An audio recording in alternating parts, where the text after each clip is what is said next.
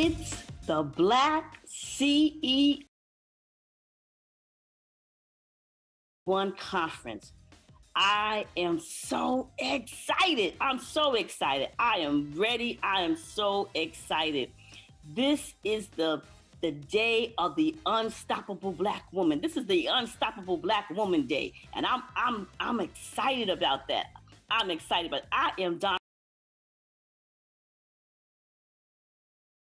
Black woman. That's me, and we have some amazing, unstoppable Black women, such as Lashana Williams, Marcella D. Moore, Dr. Jennifer Harris, Chris Horton. I'm telling you, these amazing, unstoppable Black women will be sharing with you what it means to be an unstoppable Black woman for a time such as this. So get ready to take some notes. Get ready to be inspired. Get ready to be ignited, and get ready to be invited to the unstoppable Black woman journey. That's me. Get ready.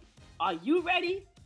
Because the DI is ready. The DI is ready. The DI is ready to receive it all, The 2021 iconic, unstoppable Black Woman Day. I've been waiting for this day. Can't you tell how excited I am? I have been waiting for this day.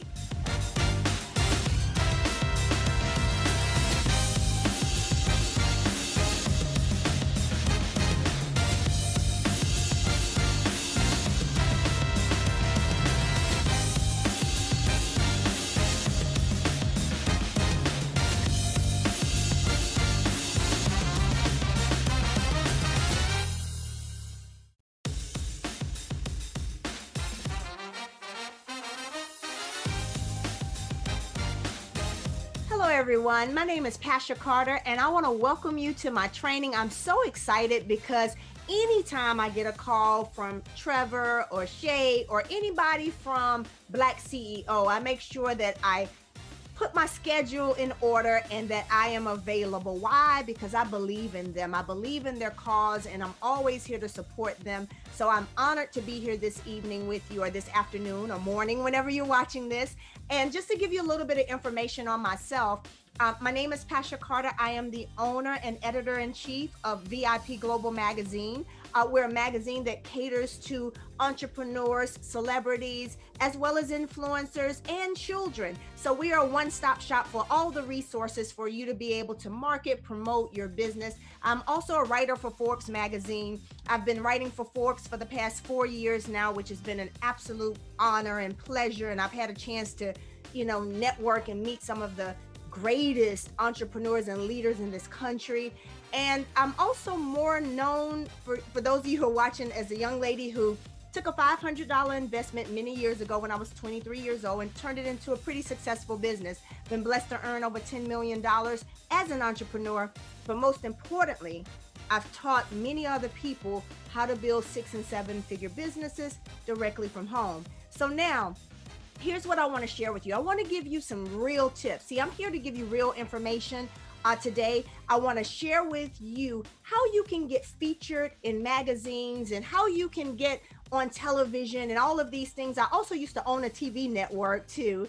And I want to show you how you can do that without breaking the bank. See, a lot of times when you start out as an entrepreneur, so whether you're an aspiring entrepreneur or you already are a seasoned entrepreneur, one of the toughest things for most people to do is to crack the code of how to get your name out there, how to get your product out there, how to get people talking about you. And that's one of the most important things that you can do in business. See, a lot of times I found that people will go out and they have to do what I call hunting, where they're chasing people down to buy their product, or they're chasing people down to join their program. What I'm here today to teach you is how you can just do a few things, few important things. They're very important, but a few things that people don't really teach. And I'm going to open up the vault today and give you all the good stuff and all the secrets to be able to now do some things where you can sit back and be more like a fisherman, put the bait out there, and allow people then to come to you. So if you're ready to get your phone ringing, your DMs blowing up, people emailing you, and reaching out to you, commenting on your post, and all of those good things for your products, your services, you're in the right place. So just give me a little bit of time and I'm going to share those secrets with you. So now let's talk about how to get featured in magazines without breaking the bank. I want to share my story with you first. When I first started looking at getting featured in magazines, I didn't know what to do. So I did what most people do. I started Googling PR agencies and this, that, and the other. And I found that many of them were honestly, some were great, but a lot of them were just a lot of talk. You know, they talked about what they were going to do and how they were going to get you featured. And then I started researching and, reaching out to some people that had been with these agencies or these individuals.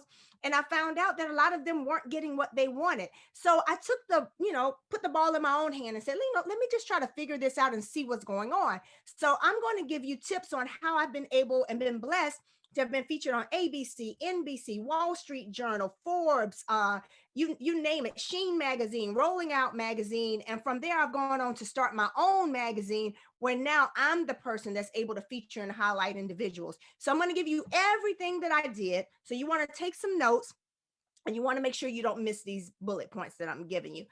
Number one is you want to build your credibility. Now, that's very important. And that's one of the things. How do you build your credibility? Whether you're a new entrepreneur or you already are out there, how do you really build that credibility? You've got to get other people talking about you. One of the biggest things that most people don't do, and they miss the boat on this, is so simple. Get testimonies immediately. When someone tries your product, have them do a testimony and just send you two little sentences or a quick audio snippet or a quick video, whatever you want to do, and take those testimonies and just start collecting them. Because trust me when I tell you, you're going to be able to utilize those testimonies for a long time and they will go a long way. So you've got to get people talking to you, talking about you. You've got to get your customers talking about you. And then you've got to get the media talking about you. You got to get your other colleagues that are out there that are in your space talking about you. So how do you do that? The first thing that all of us need to work on is you've got to work on getting what I call your as seen on. If you've ever gone to the internet and you see someone's picture and all of a sudden you see as seen on and you see all of these little logos, you may see Forbes, you may see Wall Street Journal or Yahoo Finance or all the different ones that have that third party documentation. You want to make sure that when you post your photos on social media or your signature in your bio, you want to make sure that you have those and that it's authentic. That's important. So you've got to make sure it's authentic and you've actually been on those places, because I have seen some people who have done it the other way and it did not turn out well for them. But here's the great news for you. That's not difficult to do. I'm going to show you how to do that. And you don't have to worry. Before this training is over, you'll know exactly how to get featured and as seen on and in these different magazines and publications. So one of the other ways to build your credibility is you want to make sure that you start out by you can get featured on blogs. You can reach out to people who have blogs. And then what starts to happen is, like, for instance, you can reach out to me. I have a blog on with our magazine. Sometimes if people aren't writers or contributors for our magazine, we'll feature them in our blogs, but there are many other blogs. So find your space. So let's just say you're in health and wellness, or you have a makeup line. Start looking and Googling all of those blogs that are specific to your niche. So if it's makeup, you find all the bloggers in makeup. If it's a flower business, or if you have your own course, you want to make sure that you're reaching out to people that are in your space, your avatars, those people who are looking for you. They're looking for you. They just need to find you. You start reaching out to all of those individuals, because here's the thing that most people don't know. People who are bloggers, they get tired of writing everything all the time. So they're always looking to feature great stories. So if you can come up with that great story for someone to be able to post on their blog and highlight you, then it makes it easier for them, but it also gives you that credibility. So you want to make sure that you start reaching out to those individuals first that have those blogs in your niche. And if you're an entrepreneur, you could definitely reach out to myself, and I will definitely help you get featured on my blog and many other blogs. Now, the other thing that you want to do, number 2, is you want to find and write down all of the magazines that are your goals, #goals. So now how do you do that? You start Googling and you say, okay, what magazines do I want to get featured in? whether it's Black Enterprise. I was just featured in Black Enterprise recently. That was one of the magazines that I always wanted to be featured in. I've been featured in many magazines, but here's the thing. I didn't start out that way. I started out with the smaller magazines, some of the smaller magazines. So here's the way you work your way up to the big magazines. Start out with the small magazines and start reaching out to the editors, start reaching out to those individuals. And if they have a, of course they, not if they, on their website and their social media, start leaving messages and saying, hey, listen, my name is so and so, I am the owner of this company, and this is what makes us unique, this is what we do. I would love to get information on being featured in your magazine or doing an ad or something like that. And you'd be surprised how people will start reaching back out to you. Guys, some people tell you to go out and pitch people all the time. And I will tell you, I've never really taken that approach. It's antiquated, it's old, and a lot of times it's overlooked. I've learned to build relationships one by one and open up doors based on a few doors that are open. So let me give you an example. When I first started getting featured in magazines, I would call an editor or and get in touch and build a relationship. And even if that's the next thing, even if in the beginning you have to pay to play. So what I mean by that, there's some smaller magazines where it may cost you, or and most magazines, it's going to cost you a lot of times to get featured, whether it's ad space, editorial, or what's called an advertorial. An advertorial is like a story on you, and these are the best ones. It's a story on you, but that story looks like an interview, but it ends with a link to your product or a link to your course or whatever it is that you're marketing. So it's a great story where someone features you in their magazine, but now you're able to click a button and all of that traffic now goes to your website. Now that is the best money that I've ever spent. And so when I first got started, I would reach out to different magazines, and whether it was a couple thousand here or whatever there, I would reach out to these different magazines and get featured or get put on the cover or have a feature story inside the magazine. Then I would share that all on my social media. And here's what would happen.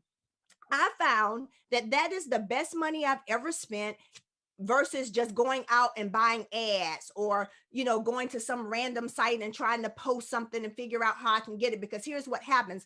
All of their traffic now becomes your traffic. So those magazines that have established traffic, then what starts to happen is all of that traffic that you pay for to be in their magazine, to be featured in their magazine. And then like if you have someone like myself where I just launched our magazine and now we're doing a lot of press behind our magazine.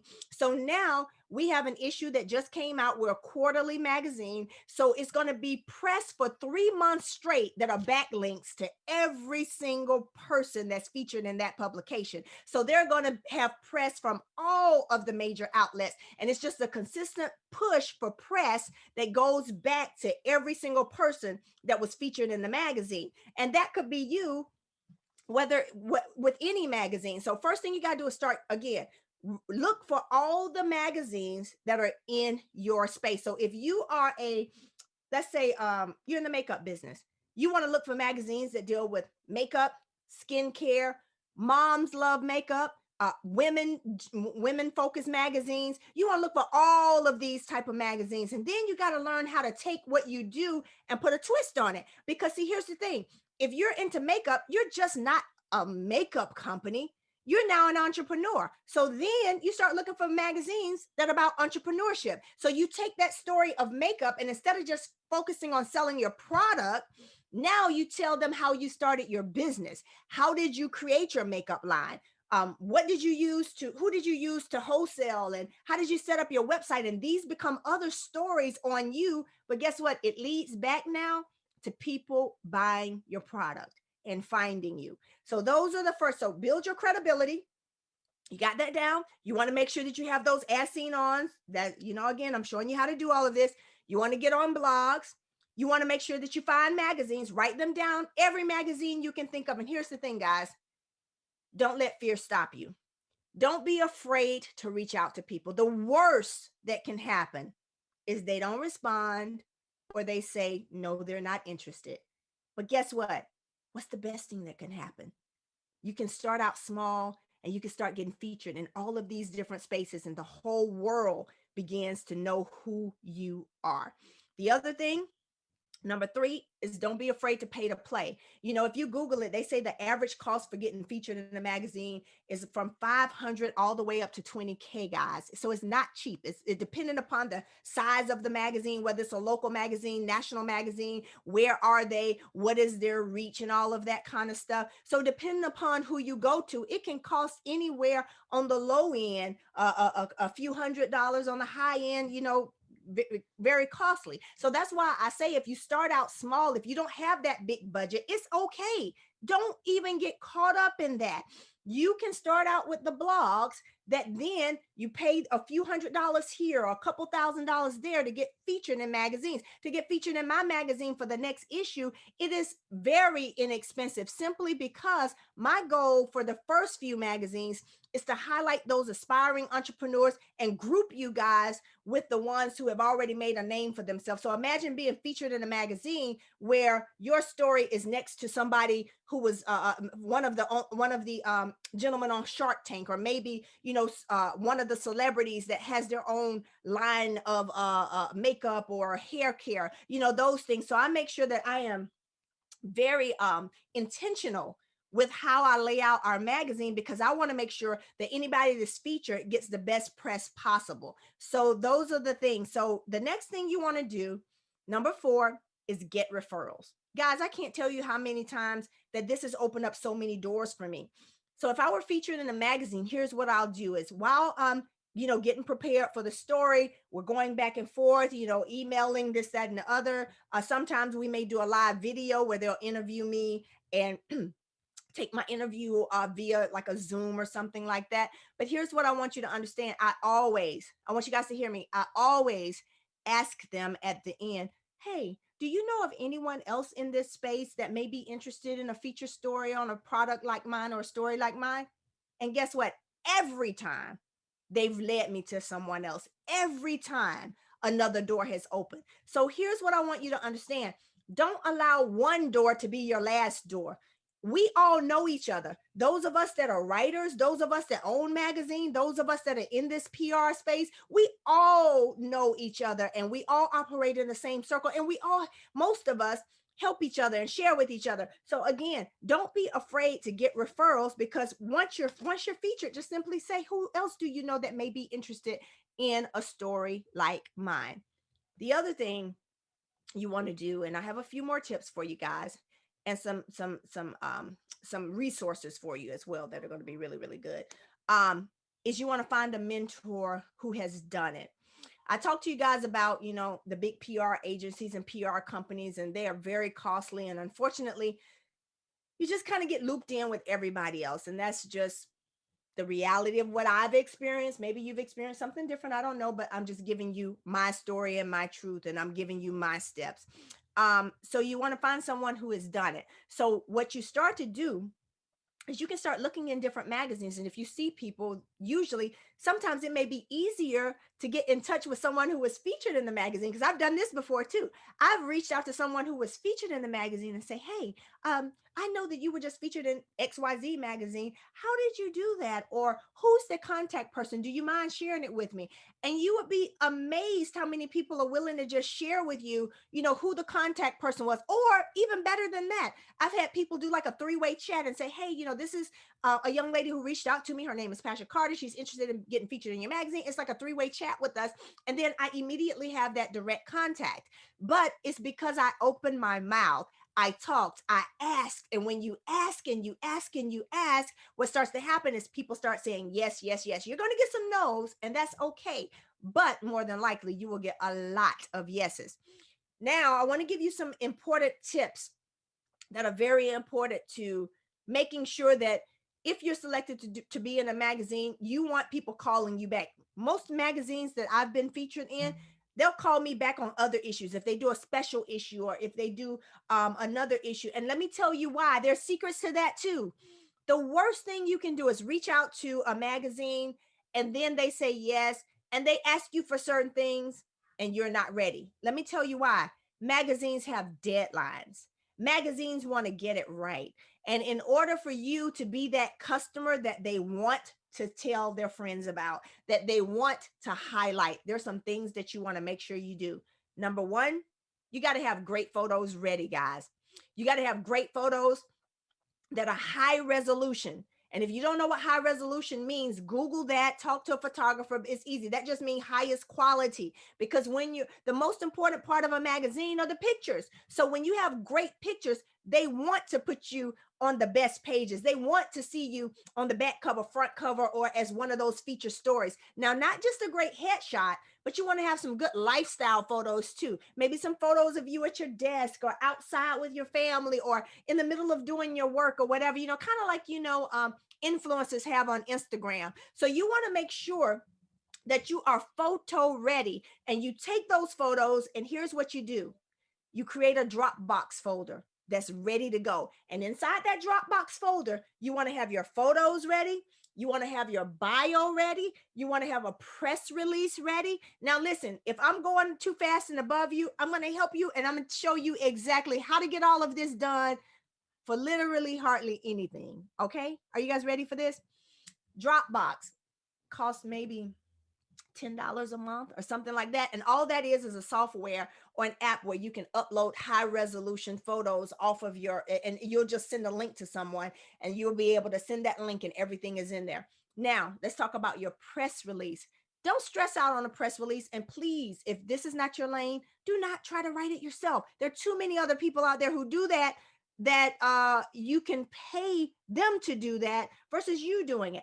I'm a writer, so I've been writing my press releases, but let me tell you, and I write press releases for other people. So if you need that service, let me know. But you can also go to upwork.com. That's UPWORK.com,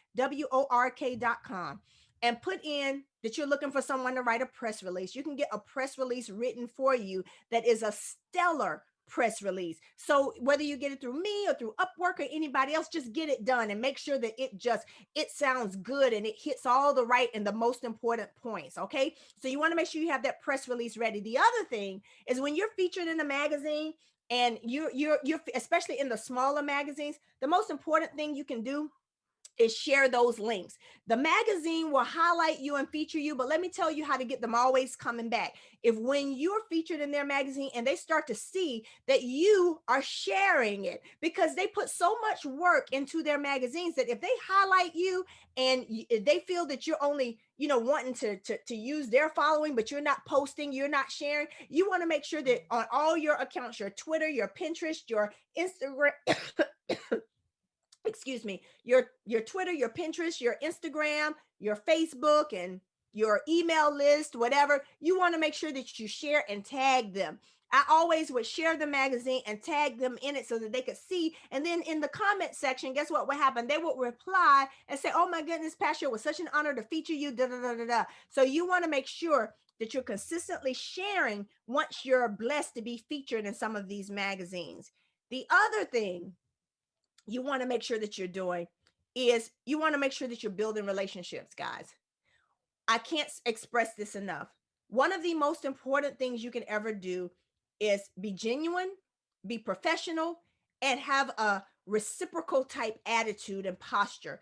That means that you're not always looking to take, but you're giving. So I always ask the owners of magazines that I have been featured in, how can I help you? Is there anything that I can do for you? Because I want them to know we're a team. We're in this together. This is a give and take thing. And let me tell you something, because sometimes they run across people who, may not be as kind and as giving, they will always remember you. They will always remember you when you're prepared, you're loving, you're kind. It's not all about you. And what starts to happen is they want you more and more and more and more. I can think of magazines where I've been featured 4 and 5 times in the same magazine, but every time it's getting me more and more and more press, more and more and more. My product was just flying off the shelf consistently, people buying from me.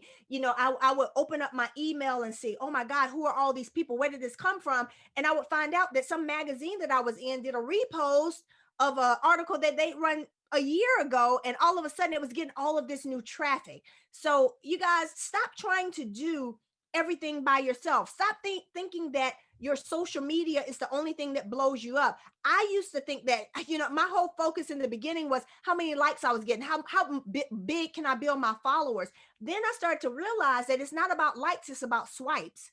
It's about how many people are buying your product, how many people are reaching out to you. And when I learned that magical ingredient, my business was on autopilot. It was on autopilot.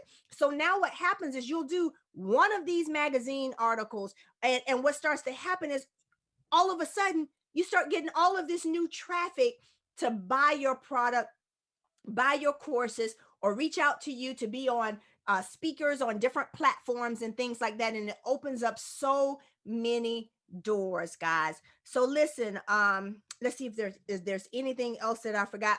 There's another place that you can go to. It's called helpoutareporter.com. If you want to get featured in different things, that's another great source. You want to find out if you, and here's another thing, try to become a guest contributor. If you want to, like magazines, like even myself, I had people who would reach out to me and say, hey, can I write an article in the magazine? I'll vet them and see, oh, wow, this person is into fitness. They have, they write great articles. I would love for them to be a guest contributor in the magazine. So now what starts to happen is, you're known to start out building your brand as a contributor for X magazine or contributor for Y magazine. And here's the thing, don't feel like you have to have experience as a writer, guys. You do not have to have, I didn't graduate with some kind of journalism degree, none of that. I just one day said, you know what, I got a message, let me share it. And sometimes you don't even have to write it yourself. If you want to have someone help you write it, you can do that. But here's the reason why I'm sharing this. There are no excuses anymore, you guys. There's so many ways for you to be highlighted, and stop wasting your time chasing people down.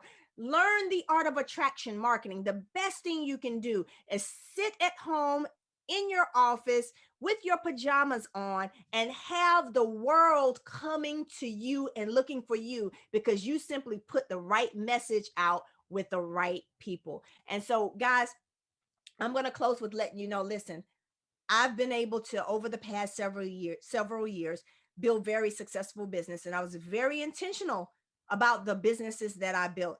Every single business that I have is what I call passive income. That simply means I don't want to have to work for, exchange hours for dollars. Everything I do now is digital. So I want to make sure that if I invest in something, it's a digital business. So, everything that we do is like online, and we want to make sure that we teach you guys right now, with everything going on in this world, you got to figure out a way to get people coming to you. And when I say coming to you digitally and virtually, and you don't have to break the bank to do that. So again, if you want to get featured in a magazine, reach out to me at vipglobalmagazine.com, or you can email me directly. Hey, you can email me at editor@vipglobalmagazine.com. Tell me your story, what your product may be. And guess what? I'm the kind of person where I don't want you just featured in my magazine. I want to open up the door for you to be featured in 5 to 10 other magazines of friends of mine who also have magazines. And anybody will tell you, if you've been featured or on anything I've ever done, I'm always going to open up my Rolodex and my connections to individuals, because it is so important that we support each other and that we share with each other, and that most importantly, we celebrate and highlight each other. So you guys, listen, I hope you got a lot out of this training. It's been a pleasure speaking with you. It's always an honor to be associated with such great individuals as the ones that you have that are a part of this conference/summit. So you guys, go be blessed, but most importantly, take action. Don't let this be another training that you just listen to. Don't let this be something where you wrote notes and you're going to slide it under your bed. No, if you're ready to take your business to another level, reach out, do the steps, make it happen, and we are all here for you. So God bless. And you guys enjoy the rest of the conference. My name is Pasha Carter. And again, it's been a pleasure speaking with you this afternoon or morning or evening, whenever you're listening to this. God bless everyone.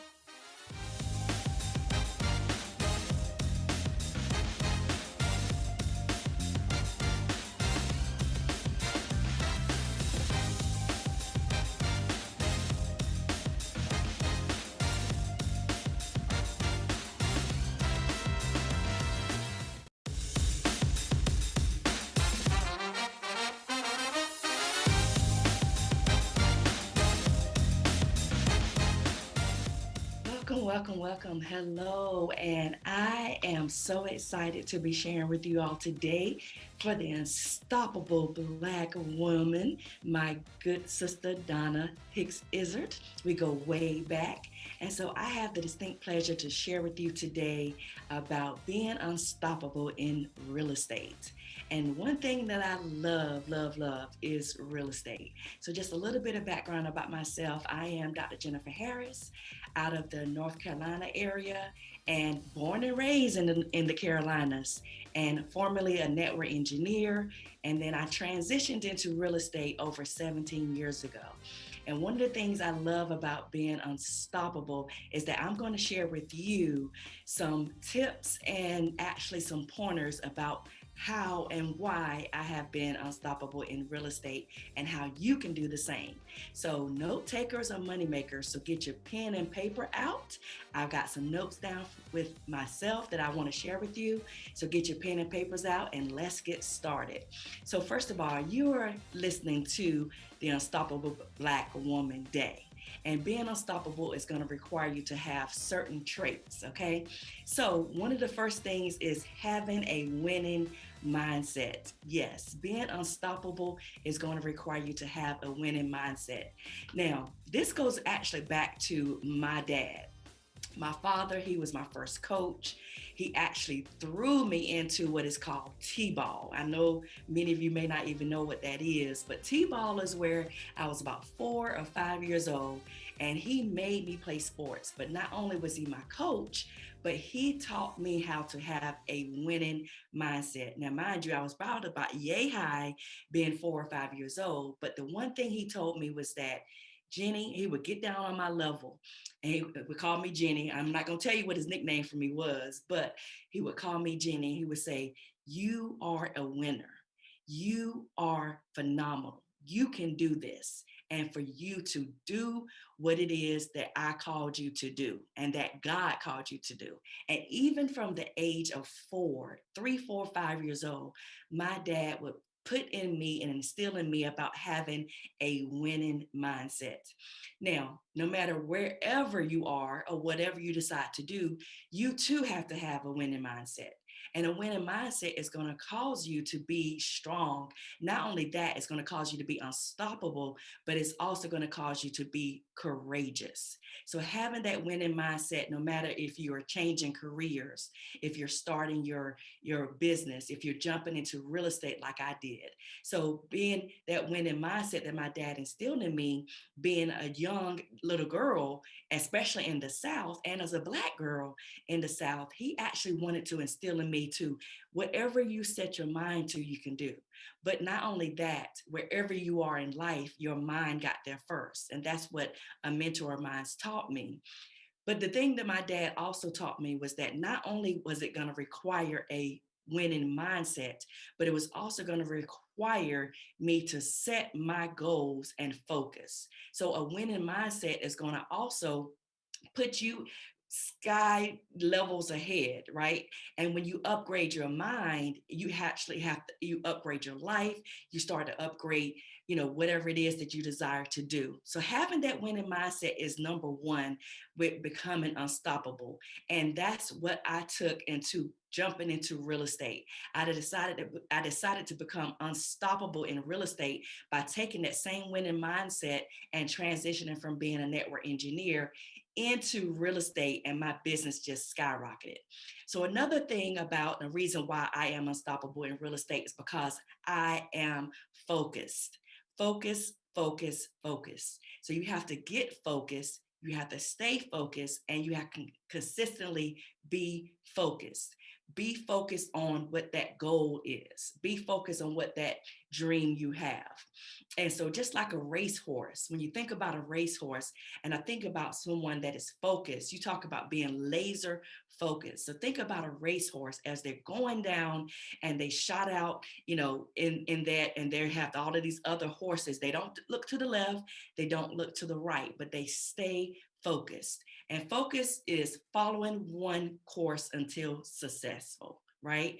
Follow one course until successful, because there's so many different distractions that can come your way. There's so many different things that can try and stop you. But when you are unstoppable, you are focused. So maybe you're focused on building your business right now. Maybe you're focused on your career. Maybe you're focusing on getting out of debt. Or maybe you're even focused on, starting a family or raising your family. Or maybe you even focused on getting that degree or going back to school.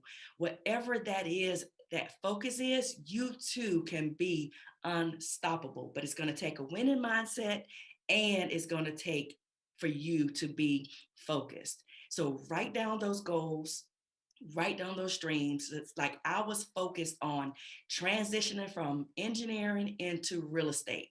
And so I had to focus on passing that test, that broker's test. I had to focus on getting those particular skills, but I also had to focus on myself. And I knew that journey was going to be ahead.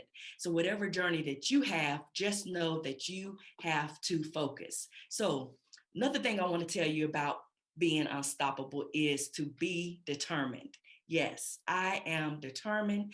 I'm an unstoppable Black woman, and I'm also determined in real estate. Now, I was determined, number one, to pass that real estate test, but I was even more so determined to get out of engineering. Now, I love the people that I worked with engineering, but the thing that I did not like was that I did not control my time. I did not control the amount of money I was able to make.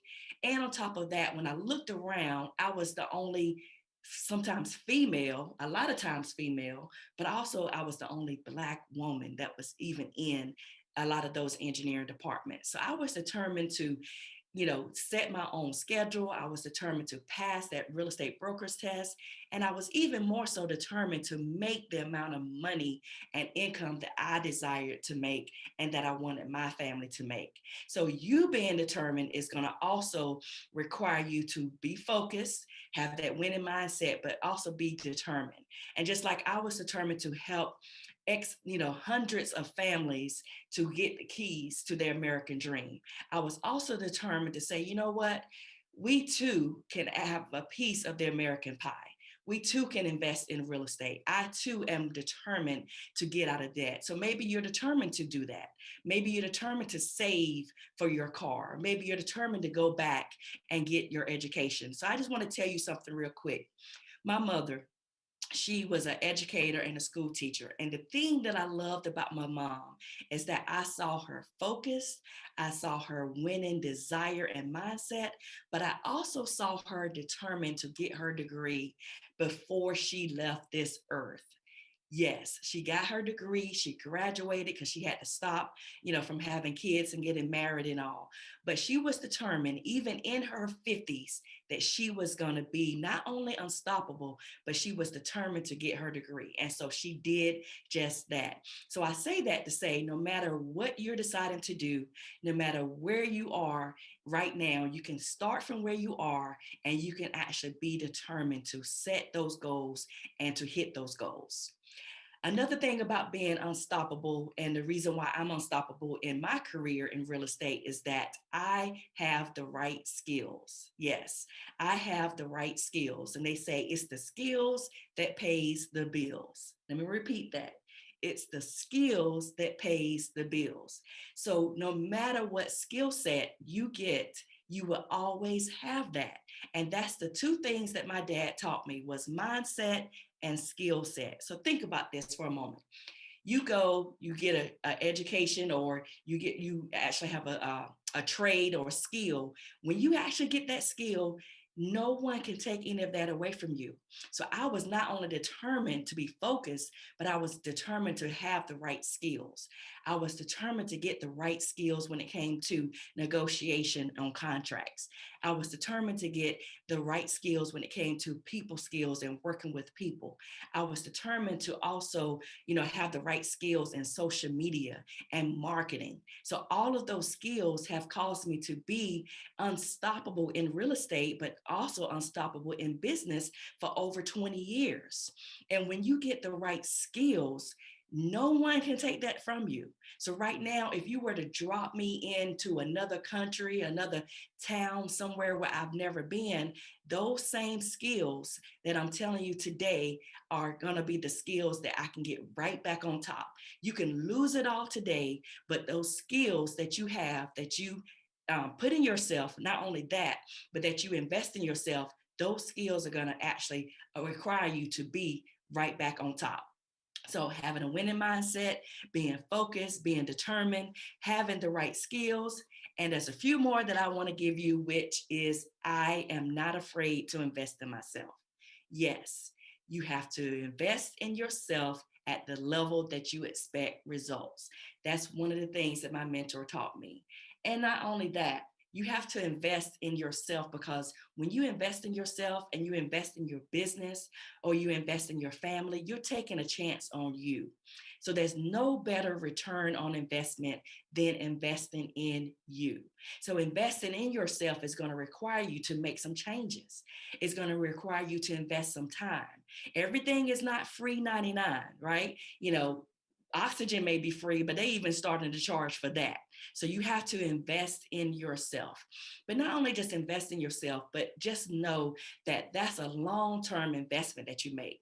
Don't just invest in yourself today, but continuously every single day, every single year, every single month, every single, minute of the hour, you are investing in yourself. And when you're investing in yourself, you're investing in your mindset, you're investing in skill sets. So again, investing in yourself is actually where you will be able to become unstoppable.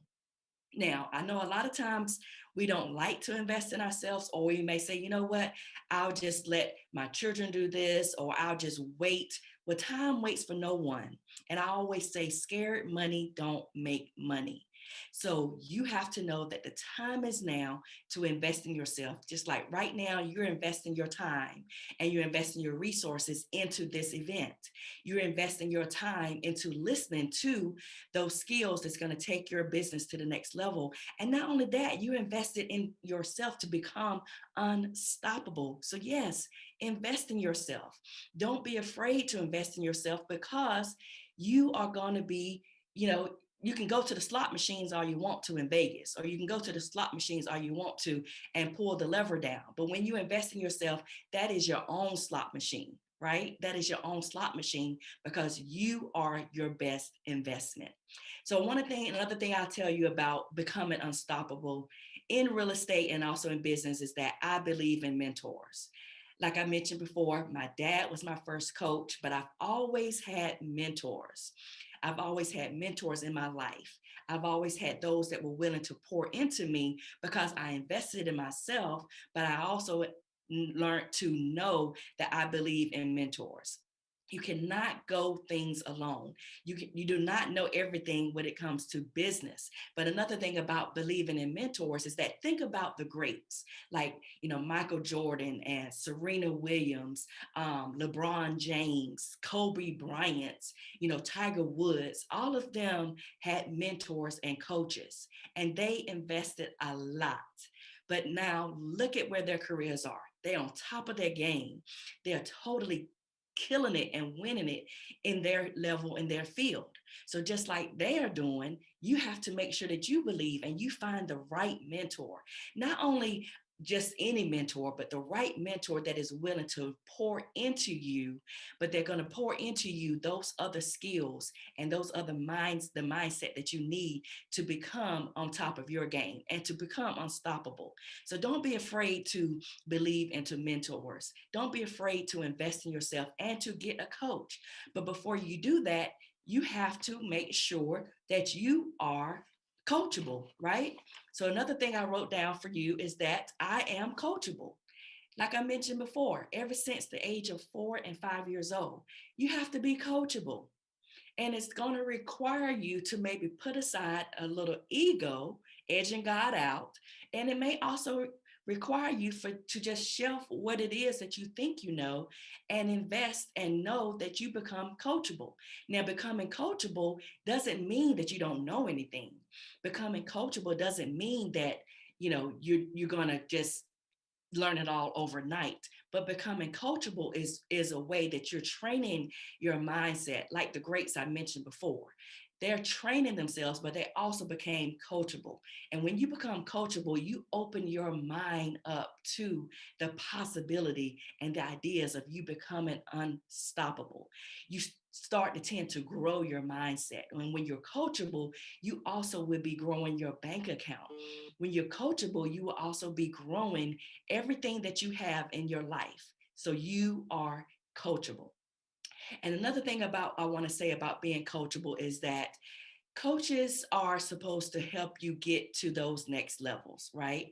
And when those coaches do that, they actually will require you to be unstoppable, not only when it comes to your real estate, but also when it comes to your mindset. So not only are you going to have a winning mindset, but you're going to be focused. You're going to be coachable. You're going to be unstoppable. And the last things I want to tell you is undeniable in your greatness. So no one can take your greatness from you when you have these skills. So I'm just going to recap. Okay. So this has been an amazing time. And I'm just going to recap with you that when you are unstoppable, no matter if it's in real estate, and the reason why I have been unstoppable in my career, even as a Black woman, is that I have had a winning mindset. I am focused. I am determined.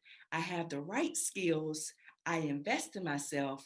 I believe in mentors. I am coachable and I am unstoppable. So I want to tell you today, make sure that you take these notes, write down affirmations and declarations that will cause you to be unstoppable. So again, no matter wherever you are in life, your mind got there first. So become unstoppable in your career, become unstoppable in your mindset, become unstoppable in your skill set, and become unstoppable in your business. And not only that, become unstoppable in your faith and become unstoppable in your life. So I am Dr. Jennifer Harris. I thank you so much for listening to me. I'm the founder of Purses, Pumps, and Power and the author of the Black Woman's Declaration of Independence. So wherever you are in life, your mind got there first. But remember, scared money don't make money, and closed mouths don't get fed. So when you are unstoppable, you are undeniably being you, but you also are unstoppable in your greatness. So I look forward to touching bases with any of you. My email is jennifer@pursespumpsandpower.com. That's jennifer@pursespumpsandpower.com. So again, I want to thank my sis Donna for allowing me to speak on her platform. We go way back, and make sure you get you some unstoppable sisters that's going to push you to the next level. So until next time, take care and God bless.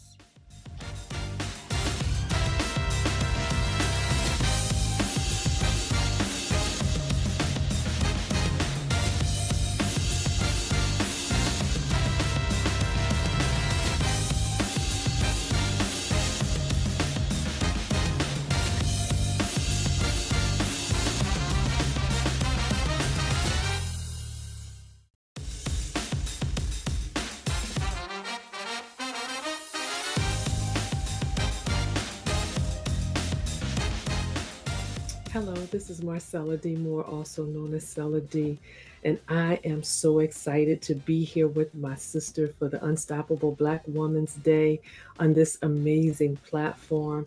Donna, you are amazing, and you are such a good steward over the gift that God has given you, and I am so happy to be partnering with you on this journey and able to do life with you. I'm excited about what God is doing on this platform for today, but not only this, but I'm excited about everything that God is doing and will continue to do in your life. You have a heart for people, you are genuine, you are authentic, and I thank God that we are sisters. So I'm privileged and I'm honored to just share this time on this platform today, hoping and praying that the words that I share will empower someone, will cause someone to consider and think about their journey and understand the power that dwells on the inside of them. I remember maybe about 20 something years ago. While I was married, my children were small, my daughter 10, my son 6. And I remember being in my marriage and knowing that something was going on, not being able to put my finger on it, but just realizing that my husband, my ex-husband, and I were going in different directions. And we worked together in ministry. We did ministry. We taught a lot at churches. We traveled throughout the country. We walked with some great people during our time together, learning about God, experiencing God in a great way. But when my marriage began to break down, and back then we really didn't talk about a lot of different things. We did not voice how we were feeling. And I was always taught that my job as a woman was to cover and protect my husband. So on the inside, I was dying on the inside, and I really did not share with a lot of people the pain that I was experiencing because of what was happening. And I remember many a times through while we were breaking down, we were still going and traveling and speaking and just being in the atmosphere with so many great people. And I was hurting on the inside. My heart was crying out. Tears were flooding down my soul. My heart was hurting. In days it felt like I was just being stabbed in the heart, and no one saw me. I would go and I would smile and I would be kind and I would help those who were hurting and I would speak life to them. But then when I would go sit in my chair or I would be at home all alone after I put my children to bed, I just kept asking God, why? Why is no one seeing me? Why can't anyone walk up to me and speak life to me like I speak to everyone else? Why no one sees my pain? What is going on? And I remember day after day just feeling overwhelmed and feeling sad on the inside, and on the outside smiling. And in addition to my marriage at that time, I worked for a Japanese steamship line. I was an account executive, so I went to see customers all the time, taking customers out to dinner for entertainment, spending a lot of time with them, talking about their families, smiling on the outside but yet dying on the inside. And every single time I came back into my community, I came back into my culture and the people that I was around, I still had this cry on the inside, as if I was a little girl sitting in the classroom, raising my hand saying, see me, or I have a question and I need an answer. And I just did that for so long. And I cried and I just went through. And I realize now, as I look back, that a lot of the pain that I experienced during that time was simply because I was looking for someone to rescue me. I was looking for someone to come and make it all better. I was looking for someone to come and just do whatever they could do to just take the pain away. Until one day, I never forget, I was in my bathroom at my house. My bathroom, I had this huge bathroom that I loved dearly. And it was huge. 2 sinks in the bathroom, huge bathtub, a separate shower. My bathroom was beautiful. I was living in Texas. And I was sitting there, and I remember in the bathroom, I had these peach pillows that I bought from Pier 1. And those pillows, I loved them. They were soft, and I would hold them tight. And over the years, those pillows became my saving grace. And I remember going in the bathroom and sitting next to my pillows and holding them. And that time I was angry. I would hit against the pillow. I would shake the pillow. I would cry. I would say, God, what is going on? Why is this like this? I did what I was supposed to do. I was loving you. You know, I married the man who I was supposed to be with in my mind forever. He loved you. We loved you. And this marriage is breaking down, and it's not getting any better. There is no light at the end of the tunnel. And I was dying on the inside, laying my head on the pillow at night and tears coming down my face and just being hurt and broken. And I sat in that bathroom, and the song that I played over and over and over again was Yolanda Adams' Open My Heart, alone in the room, just me and you. Oh, yes, I feel that thing now as I'm talking about this story. And I sat in the bathroom one day, and I had those pillows and I leaned on those pillows, kept my secrets. Those pillows knew the things that were on my heart. Those pillows experienced my tears. Those pillows experienced the punches that I would throw into them because they were my only hope at that time. I could not let other people see and know voluntarily that I was dying on the inside, and I needed them to see me and come and give me words and to rescue me. But that didn't happen. I sat in the bathroom and during my time, put the kids in the bed, crying all night long. And I heard God say clearly, Sella, I need you to be a part of your own rescue. I need you to get up and I need you to get yourself together, because sitting and waiting for someone to come and rescue right now, it's just not going to happen. You have the power on the inside of you. You have the ability on the inside of you to gather yourself together. I know that this is painful. I know that it hurts you. I know you don't understand it, but I can't let you sit here and die. This is the conversation God is having with me, y'all. And from that moment in there, I got on my face and I cried. And I said, God, if you give me the strength, I will become a part of my own rescue. If you give me the strength, I choose to be a part of my rescue. And from that day, I realized that single, married, whatever, friends, no friends, community, no community, that I had to understand that God has given me an ability to become a part of my own rescue. Now, being a part of my own rescue does not mean that I don't need God and I can do everything on my own. Being a part of my rescue does not mean that I don't need the sisterhood and that I don't need to be connected with women and men in my life who empower me. It doesn't mean that I can do this thing on my own. But what it means that when I go through things and I experience things in this world and in this earth, I cannot sit and literally wait for someone to come and make it right for me, because God has given me the ability to do it myself. And so many times, especially women, and today I am talking to women because we're talking to unstoppable Black women. And I want you to understand this. Many of you feel stuck. Many of you feel like you are lost and you don't know which way is up. You don't see any light at the end of the tunnel. You feeling all alone because you are simply waiting for someone to come and rescue you. And I'm telling you this, those of us who are faith-based believers, Jesus died one time and he died already alone, and he rescued us from death and sin at that time. And he has given us this ability to walk out the gift that we are in this earth. So he's not coming back to rescue us in that way again. He has given us the tools and the strategies that we need in this earth to be a part of our own rescue.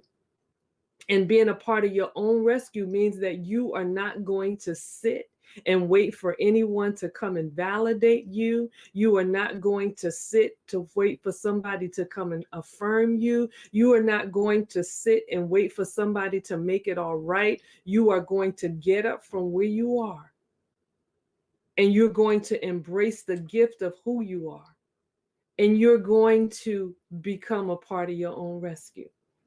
I remember as a young girl, and I'm telling my age, and I'll tell it, I'm 57. And I remember this cartoon, and it was called Underdog. And Polly Purebred was the other little dog that when she got in trouble, she would stand on the corner and she was saying, "Where, oh, where is my underdog? Where, oh, where can he be?" And Underdog would show up and he would rescue her. Just like with Popeye and Olive Oyl. When Olive Oyl found herself in the trouble, Popeye took that can of spinach and he'd eat that spinach up and he'd come and rescue her. But baby, I need to tell you today, Underdog don't even remember that he used to be a superhero. Popeye, long gone, retired. Matter of fact, I made a call at one time and I called the super friends. I called Batman, Wonder Woman, Superman, made a phone call to all of them because I wanted to make sure that I was on point when I was saying that nobody come to rescue you but you. And I asked them if they were available to come and rescue you or rescue me whenever something happened in our lives. They're not available. Wonder Woman is doing movies. She's traveling all over the world. Superman is in another country. Batman said he is retired. Again, Underdog don't even remember that he used to be a superhero. So you have the ability to become your own superhero because God created you to do so. He created you to be. The scripture tells us, those of us who are faith-based believers, that he has given us everything that pertains unto life and godliness. We have what we need in order to be effective in this earth. So whether you are single, married, divorced, children, no children, whatever your status may be, you do not have to remain stuck in wherever you are, whether it's a job, you're uncertain about what God has called you to do, you're uncertain about what he has called you to be, and you feel like, you know what, if somebody would just come, if somebody would just show up and rescue me, if somebody would just show up, then I will be all right. But guess what? If you would just show up, if you would just show up for yourself, you will find that things will begin to turn and work out in a way that you couldn't even imagine. You see, one thing that I believe that obedience is magnetic. Obedience makes us magnetic. And if you know anything about a magnet, when it's around other things that can be attached to it, when that magnet comes, everything just starts gravitating towards that magnet. And when we get up and when we get in movement and we begin to walk the way that God desires us to walk, and sometimes you won't know if you should go to the right. You won't know if you should go to the left. You won't know if you should stand up or sit down or roll over or cross. But the fact that you're moving, the fact that you're in movement, God will allow the things that you need in your life to come towards you. That's the beginning process of becoming an unstoppable Black woman. You see, because when I made a decision that my husband said to me, my ex-husband said, I don't want to be married anymore. And I spent so much time trying to change his mind and make him say, look, feel a different way. The moment that day when I sat in that bathroom and God spoke to me and told me to be a part of my own rescue, baby, it was on. I loaded up a 17-foot trailer, loaded up my house. I was living a life in Texas, but realized that in order to get my peace, I needed to be a part of my own rescue and come back to where my family was. Loaded up that truck, got my 10-year-old daughter and my 6-year-old son, and we left the state. And I haven't looked back since. And because I became a part of my own rescue, I positioned myself to be at a space and place where I got my peace back. When I became a part of my own rescue, then I began to do the things that were necessary in order for me to get the peace and the joy that I needed at that time. So, baby, you have to be a part of your own rescue. You have to know that you can. And I know things feel so overwhelming at times when it looks like there is no way out. But let me tell you about the God that we serve. He is amazing. He is awesome. He is a very present help in the time of need. And if we allow him to, he will speak to you just like he spoke to me. He will show up for you just like he showed up for me. And he gave me the courage. He gave me the strength to be able to stand up as the woman that he has called me to be. And during that time, I didn't know what it was going to look like. I was married for almost 20 years. I didn't know how to be any other way. I was 21 years old when I got married. All I knew was my ex-husband and my children. I didn't know how to live outside of that. And when he walked away, I felt like I was naked on a desert island with a son in the door, a daughter on my right and the son on my left. But I figured it out. And I was able to figure it out simply because I became a part of my own rescue. And I want to encourage you all today listening to me, whether you're listening to this live or joining us live or watching a replay, I want you to say to yourself today that today I choose to be a part of my own rescue. What does that look like? It looks like you're just not going to sit there and die, that you are going to let go of what was, accept what is, and bounce back to live a purpose-driven life, to bounce back to live the life that God has ordained for you. When you make a decision to become a part of your rescue, you no longer hold on to the thing that is no longer serving you. You say, you know what? This thing served me, and it served me while it was able to. It served me, and at that time it was good, but right now it can no longer serve me. And that's why I don't get upset about rejection. Because for me, rejection is when a person rejects me, simply they're saying to me, Marcella, I don't have the ability to serve you anymore. And then some people say rejection is protection. So if we begin to look at it like that, we will stop where we are, let go of what was, accept what is, accept the now, accept where you are right now. And then when you do that, you position yourself to bounce back, to be able to live an abundant life, a life that is filled with joy, a life that will lead you towards the purpose that God has for you. So that's why today, I can say that I am an unstoppable Black woman. I can say that I am an unstoppable motivator. I'm an unstoppable life giver because I realize that the moment I become a part of my own rescue, all of the heavens opened up and everything that I need is drawn to me. And then when I become a part of my own rescue, I begin to embrace my own journey, not desiring the journey of someone else, but saying, God, thank you for my journey. And then I can live on purpose, walking out the purpose that God has designed for me. And then lastly, I love myself to life. Loving me, not expecting someone else to. And then when you position yourself, you rescue, you becoming a part of your own rescue, and you love yourself, then that man that God has ordained to walk with you, that partner that God has called to walk with you, they will be drawn to you, and you won't look for them to rescue you because you have already rescued yourself. So I am so grateful today that I can sit here with courage, in power, with wisdom, with understanding, with the might of God, knowing that I am where I am today simply because God loves me and because I chose to become a part of my own rescue. And it feels so good. When you become a part of your own rescue, listen, and some people might say, well, how can you say that you're a part of your own rescue? Then you're leaving God out. No. When I become a part of my own rescue, that's me honoring the gift that I am in this earth. When I love myself and I practice self-love, that's me saying, God, thank you for the gift that I am in this earth. So God gives us an ability.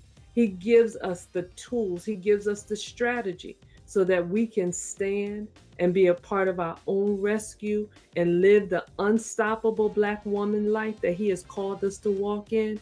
And I am so grateful today that I made a decision to be a part of my own rescue. And because of that, I can say today that I am Marcella D. Moore, also known as Cella D. I am an unstoppable Black woman. That's me. Be blessed. I love you all. And Donna, thank you, sis, so much again. Have an amazing day.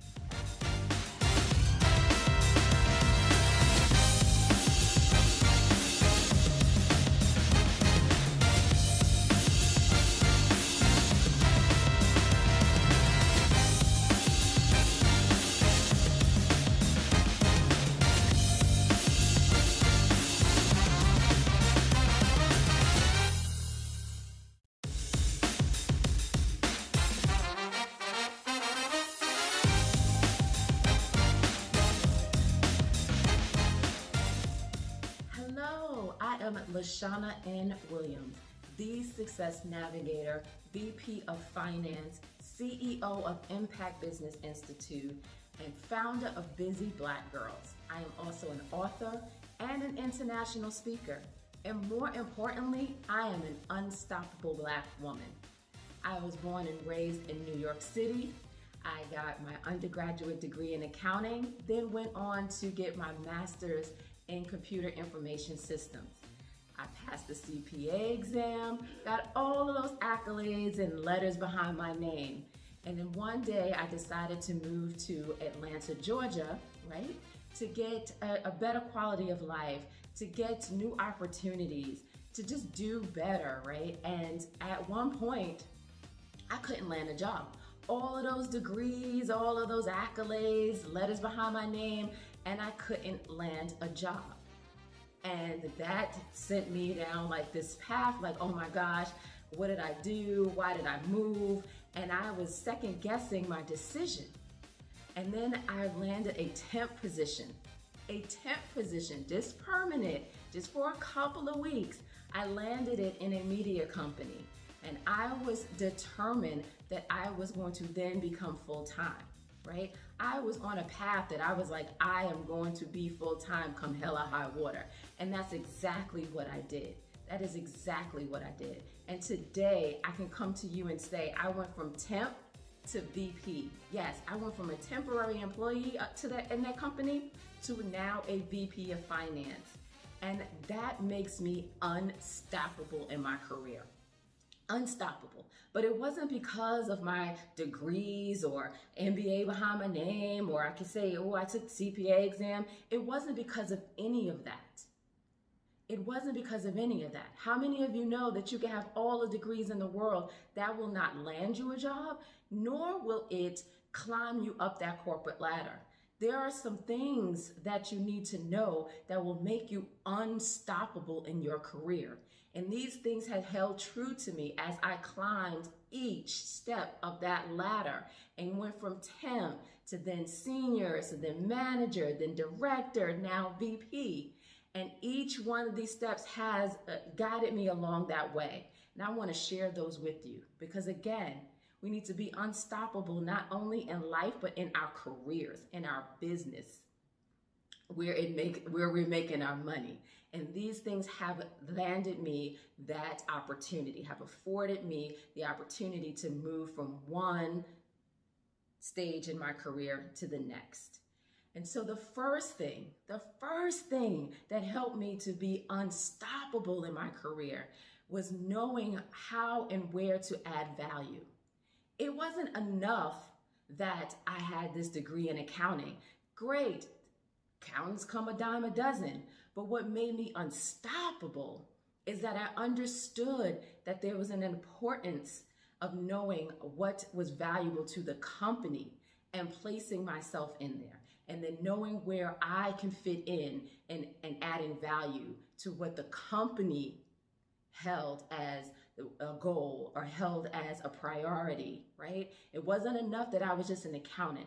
So when I went into the organization, they wanted more people or more accountants who not only knew the numbers, but also knew systems, was also good with computers, was also good at thinking outside the box and doing things in a creative manner. And that's where I added value. That's where I said, you know what, that's going to be my niche. And that's what I did. And that has propelled me because I'm not just, another accountant or another financial expert. I am that person that now has that critical thinking, has that computer experience, has that project management experience, that I can say that I am different from the average and normal accountant or finance professional. So I carved out a niche in my career to where now I am looked at as that person that adds that value, that adds that particular skill set. And that makes me unstoppable. The next thing that has made me unstoppable in my career was being authentic. And when I say authentic, I mean being my true, authentic self. Creating that essence that is me and bringing that to the job. And I know some people are like, well, I can't be my authentic self. I am not saying that you have to be your full, like all of you, right? If you curse, that's great. You may not want to curse in the workplace. And if you are that person that is, you move your head a lot and you very voiceful, that's great. But what I'm saying is the essence of you. And so in accounting and finance, right, when you think of an accountant and finance person, you are thinking somebody who's straight-laced and somebody who's like pocket protector and all kind of strict and stringent and very dull, let's say. And that wasn't me.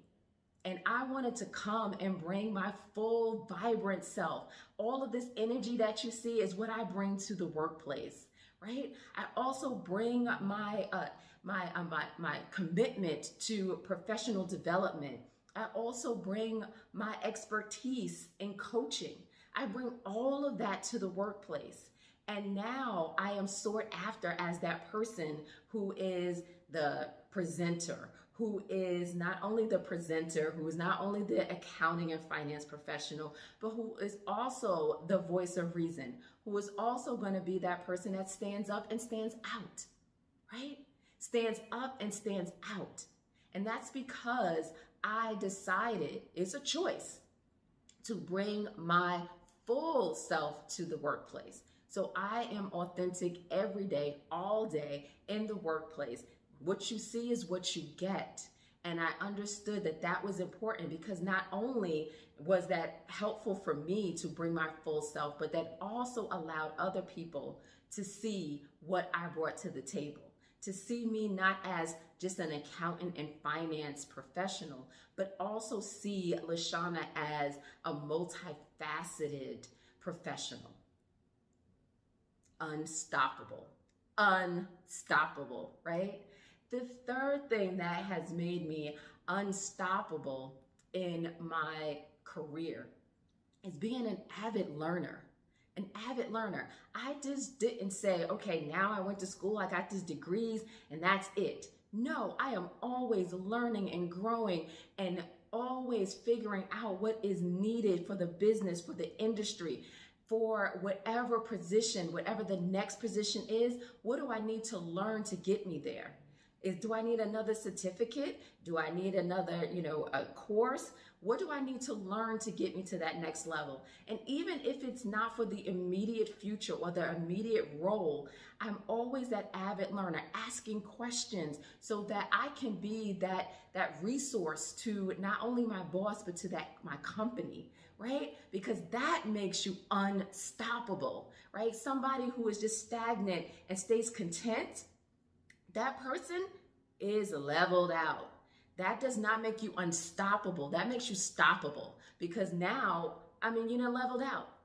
You learned all that you wanted to learn, and that is it. And so you remain in that position, you remain in that state, and you don't move forward. You don't propel in your career. What I'm talking about is being unstoppable and propelling in your career, moving up that corporate ladder when they say that you cannot.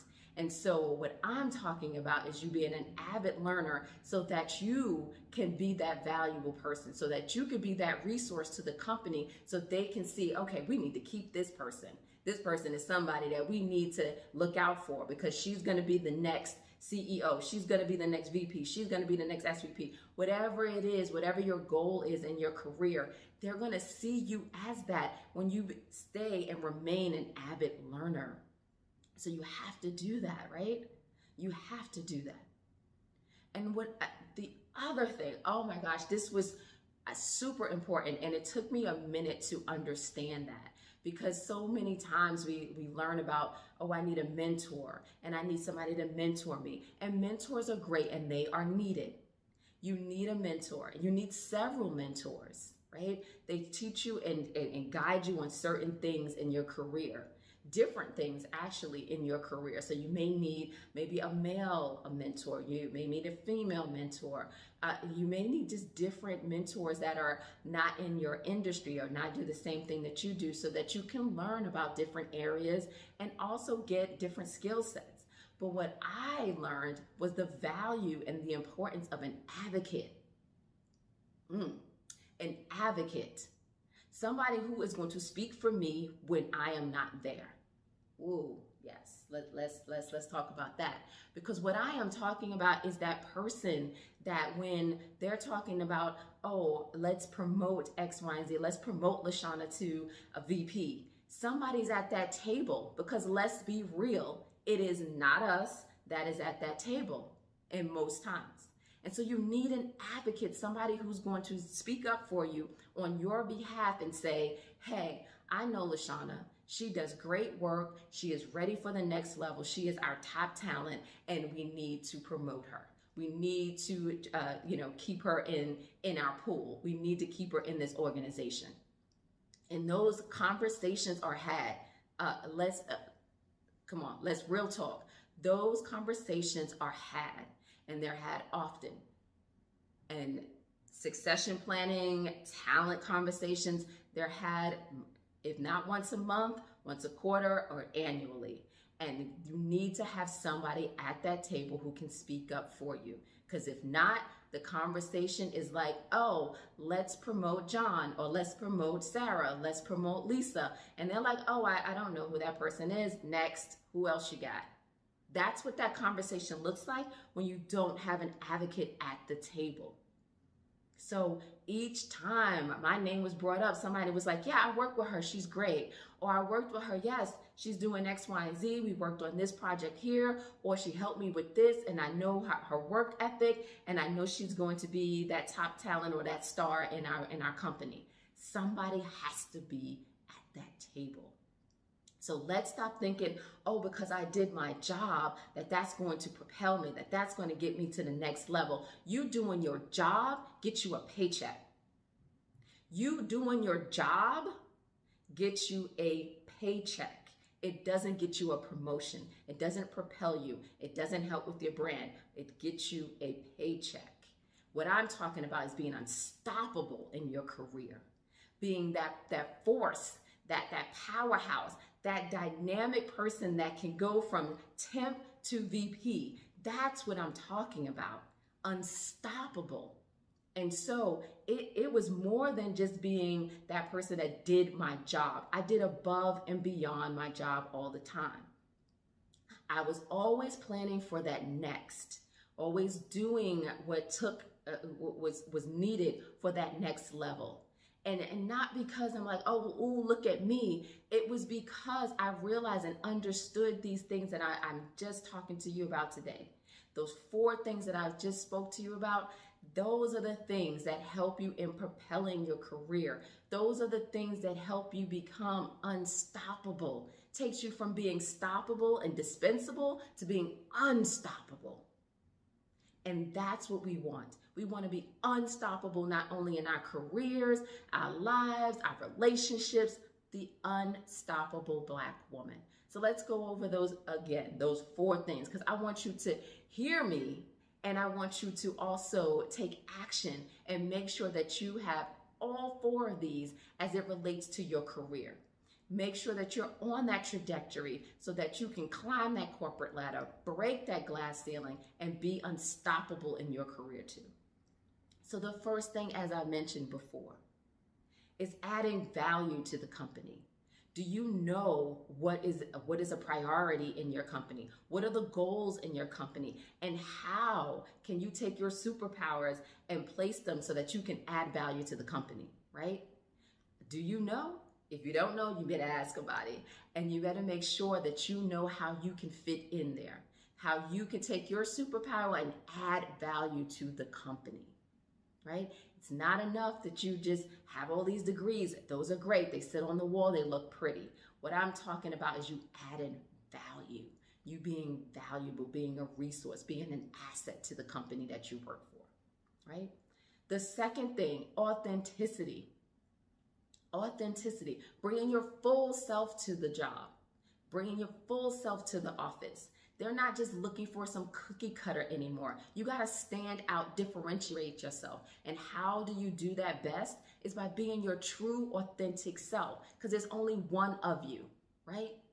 God broke the mold when he made you, and there's only one of you.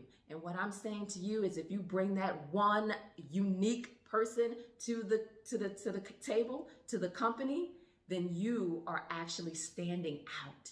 You stand out from the rest. You are no longer just another, right? So we have to bring our full selves to the workplace. The next thing is being an avid learner, because if you don't, then you become irrelevant. Then you just become like this constant that just stays there. They're called lifers when you think about it, right? In the career and the corporate world, they're called lifers. People that are just going to stay in the same position for as long as they stay with the company, because they're not growing, they're not learning, they're not moving, they're not being relevant, they're not adding value, additional value to the company. So those are called lifers. We're not lifers, we're unstoppable, right? So we're climbing up the ladder. And so you have to be an avid learner. Learn not only your role, learn not only what helps you in your specific role, but what helps the company, what helps for that next level, what helps for you to take over for your boss, right? Are you next in line to take over if your boss left the company, retired, or just decided that they didn't want to, be in that role anymore? They got promoted. Are you ready to take on that next level? And if you're not, then I strongly advise you to be an avid learner. Learn what is needed for that next role so that you're ready, right? Preparation plus opportunity equals success. If you're sitting around there waiting for I'm not going to learn until I get that promotion, then you're never going to get promoted. Never going to get promoted. You got to be an avid learner, right? And the next and final thing is have an advocate. An advocate. And the way you do that is by doing 110%, being part of projects, being part of teams, committees, doing your job, and then also connecting with others within the company. Networking with others so that you can showcase your superpower. You can showcase the value that you bring to the company. And when you do that, then you have an advocate. Then you have somebody at that table who is saying, yes, I know her work ethic, I know what she brings, and we need to keep her, and we need to promote her because she is next in line for this level, or this promotion, or this executive role. So you need that advocate at the table. So let's make sure that we are doing all four of these things. Let's make sure that we are taking accountability and checking ourselves as it relates to our career. Because if you don't, then who will? Like, you are the CEO of you, right? Your career is your business, and you need to treat it as such. And if you're not taking an active role in your business, i.e. CEO of you, Inc., then who else will? And so if you don't have those four things in your career, if you don't know where you add value, if you're not being your authentic self, and if you are not an avid learner and do not have an advocate, I am suggesting that you do that today. Those are the four things that have made me unstoppable in my career. Again, I went from temporary employee, 3-week assignment, to now VP of Finance and moving up the corporate ladder as we speak. And how did I do that? Those four things that I told you about, those 4 tips, those 4 strategies that I told you, those have made me unstoppable. The combination of my superpower, the combination of my degrees, and those 4 things have made me a dynamic force within corporate America. And you can too. So this is LaShauna Williams, the Success Navigator, your unstoppable Black woman. And I am unstoppable in my career, telling you to be your best self, to be your full self, to be the self that God has created and destined you to be, and be unstoppable in your career, your life, your relationships, and in business, and in all facets of your life.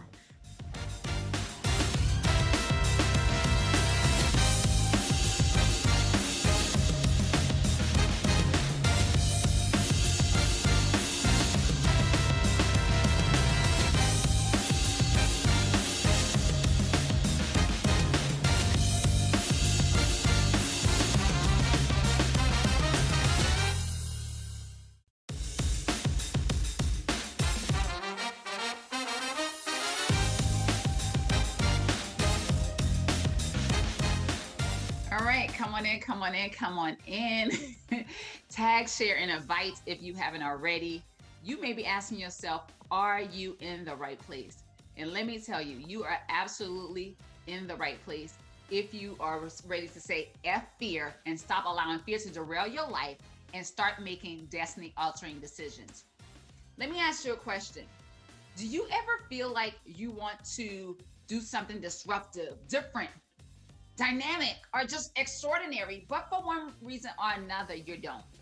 You don't move forward with investing in ad spend that you know you need to invest to meet your goal. You don't move forward with putting the offer on your home. You don't move forward with hiring the coach. You don't move forward to whatever that thing is, applying for the speaking engagement. Something seems to hold you back. Could fear be the reason? Let's go into it. Here are some signs that it may be fear that's holding you back. Dealing with procrastination, avoiding anything new, or if there's a level of uncertainty, you don't want to move forward with it. And the crazy thing is, when you're dealing with fear in one area, it often shows up in other areas in your life. So whether it's in your business, in your relationship, there's fear. Can't stop thinking about something negative happening. You have ants, automatic negative thoughts, marching 2 by 2 in your mind, right? That's holding you back from moving forward. Perhaps you're struggling to trust yourself and going with your gut, and you have so many other voices, and you're asking this person and you're asking that person, which leading you to indecision, which is further paralyzing you from moving forward. Maybe you have a feeling that other people are doing it better than you, and you're like, well, what's the point? And maybe you start looking at this person from adoration and just admiring them, and then you start to realize, start comparing yourself. Oh my God, they're doing it like this, they're doing it like that. I can't do it like this. Not realizing that is really the very uniqueness of how you present and what you do that's going to cause your business, your ministry to go 10x, right? But rather than understanding and operating in your joint zone of genius and doing your thing, you find yourself comparing and having a feeling of inferiority, feeling like you're not good enough. And because of that, you don't move forward. Perhaps you fear of losing everything. Perhaps you fear of making a wrong choice. And because you feel like you can't make the right choice, you're paralyzed and you make no choice. But the truth is, you have to choose, or a choice will be made for you. These are all different fears. Let me tell you just a little bit about who I am and why you should listen to me. My name is Jo Bullock. I'm a best-selling author, been featured in Essence Magazine, certified life coach, co-founder of BE Transform Networks, a global kingdom movement, all about helping people to renew their mind, to transform their life. And particularly, we tend to focus on women. This presentation today can be applicable to both men and women, because we're focusing on this thing called fear and how we can say F fear. So with that being said, let's go ahead to the next slide, where I want to tell you the objectives. And I'm going to tell you what you can expect to learn over the next 15 minutes with me. We're going to talk about the top 7 fears. We're going to talk about the 2 types of fears ultimately you need to know about. We're going to discover the F fear model and applying the F fear model. So we're going to actually walk through an example today. And then we're going to go through a couple of scriptures to help you to overcome fear. Here's a picture of me and my boo. And we was out here living our best life, double income, no kids, no mortgage, no car note. And so we decided it was time for us to go buy a house. So me being the researcher and the one who really was into this whole house buying thing, I went and started looking for a home, saw an immaculate house, and it was over our budget. And one day I just kept looking at other homes. We went to see about 20 houses. And finally, the house that I love had dropped by $50K. And so I was like, whoa, listen, we got to go see this house. You know what I'm saying? I'm like, this house, it looks amazing on the outside. I can't wait to see what it has to offer on the inside. We go to the house, we go inside. I fell in love with it. Granted, now we're already on house number 30 or something. And this is the first house that I walk into and it's like, this is the house. So naturally, we went ahead and put a contract in the home. And when we put our offer on it, it was maybe like 5 other offers, and our offer won, because we include no closing costs, amongst other things, as part of our contract to make sure that we secured this property. And that night, all I could think about is how I would not be able to afford the house. and how, you know, we were going to drain our accounts to try to get this house. And I mean, I just had so many fears that was plaguing me. And most of it wasn't true.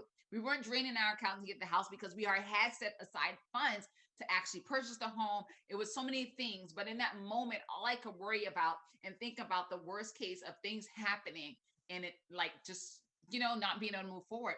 And the crazy thing is, this fear was not just from my own past experience, which a lot of times our fear is birth, but it's also from other people's experience, especially our parents. And remember seeing my parents in some instances struggle in certain things financially.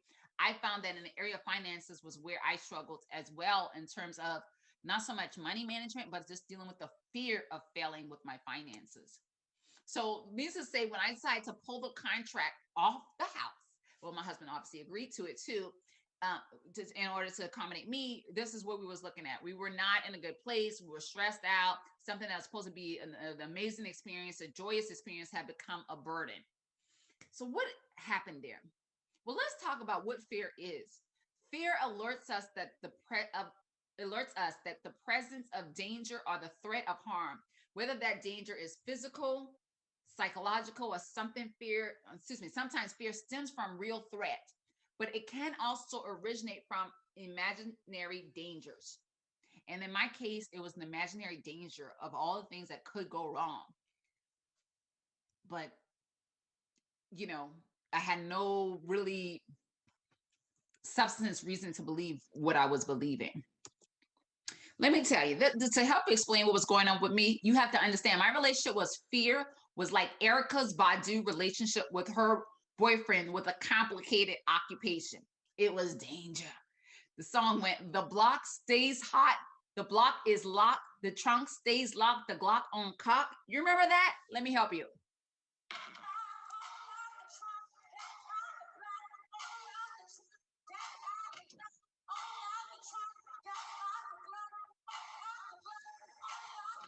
Hey, listen, I don't own the rights to that music, but I had to play that because I feel like what I know for sure is that how I felt with fear. It was a complicated relationship. I felt like it was always ready. I felt like it was always showing up. I felt like it was a danger zone that I was in. I felt like I was sometimes in compact about a situation that hadn't even manifested. And I didn't even really know if it ever was manifesting, but the potential that it could was distracting me and caused me to be ready at all times.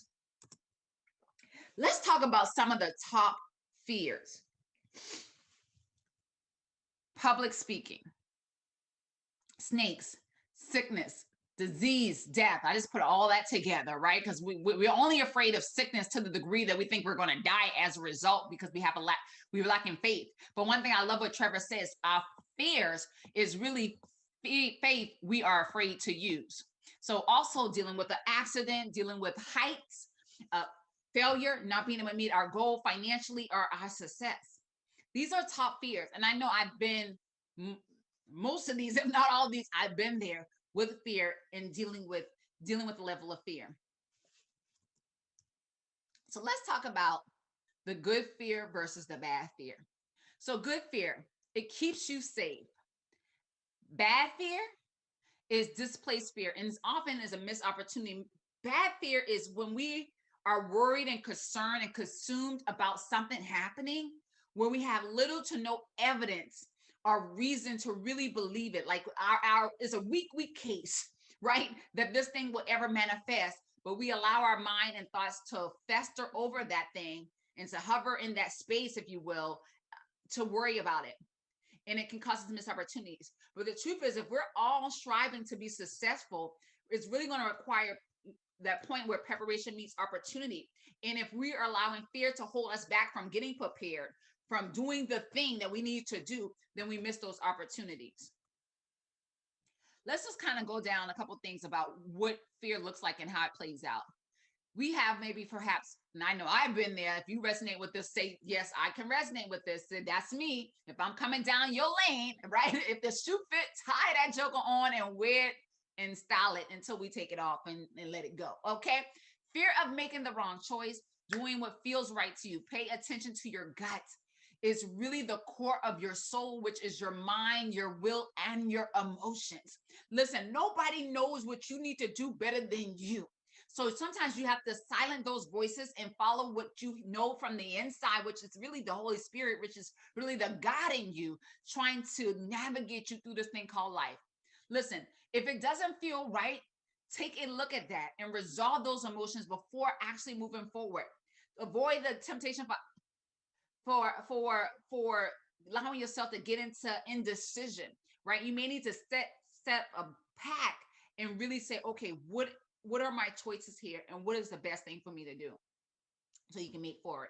But this is not delaying indefinitely. We need to take a step back, assess, and decide.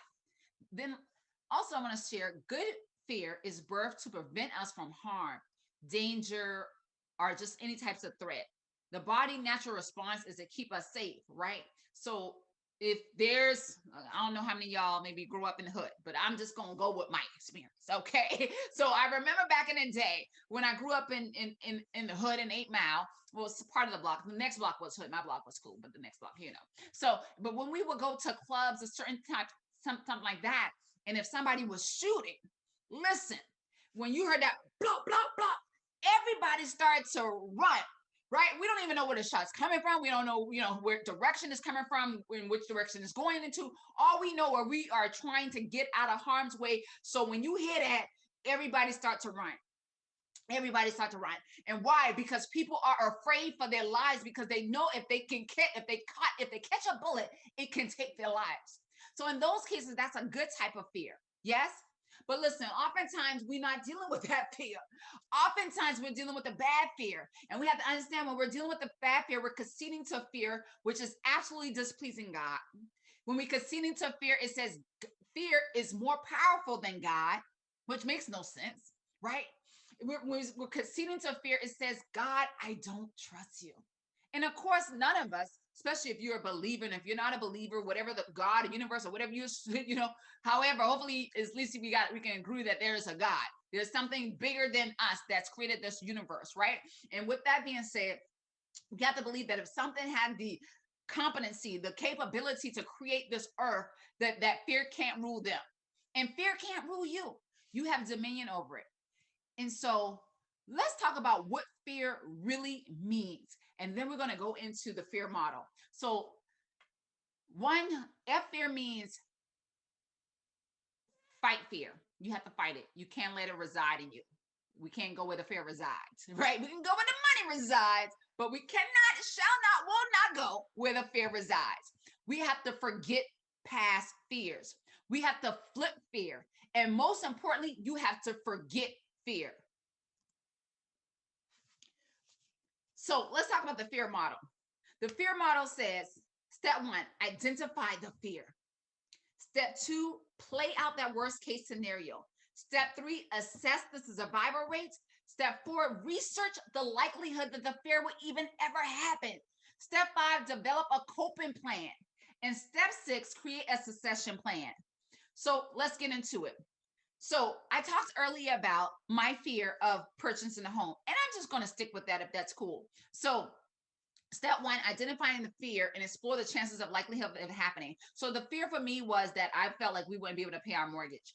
And reality, the mortgage would have been no less. It would have been actually the same that my current mortgage is in the house that we ultimately end up buying. So at that time,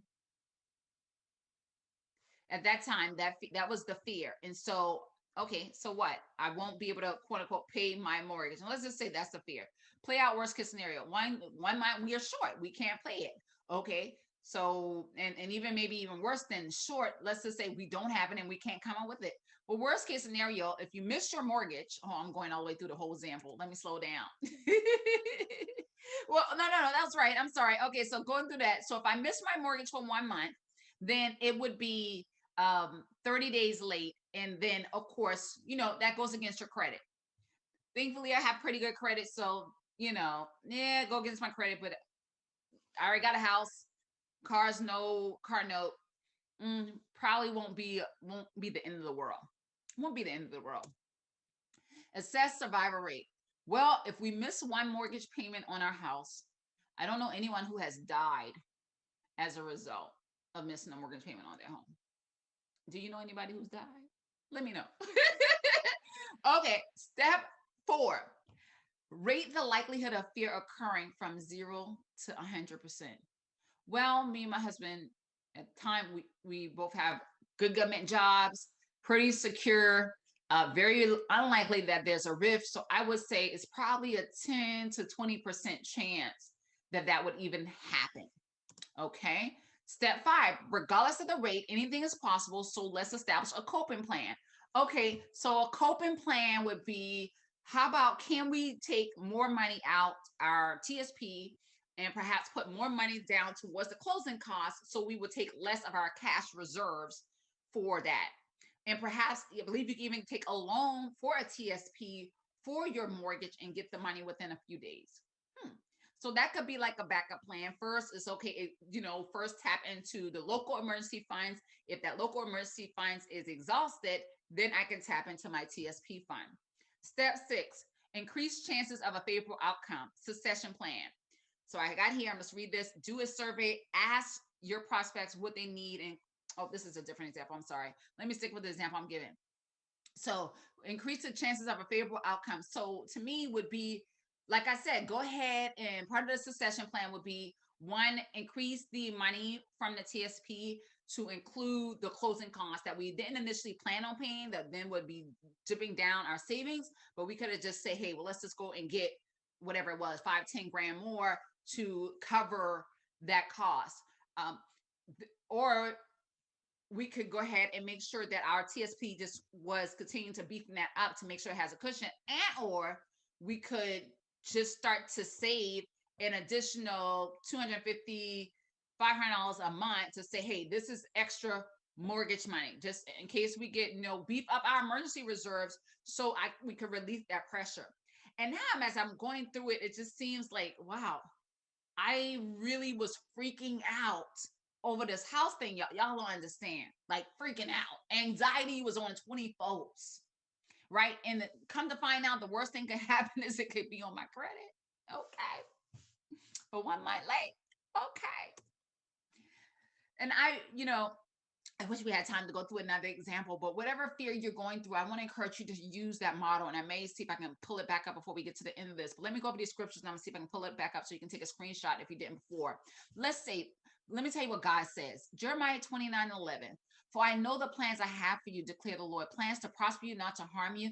Plans to give you hope in a future. Ephesians 3:20. Now to him who is able to do immeasurably or exceedingly abundantly above all that we can ever think or imagine, according to the powers that works within us. This is NIV. I usually do New King James Version, so that's what you'll hear the difference there. Romans 8:28. And for we know that in all things God worked for the good of those who love him and for those who are called according to his purpose. And then 1 Corinthians 2:9. However, as is written, what no eyes have seen, what no ears have heard, and what no human mind has conceived, the things God has prepared for those who love him. 2 Timothy 1:7.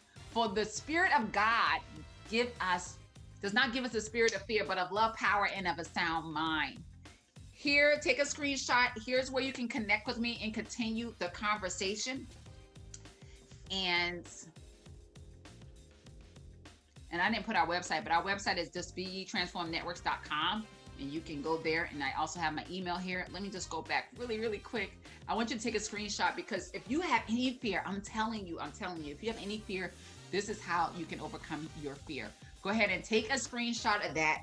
And I just want to say thank you so much for joining us. I hope this has been a blessing to you. And thank you so much to Trevor Spalding and the whole team at Iconic Conference for the opportunity. Thank you, and be blessed.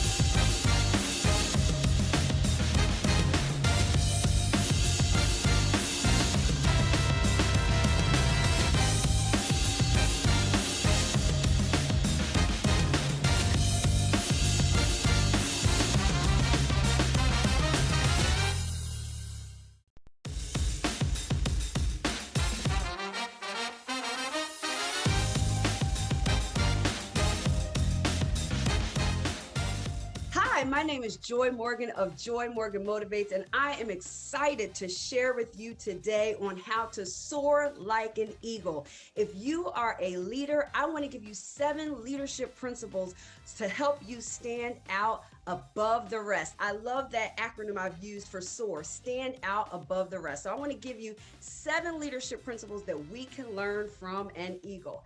Number 1, eagles fly alone or with their own kind. That's right. Here's the leadership lesson to that. Associate with people who are at your level or can help you grow so that you can go to the next level in your leadership. You know this is an interesting fact that eagles and turkeys are in the same family, but as you know, turkeys cannot fly. And it's not to say that we as leaders don't help turkeys to come along, but the leadership principle is if you're trying to grow, if you're trying to go to the next level in your leadership, you want to make sure that you have the right circle around you. You want to have eagles around you that will teach you how to fly. So the lesson also is get a mentor. It's so important as a leader that's interested in going to the next level to get mentors. I love saying this, that mentorship is men allowing another to tour their life. So allow people in your life to show you how to get to the next level so that you can fly high like an eagle.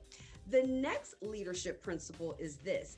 Eagles have excellent vision and concentration. I'm going to say that again. Eagles have excellent vision and concentration. When they catch their prey, they focus on it with laser-like intensity and they set out to get it. And so the leadership principle there is to do the same thing with your goals. As a leader, you ought to have goals that are going to help you to get to the next level. And that requires focus. And if you haven't noticed already, I love acronyms. And so the acronym I like to use for focus is finish one course until successful. Come on here. Finish one course until successful. We need to learn how to focus. So often, especially those who are gifted, and we often have our hands in several different things, we'll start something, but not finish it. But the eagle has learned when they are after something, they have laser beam intensity and they go for it until they get it. So that's the leadership principle that I want to share with you, that when you go to set out to accomplish something, give it all of your effort. Give it all of your time, give it all of your energy, and focus and set out to achieve it. And don't you dare stop until you get it done. Don't you dare stop until you accomplish your goal. Number 3 about eagles. I love this right here.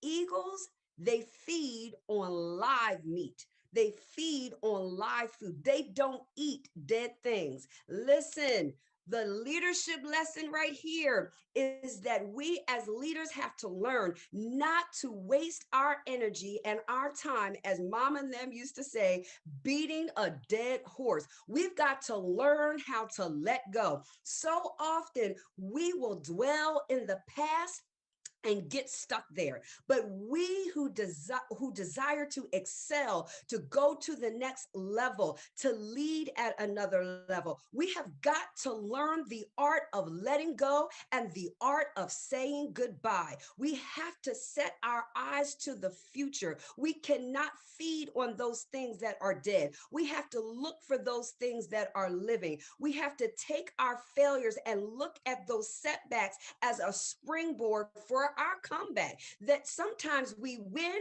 but sometimes we learn. And if we start looking at our failures and our losses as lessons, then we will never have failed at all. So let's learn from the eagle and let's feed on live things and let dead things go.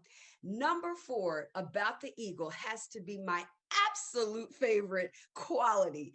Eagles love the storm. I'm going to say that again. Eagles love the storm. They get excited when storm clouds start to gather. Why? Because they welcome the challenge that it brings. I need you to hear this.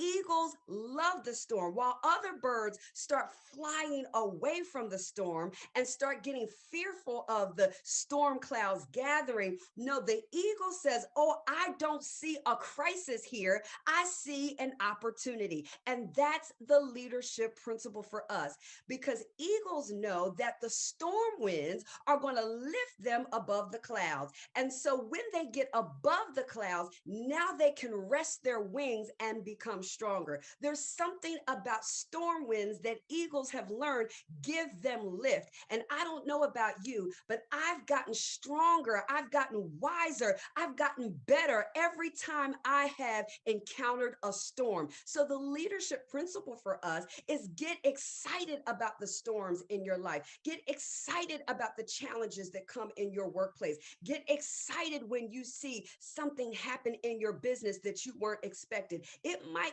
catch us off guard, but challenges often bring opportunity. Yes, in 2020, we were met with a crisis. We were met with a challenge, but I tell you what, necessity becomes the mother of invention. And some of us, we would have never started our business. We would have never created that product had we not had a crisis to meet our life. So I want you to do what the eagles do and not run away from the storm, but I want you to fly into the storm, knowing that that storm will help to propel you to another level. Number 5, the eagles test the level of commitment before engagement. This is so key, that the eagle tests the level of commitment before engagement. So what are we saying here? Before an eagle enters into a commitment, the female eagle will test her male suitors to establish his level of commitment. Before she decides this is the one that I'm going to have a family with, she wants to make sure that he's in it for the long haul. Let me tell you something, that as leaders, we cannot get to the next level by ourselves. But what you want to make sure of is that before you partner with somebody, you want to make sure that they are as committed to growth as you are. It's so important for you to ascertain the commitment of people that you intend to partner with. And so the eagle, especially the female eagle, if I may say, is very wise in that way. She makes sure that he is going to be in it for the long haul. So we as leaders, partnership is absolutely necessary to get to the next level. I'm going to say that again. We cannot be an island. We cannot be to ourselves. We must partner with other people if we're going to expand what we do. But you want to test your partners out. Research them, look them up, ask the hard questions. Don't be afraid to do that, especially if you're looking for long-term relationships. So yes, eagles test the level of commitment before engagement, and I encourage every leader to do the same.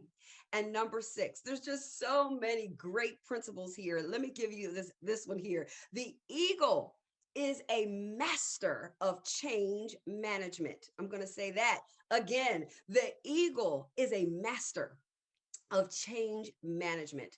So again, going back to that mother, that female eagle, she carefully prepares her nest for that eaglet, the one that she just had with the male suitor she checked out first.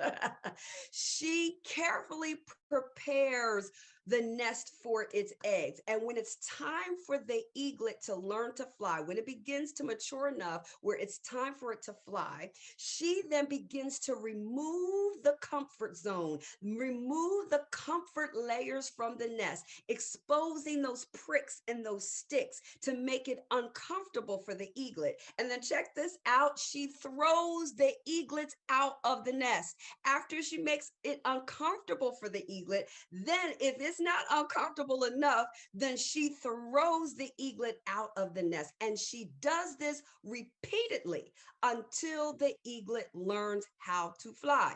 No, she does not let her little birdie die if it begins to fall and looks like it's going to hurt itself, she swoops in and she'll pick it back up and get it back in the nest. But she does that repeatedly until the eaglet learns how to flap its own wings and fly.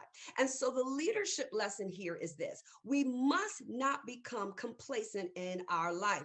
That mother eagle does not allow her eaglet to get comfortable in the nest, because the truth of the matter is, many of us, if we had it our way, we would stay where it's comfortable. We would not challenge ourselves. We would not learn how to fly in the middle of a storm. But the eaglet understands this, that you cannot cling to the old and the familiar and go to the next level, that you only can grow if you're willing to step out of your comfort zone. And so I want to encourage a leader today to do something that you normally wouldn't do.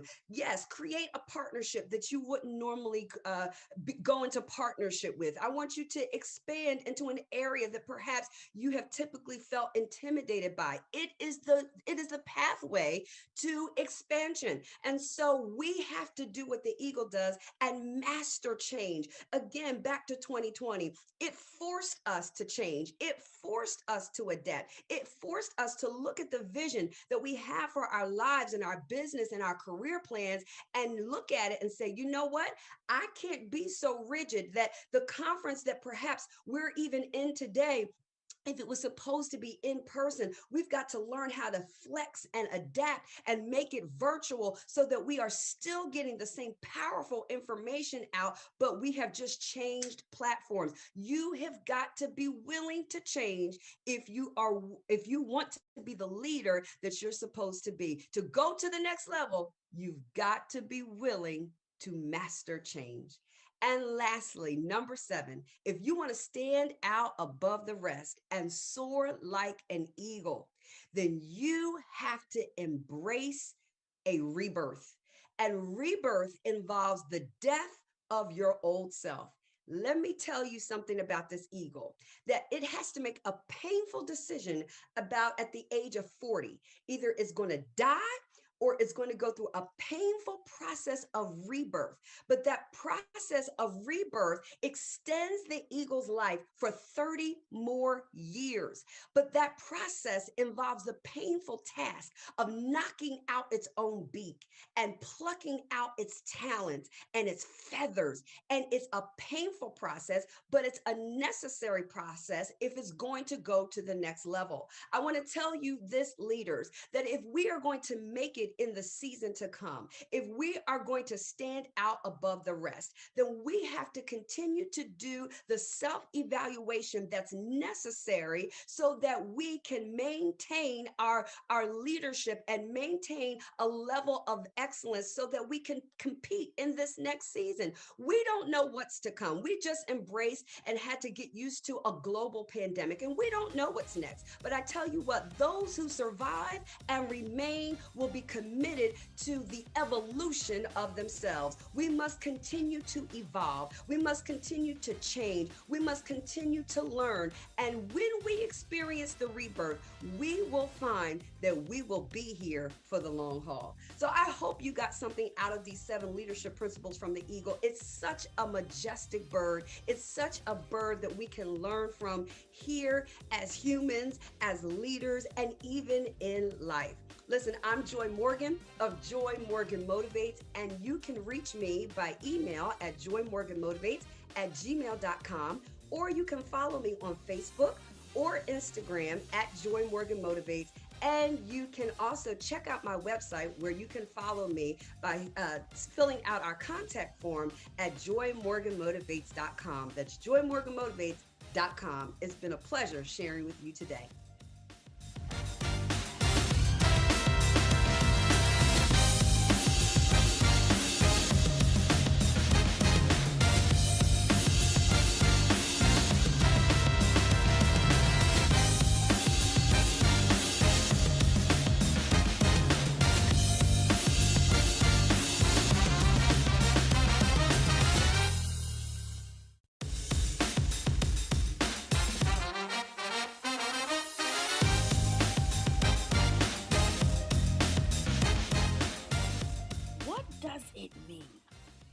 to be an unstoppable Black woman?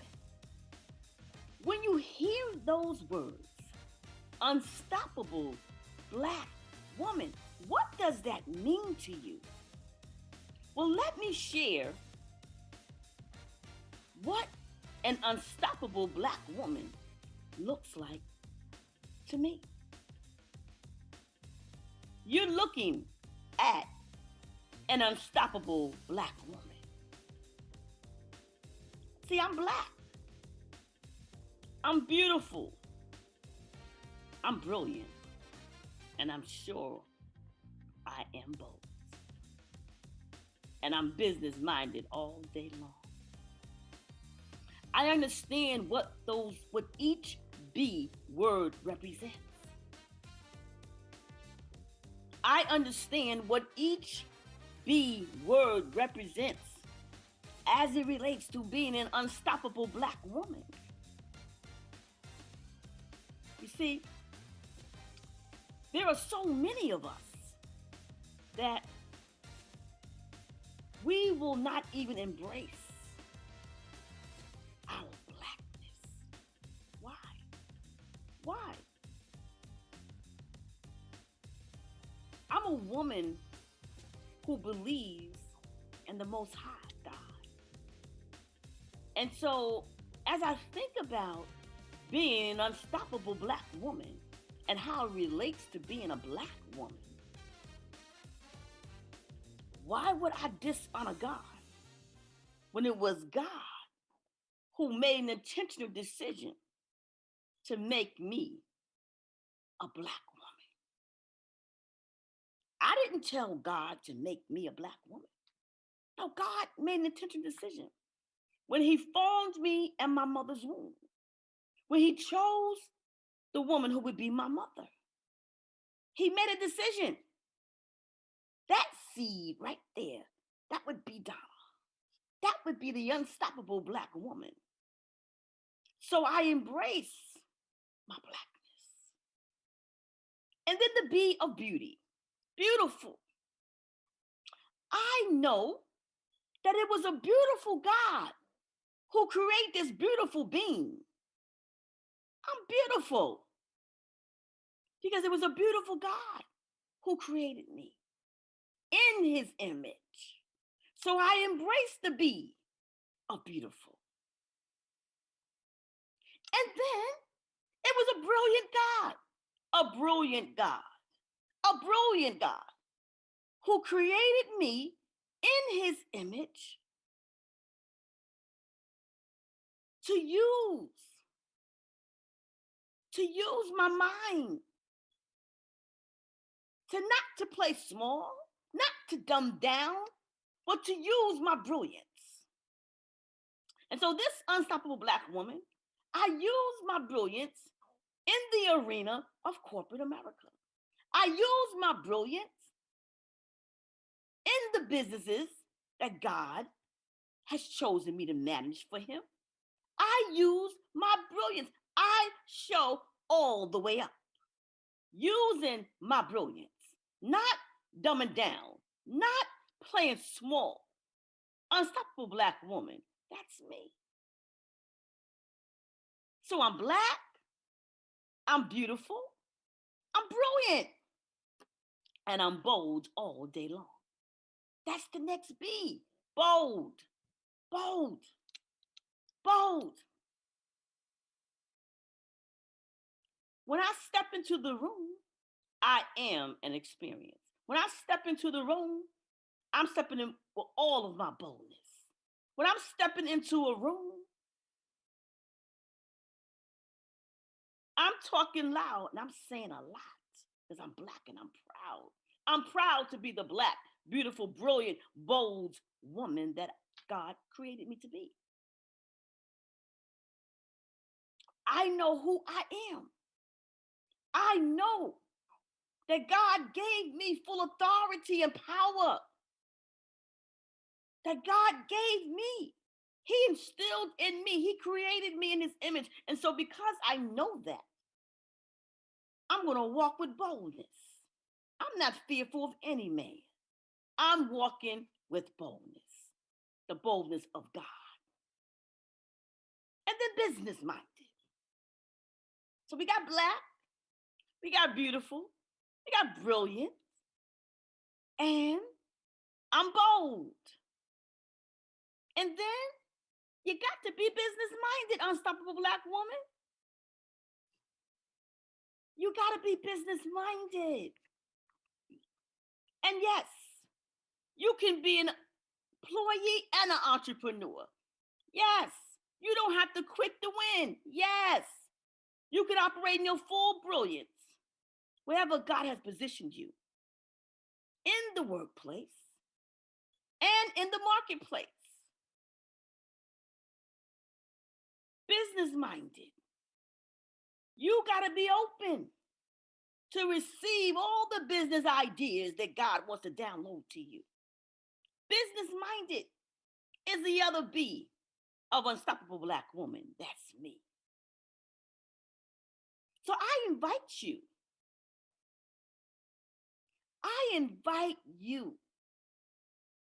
to take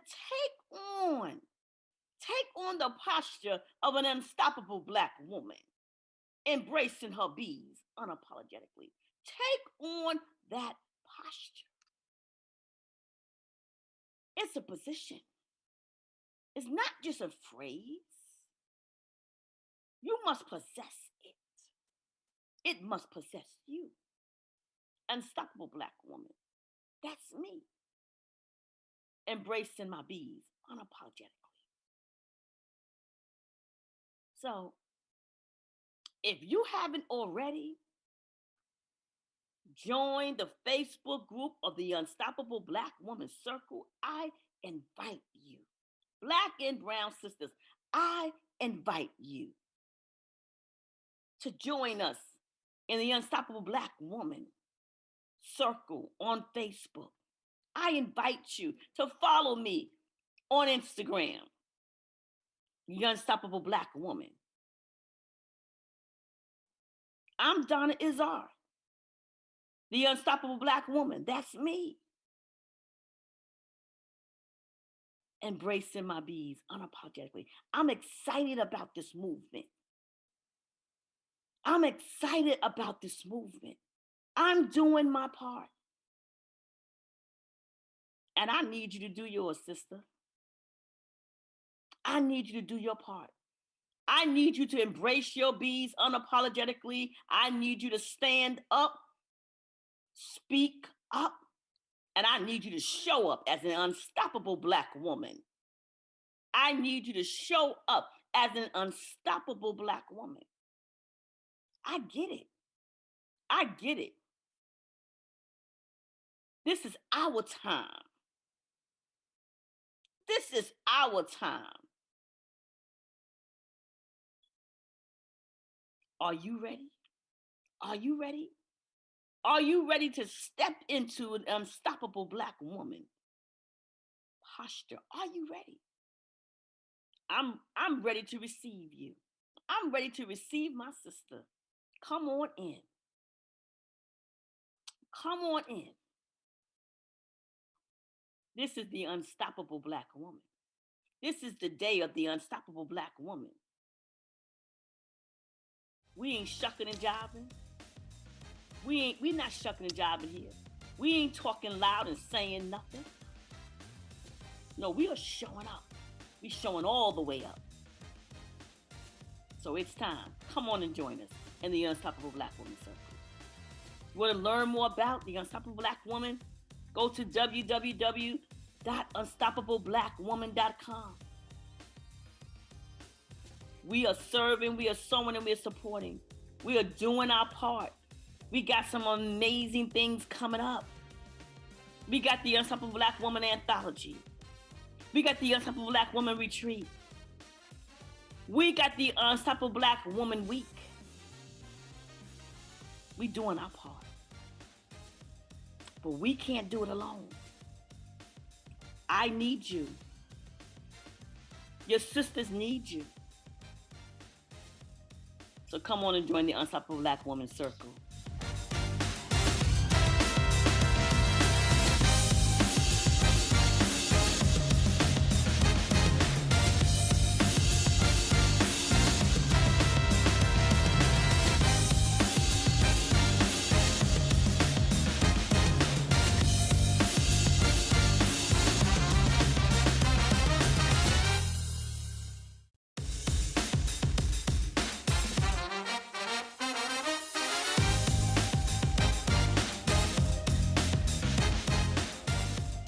September 11th, 2018, like it was yesterday.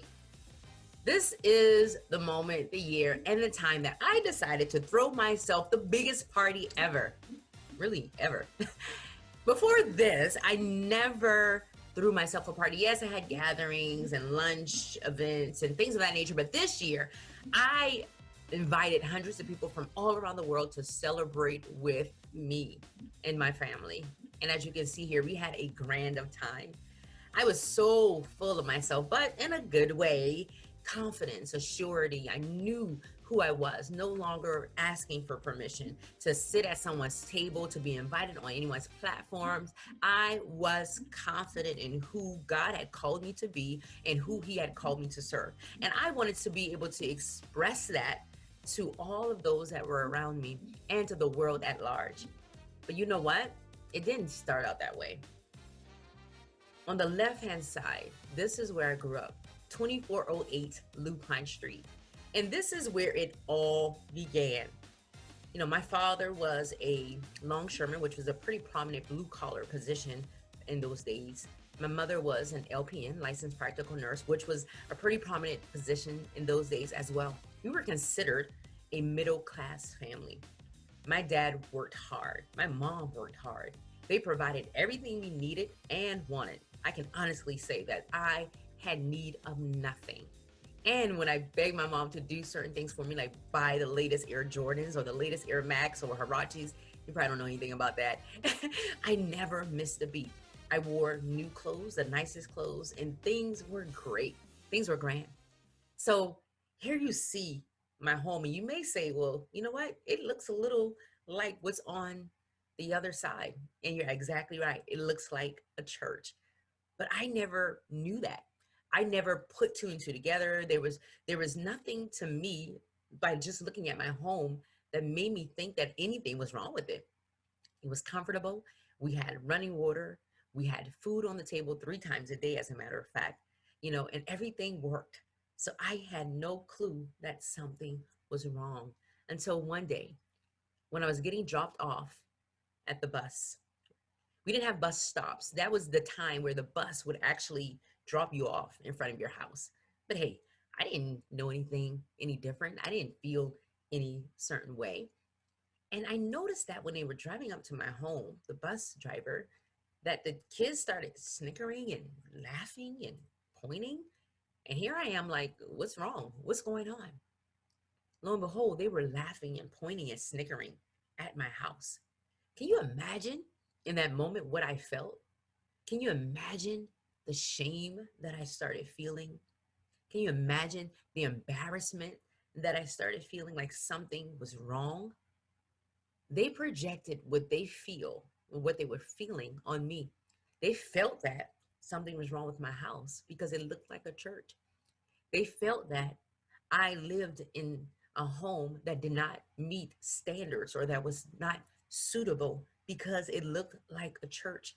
And for a long time, I carried that.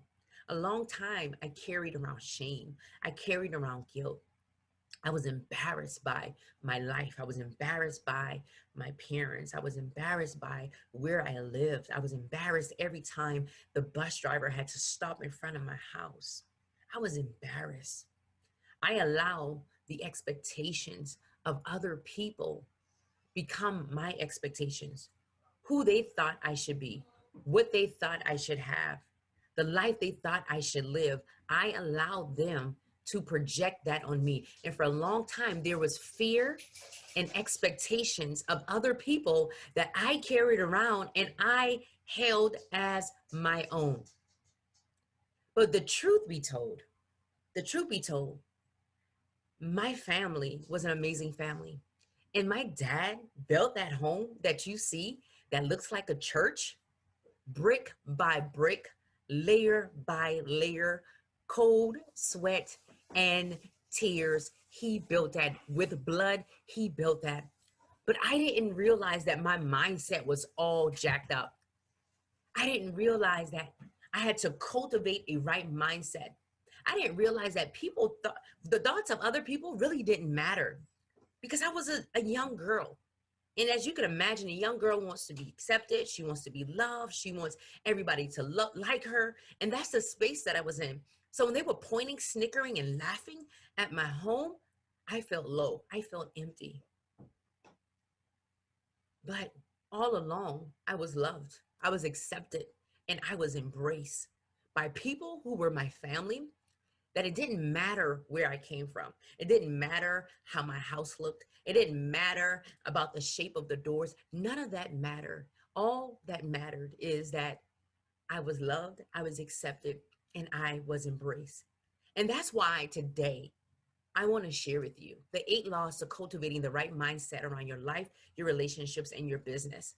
I know, like you, like me, many of you have experienced trying to suit up and be what everybody else wants you to be.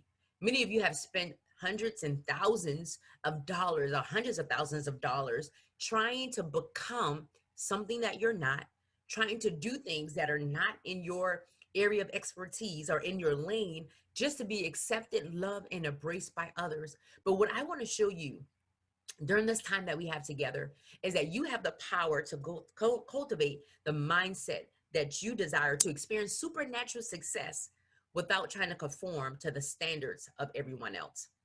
Here are 4 principles I want you to take away. Life experiences have the power to change how you think about yourself and others. Life experience has the power to change how you think about your role in the world. How you think impacts everything around you. You have the power to change the way you think.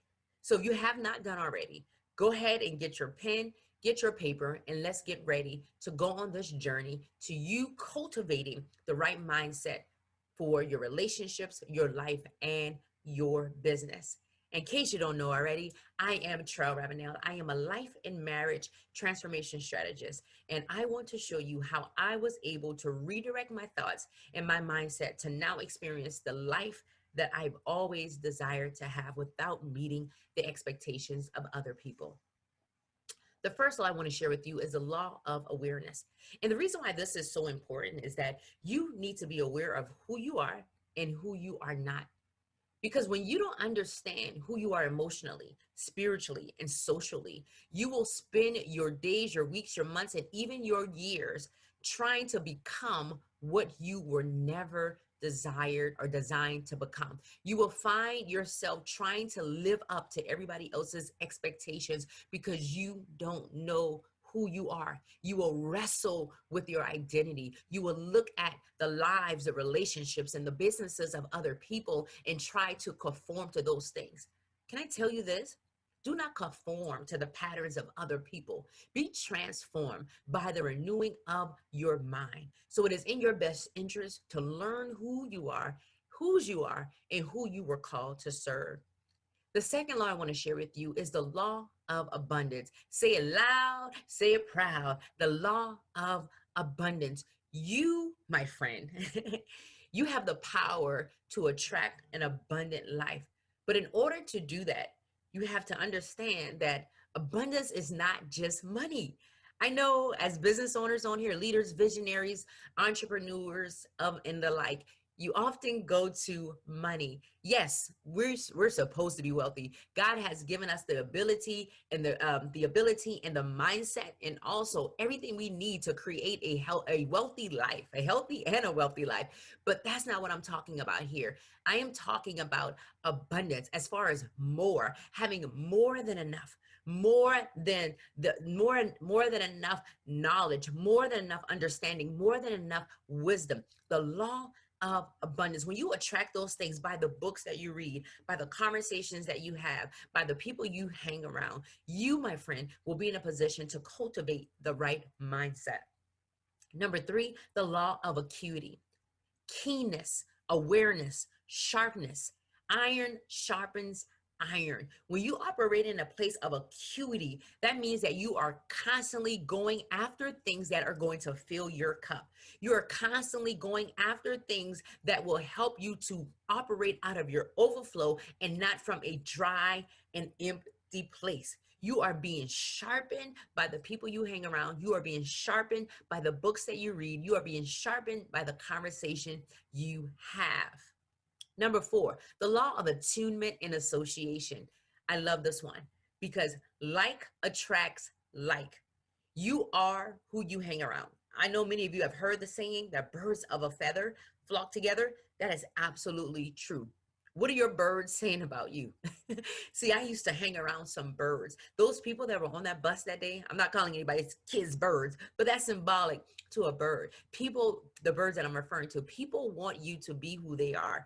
And if they don't feel like you fit into their clique, if they don't feel like you look like them, you talk like them, you walk like them, or you do things like them, they'll be easily able to dismiss you and place you to the side as if you do not matter. So in this season of your life, it is so important that you associate yourself to the right cliques, if you would. You saw all of those hundreds of people at my birthday party that I showed you early on. You want to be around people that are going to build you up, lift you up, and then people you can give back to. Number 5, the law of alignment. Are your activities, your actions, and your habits aligning with your goals and your vision? What is that one thing that you said you wanted to do this year? Heck, what is that one thing you said you wanted to do last year? Now, reflect for a moment. The things that you do every single day, will they help you get to that place? Will those things cater to your success in those areas? If you're saying no, Trail, they won't, then you need to stop doing those things right now. And you need to immediately pick up habits and behaviors, attitudes and actions that are going to help you get to that place of destiny and keep you in alignment with your visions, your goals, and your dreams. Number 6, the law of attraction. The law of attraction. I know many of us have heard the law of attraction, right? You can attract what you are. That is so true. Whatever you are, you will be. Whoever you're hanging around, you will become, right? Whatever you do, that is going to draw people to you. I see this a lot when it comes to relationships, and particularly with heterosexual relationships with individuals looking for spouses. They often say, well, I keep attracting the wrong kind of guy. I keep attracting the wrong type of friends. Well, you have to ask yourself the question, why do you feel that you keep attracting the wrong type of people? Why are the wrong people constantly coming in your life? In the same way that works on the negative side, it also works on the positive side. You have the power, and the ability to attract the right type of things in your life. And those things that you don't want, either you need to change or you need to change something around you. Number 7, the law of achievement. Now, when I talk about the law of achievement, I'm not talking about everything that you're going to achieve in the world. And that's great. But what I'm talking about here is, what are you learning and what are you desiring to learn over what you are desiring to achieve? Because here is what I know. When you focus on what you're learning and what you're desiring to learn, and I'm even going to say what you have already learned, the things that you desire to achieve will automatically come. That's exactly what I did. I didn't focus on my achievements per se. I focused on what were my learning experiences through this. What did I learn being on that bus as a small child and being teased because I was living in a house that looked like a church? What did I learn when I had to experience that shame and that embarrassment and that fear of expectations of other people? What did I learn in that process? And now what am I learning? And how am I going to take what I've learned and be able to pour it back into others' lives so that they can experience supernatural success in their life, their relationships, and their businesses? And then number 8, the law of application. Once you've done all of these things, you have to apply what you learn. Knowledge is not enough. Say it loud and proud. Knowledge is not enough. Knowing is half the battle. That's true, because you still have to do after you know. You learn the information and then you apply what you have learned so that your life can experience supernatural success. Your relationships can experience supernatural success, and your business can experience supernatural success.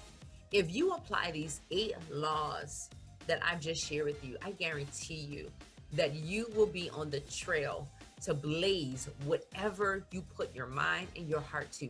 These laws will help you to recreate a mindset that will cultivate success. These laws will help you to operate in a place of more than enough. You will no longer ask for permission to be on anyone's stages. You will no longer ask and beg to be on anyone's platform, you will know that what you have on the inside of you is better than enough, because greater is he that is on the inside of you than he that is in this world.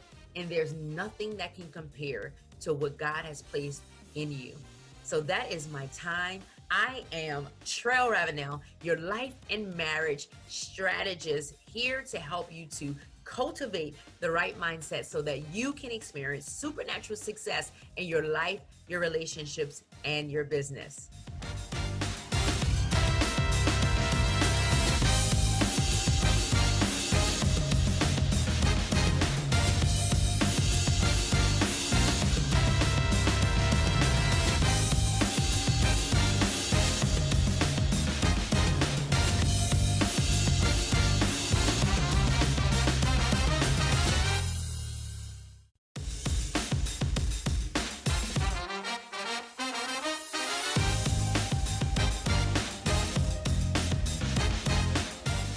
Hello, hello, hello from Southern California, USA.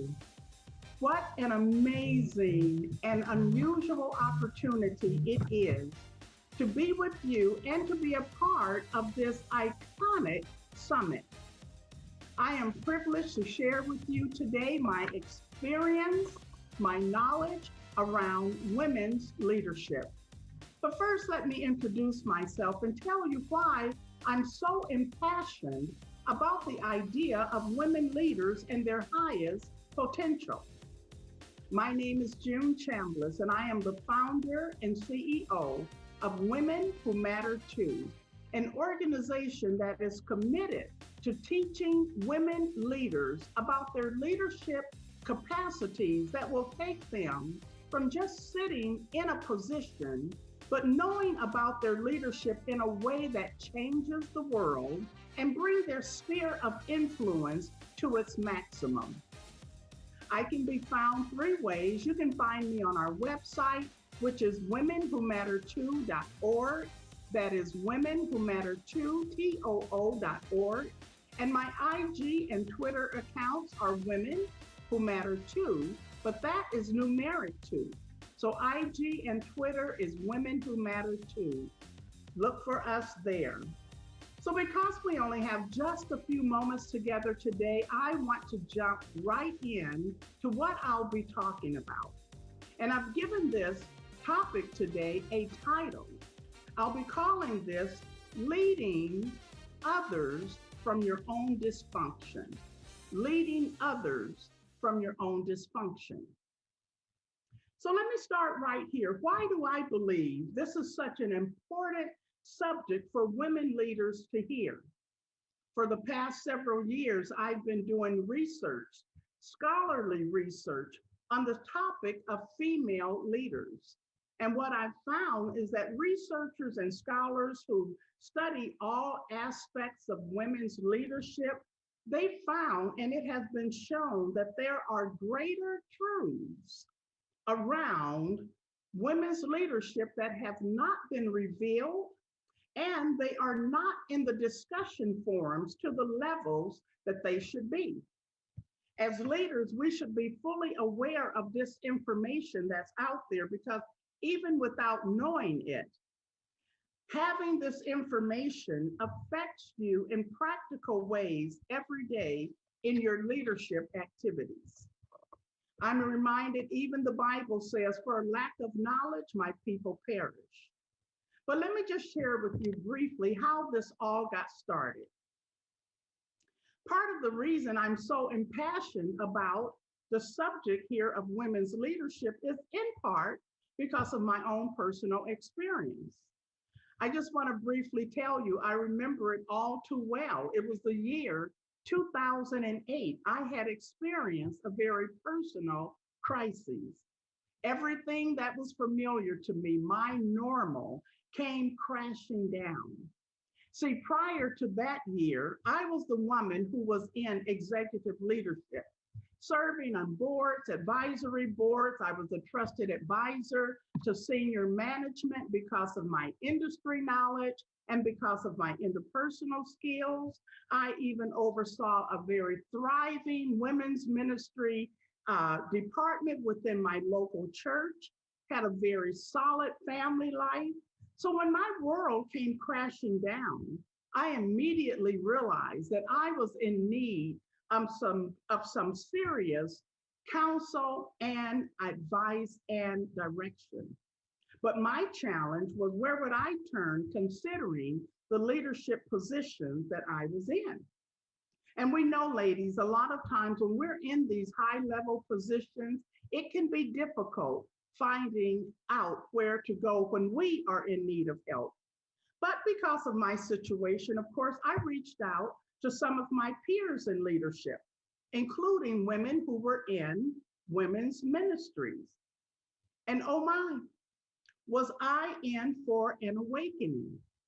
Let's just say that some of the counsel, some of the advice, some of the direction, even the spiritual guidance that I received during that time was just wrong. And at very best, it was shallow. And so I realized during that time that the senior woman leader was actually in need of some unusual support. Because what I found, the women who had spoken to me, they were in the position, but they were ill-equipped to provide the level of leadership that was needed. And so I realized again that that woman needed support herself. Now, I had not become a researcher at that time. I wasn't a researcher yet. So while I had recognized there was a gap and a need, it would be a few years later that I would connect the dots in understanding some of the explanations about why women leaders continue to face the challenges that we face today in spite or despite of the advancements that have been made. Women leaders continue to face challenges that men leaders just do not face, such as unconscious bias, stereotypes that depict women's leaders' capabilities as mediocre, and the lack of support of leadership within leadership circles, the lack of support within top leadership circles, and these are just to name a few. Now, the thing about these challenges, they undermine women's confidence, and by the way, women's confidence is one of the leading causes that limits the availability to leadership opportunities in women. But nonetheless, these challenges were problematic a decade ago, and they're still problematic today. And I believe this is because we are not having the right conversations when it comes to women's leadership. So today I want to give you 3 areas that we should be talking about and that should be in discussions if we want to move forward in our effectiveness, because without understanding and having this new knowledge, you could possibly be leading others from your dysfunction rather than leading from a proper place of understanding and about what brings about change in leadership. It might be that you're stuck in leadership. You may not just know what to do. You might identify with the one who's hiding behind the position, but ill-equipped to provide what should be there. It could be your hidden truth. Or you may have been a great leader who has experienced a lot of success, and maybe you just feel there's nothing left that you can give. Or you could simply be a leader that recognizes you need greater leadership development. I believe these 3 areas that I'm going to share with you will help you to begin rethinking, and having this information will push you forward in focusing on leadership behaviors that provides a certain level of leadership outcomes. Now, we cover this and much more in a course that we offer called Next Level Leadership for Women. We cover 9 pillars of information that's missing from the leadership discussion. If you want to learn more about it, just go to our website that I've already given you, and that information will be there. But let me give you this first area. Now, these are just 3 areas to get you going. There are a plethora of other areas that need to be covered, but I believe these 3 will get you going in what we need for effective leadership, especially in future leadership. Let's go. Number 1, models of leadership. So a model of leadership is what is that pattern of ours that guides our leadership behavior. What do you pattern your leadership after? If you're a senior woman leader, you should know about models of leadership. What do you base your leadership from? And there are numerous. You've probably heard of some: transformational leadership, servant leadership, democratic leadership, and on and on and on. But as a leader, the model or the style of leadership is important because it is the delivery vehicle for the approach you will use in your day-to-day operation, and particularly in those undesirable operations that will show up in leadership. So you must ask yourself, do I even know the model of leadership that I pattern myself from? You know, I venture to say it can be a no, because I have found that it's common that leaders are in their positions, but they don't have a particular model. They're basing leadership on maybe something they've heard from others, they've seen from people that they've watched afar, whether the person was effective or not. You might be going by what you've learned through socialization, could be grandma, it could be a number of places, but you need to know about your leadership model. So my number 1, your takeaway here is explore and know your leadership model. Know which style you follow because it answers the question for you why you do what you do in leadership. Number 2, women's life experiences and road to leadership. Your life experiences should be in discussion forums about our leadership because life experiences inform your leadership behaviors. Experiential learning also shapes your insights and your values and your belief systems. So women, we have unique life experiences that lead us to leadership. And it's important that you have that clarity about this because, again, these experiences shape your convictions, your values, and your behaviors. So I want to give you a brief example of what that looks like. So let's just say an African American female leader, her road to leadership will differ from that of a Caucasian woman's road to leadership. A woman from across the seas, maybe out of Saudi Arabia, her road to leadership will differ from a woman out of the United States' road to leadership. A woman with a college degree, her road to leadership will differ from a woman whose leadership, who does not have a college degree.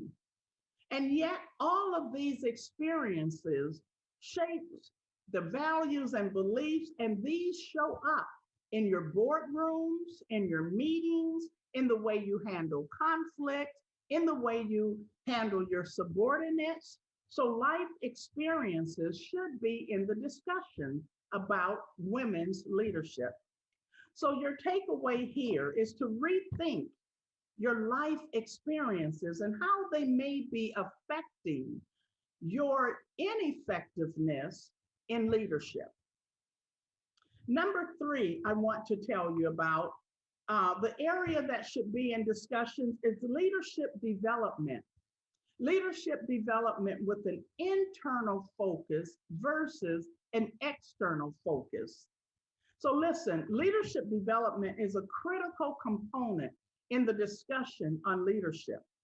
And to better understand leadership development, it is first necessary to make the point that leadership development comprises development for the leader. We call that human capital versus or as well as leadership development that's distinctively intended for the benefit of an organization. We call that social capital. So in the Leadership Development Forum, oftentimes the internal focus is left out of leadership developments. Ladies, most likely, most of your leadership development has been on external aspects, such as skills development. Are you organized? You have administrative skills? Are you a team player, researcher? Things such as that. And then sometimes in the development, they may touch on the internal piece, but not often. But it is the internal development that will actually pave the way for successes that you've never dreamed of. Research shows that the interpersonal conflict that you often have, which is the group conflict, happens most often because your intrapersonal conflict, internal issues, have not been managed. So your takeaway here is to rethink your leadership development and seek to grow in these areas. So I just want to say that, recapture those.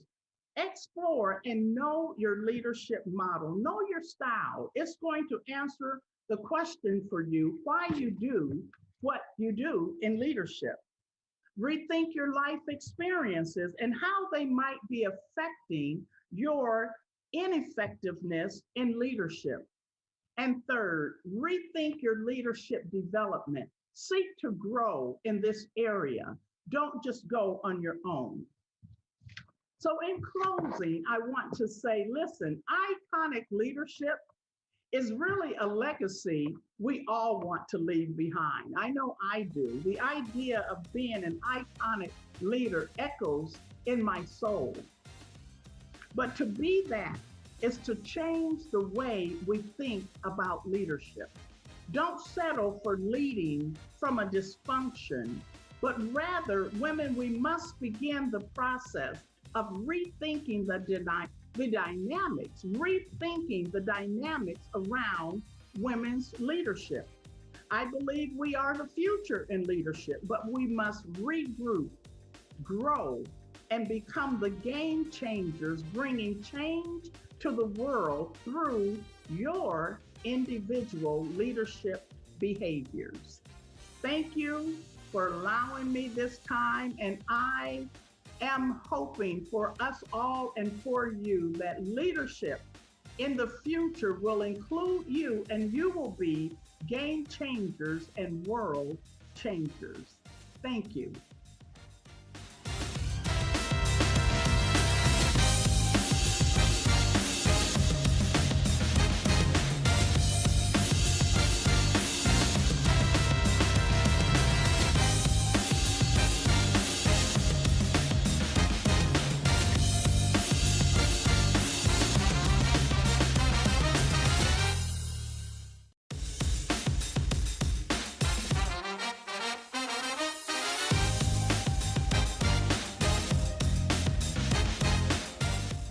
Hello, Black and Iconic. Hello, I am Dr. Marcia. I am a physician. I am a life coach. I am the CEO of In Full Bloom Health and Life Coaching, and also the founder of Women Ready to Move Academy. It is an awesome honor to be here with you. It's also, I have the honor of and privilege of coaching women who feel trapped in their personal prison of life. I help them to break out and finally live life without limits. Today, we are talking about getting out of that personal prison, getting out of that box and becoming the X factor. The 3 master keys to leveling up and leading. I'm so excited to share this with you. The X factor, it is that thing that shifts you from your current self to your future self, from I have to I get to, and from failing at perfection to flourishing in forward progress. When you walk out of this virtual room, you will have the 3 keys that will unlock that prison cell and transform you into that future version of yourself that is ready to level up and to lead. Are you ready? If you're ready, I want you to say, I'm ready. I can't hear you. Say it again. I am ready. Then let's go. Billions of dollars are spent in the entertainment industry, in the executive boardroom, even in the classroom, trying to find people who have that X factor, that the next big hit, the brightest star, the disruptor, the triple threat. But what is the X factor really? Google may say the X factor is that special but rare quality that sets you apart, that propels you into greatness, or that wow factor. And when you think about people who may have it, some names that may come to mind are like Oprah or Beyonce and even LeBron. But let me ask you, where do you think the X factor comes from? Put that in the chat. Some people may say that you're born with it. Others may say it's something that's teachable. And others may say it's something that you experienced. While all of those three things may contribute, I believe they play a small role. Can I share a little bit of my story? I was born with this birthmark on my face. I hated it, but it would be that flaw that would shape me and mold me into who I would become. This flaw, it affected my self-esteem. It affected how I just showed up in the world. I thought it was ugly, and I was trapped with what I thought people thought about it, and then what that meant about me. How many of us have that flaw, that imperfection, that defect, whether it's physical or whether it's emotional, that thing that weighed you down, that altered your life history? Those thoughts set me up for hiding in every area of my life, whether it was behind glasses or bangs, or even the makeup that I caked on. But I also hid from other things. I hid from opportunities. I hid from challenges. I was afraid of failing, afraid to be caught out, and afraid of trying. Who else has been hiding? If that's you, say me. Hiding from because of the fear, or hiding, sometimes we hide in plain sight. But it took me 10 years to get over this birthmark. 10 years of my life, me feeling that I wasn't enough, that there was something wrong with me. And as life would have it, there would be additional flaws. How many years are we all losing? The change for me was that I was introduced to the life or the world of coaching. I hired a coach, and that's when I began to channel my X factor.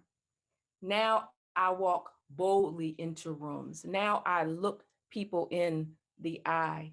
I raise my hand. I volunteer. I do all the things that I wish I could have done way back when I was feeling boxed in. But let's talk about your X factor and the 3 master keys to leveling up and leading. The first master key, and this is a critical one, is that the X factor is a who and not a what. Again, that's it. The X factor is a who and not a what. I want you to write that down. The X factor is a who and not a what. It's not something that we're born with, not something that we're taught, not something that you gain from experience, not something that you can't put your finger on, that you can't bottle, that you can't find. Hear me. The X factor is you. You are your own X factor. When I started thinking that I was the X factor, it was a game changer. It changed how I thought about myself, how I moved through each day, how I saw and approached every challenge. Nowadays, when I get to a challenge, I'm like, okay, how am I going to get through it? I know I have the answer. I just need to figure it out. I'm not looking for other people to solve my problems. So I want you to think about a situation that you're losing sleep over right today. You're not quite sure what to do. You feel like the situation is out of your control. And I want you to say these words: I am the X factor. And I want you to repeat them. Repeat it 3 times. Say, I am the X factor. I am the X factor. And one last time, I am the X factor. When I say it, I feel a release. And I know that some of you all also felt it. So the question is, how will you now show up knowing that you are the X factor? What will you do now as the X factor? And what else will you think about yourself because you know that you are the X factor? Stop looking and waiting for someone else to swoop into your life and live it for you, to clean up all of the things. No one is coming. It's up to you. You are the X factor, and you have all of the answers. The answers are in your heart. The answers are in your head. They just have to be tapped into. Think about Oprah. Some of you may know her story about being molested as a child and all of the things that she had to go through with the news stations. But all of those things, they're part of her story. But it wasn't until she decided she wanted to be great. That's when the switch happens. The second master key: it's time to level up your belief in your X factor. Your belief in your X factor is everything. There's a spectrum of belief. There's having little belief for a little bit of time to having a lot of belief a lot of the time. And on that spectrum, we go from that thing being possible to it being probable to that thing being inevitable, meaning it's going to happen. When we are firing at this level, that thing, whatever it is going to happen. But one additional thing is we have to focus more on what you believe about yourself and less on what others believe about you. How much time do you think LeBron spends questioning his belief in his basketball skill? I would guess this much. And when we level up, that's when we can then lead. We just need to be a few steps ahead of those behind us. The third master key is to take bold action. What you do or don't do is going to make all the difference. Go do the damn thing. Stop talking yourself out of it. Stop second guessing. This will be the difference between you being expendable and you being exceptional. You tell me which one you want to be, water boy or MVP. When you believe you are the X factor, there is nothing, circle, underline, nothing that you cannot do or be. Your people, those that are here, that you're here to serve and to lead, they are waiting for you to be great. They're looking for the leader to follow. It's go time. It's time to get in the game. But I understand where you are, because I've been there. I didn't know how to tap into my X factor, but I knew there were women who needed me. Women like my client, Katrina. She was stuck, wanting to move out of the area that she was living. She wanted a new start. But what I helped her to find was that she was actually allowing other people to run her life. And she was, in essence, running away. But she found her voice. She found her X factor. And she decided to put up some boundaries. She had some tools that she was able to use and ended up wanting to stay where she was and to develop those relationships. Or even my client, June, she was in a relationship with a narcissist. She felt like she wasn't enough. And so she put herself into situations where she really didn't want to be there, but she thought she had no place else to go. I helped her discover herself, that she was enough, that she deserved better. She found her X factor. She decided to walk away from that toxic, abusive relationship. And in the process, she found that someone special. So who else is ready for a transformation? Maybe you are living underneath of your potential. Maybe you're hiding. Maybe you lack the confidence to actually just to step out of your comfort zone and just be seen.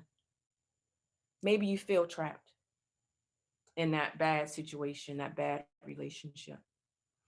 Or maybe you've lost trust in yourself and your decision-making skills.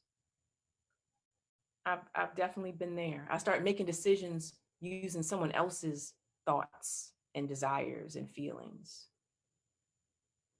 Or maybe you're the perfectionist and you're hard on yourself. Some of you are ready to move from where you are.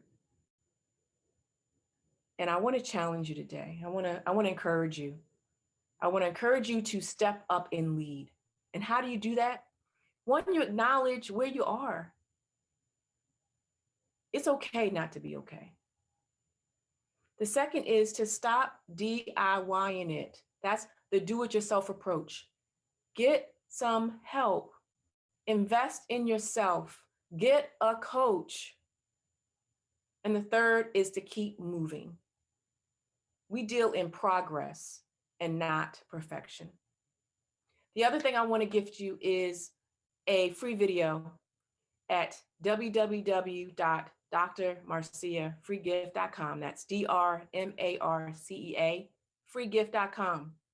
We've been talking about the X factor and leading, but in order to be able to lead others, we have to be able to lead ourselves. And that self-leadership starts with how we allow other people to treat us. It's a free video. It's entitled, Teach Others How to Treat You. The 3 false beliefs that keep you mistreated in relationships. Dr. Marcia, freegift.com. And I want to just to thank you for spending this time with me. It was an absolute joy. I want you to enjoy the rest of this amazing conference. All of the speakers, amazing. And I want us to, let's just stay connected. Please visit me at www.infobloomhealthandlifecoaching.com. That's infobloomhealthandlifecoaching.com. calm. Have an amazing day on purpose.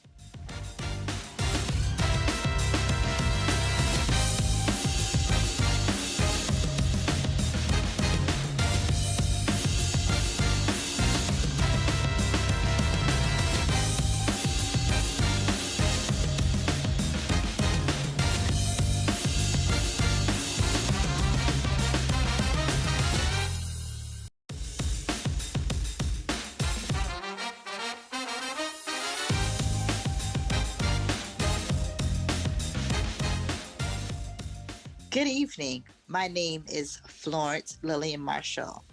I am from Bridgeport, Connecticut, originally, now residing in Brooklyn, New York. For today, I want to talk about what it means to be a beautiful, bold, iconic woman who have overcome great challenges, great warfare, and is now on the path for greatness. See, July 21st, 1985, you're looking at a young lady who overcame poverty.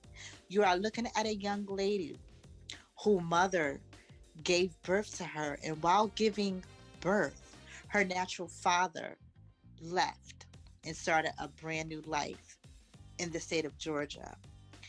Throughout my life, as you see, I've gone through major poverty. I've gone through major trials and tribulations. I've gone through low self-esteem, depression, wondering, will my change ever come? And here you are today. You are looking at a young lady who is very successful. The word that my life thinks about and on my path I think about is the word conquer, which means I've overcome, I've overcame, I triumph, I have prevailed, and most of all, I have won. What have I won over? I have won over being depressed. I have won over not feeling as if I am worthy, because I know I am worthy. I am a jewel. I am a queen. I am the apple of his eye. I am a warrior. I am a survivor. And most of all, I am a champion. How can you say that I am a champion? Because I know what it means to overcome poverty. See, my mother and we had to go on welfare for many years. My mom at the time, she couldn't really fit the bill of taking care of me. But what I'm grateful for and I'm thankful for is for the village that I had that came in to assist my mother properly, teaching my mother how to be a woman, how to be a successful mother, how to raise me up in the admonition and the nurturing of the Lord. I thank God that many days, even though my mom may not have, she did the best that she could. She made sure that I was clean. She made sure that there was always food, clothes, shelter provided for me. And that I even went to school to become the best that I possibly can be. I thank God for my mother, Ruthie, because a part of me overcoming, my mother taught me how to survive. My mother didn't become bitter. My mother, yes, she, had those moments of being angry. She had the moments of why me, why I would have to, raise a child on my own. Why is it that I didn't become married? Why did he leave me? But in all that, you are looking at the child who was gifted to my mother, who became the blessing, the inheritance from my mother. What I am thankful for is that on my path and on my journey of overcoming, I've learned to embrace forgiveness. Why? Because forgiveness is not only for that person, but forgiveness overall has been for me. Because a part of my healing, a part of my forgiveness, I forgave what happened in my past, not having much, always wondering where will my next meal or even some, things will come in life. But what I am thankful for is the tenacity, the determination, and women on today, my fellow sisters, my African American queens, and even the kings of life. Today, we are on the road and the path of determination. Determined what? Determined to win, determined to be great in life, determined to be bold, determined to be courageous. Most of all, me and be great. Meek and be great. Why I say meek? Because the meekness shall inherit the earth. See, a part of me And I'm part of my greatness is I have hope, I have humility, I have trust, I have faith, because I believe that there was a day that my natural father was going to come back into my life to make an impact. And I'm thankful that that day came in the year 2015. Yes, I cried. I cried in the arms of my father and I asked Daddy, why did you leave me? Why wasn't you there for my most important things? You missed out on so many prominent things in life, from my graduations, seeing me, being inducted into the honor society, attending my basketball games, and doing the things that an honorable father and a daughter would do. But what I am thankful for, I am thankful for my village of men, my grandparent, my grandfather, all my uncles, all my cousins, older male cousins that were always there for me, that made sure that I was shielded, protected, and loved and adored. What I am thankful for, that even on this path, is forgiveness. Forgiveness has brought such a great love, a great joy for me. Why? Because I know that I can't hold on to the things that have happened to me. I can't let them weigh me down. I cannot let them burden me. But I know that I have to become, and I had to change, and I had to mend what has happened to me now to impact the lives of others. That's why I'm iconic. That's why I'm bold. That's why I'm different. That's why I'm on the road to greatness, because I know greatness not only lives inside of me, but it lives inside of you. And on today, I just want to encourage you, my queens and my kings, to live in your greatness, walk in your greatness, talk in your greatness, declare your greatness, whatever your dreams, your visions, your hopes, your goals in life. Go for it. Go after it. Be bold. Be courageous. Why? Because you are looking at a young lady who was told that she will only have an eighth grade graduation. You are looking at a young lady who is now soon to be called Dr. Florence Marshall. I've overcome the bands of wickedness. I've overcome the bands of those educators that told me that I was dumb, that I was not smart enough, that I would have 8 children out of wedlock. Yes, I was told this, that I would have 8 children out of wedlock, lay on my back and mount to nothing. Today, that's not true. I don't even have a child. Okay. I don't have children, but I have so many spiritual children, and I have children that have come out of my path and from my loins, from the streets, from the projects, from the inner city, who I've helped educate, who I've helped mold and transform to be great citizens. I have students that have gone on to Howard, Yale, Morgan State, some of the major universities and colleges in America. Young people who were told that they would not become anything in life. And here I am, a young lady who was told that, but I made the great change to become something great and powerful in life. See, I turned my lemons into lemonade. That's right. I made it sweet. I made it pure. I made it amazing, because I am amazing. And on today, I want you to know that you are amazing. Let's go. Let's go after our dreams. Let's go after our visions, because we are bold. We are courageous. We are iconic. We are out of the box. And that's where I am today. One of the key scriptures that have blessed my life has been Psalms 139 and 14. For I am fearfully and wonderfully made. Again, I am fearfully and wonderfully made. It goes back to being bold, to being courageous, to being iconic, to being that quality star, to being that quality gem, that jewel, that king that reigns on the inside of you. Now it's time for us to work our work. Wow, I am so proud of myself. I remember when I had low self esteem. I felt like I was so low. There were so many nights where I would just be home in my bedroom crying, asking my father, God, like, Lord, when will my change come? When will my opportunity come? There's been so many rejections in my life. There's been so many things that has been spoken negative over me. But God, I pray that you hear my prayers. And I am so excited on today that God has really heard my prayers. I mean, prayers that dates back about 30 years.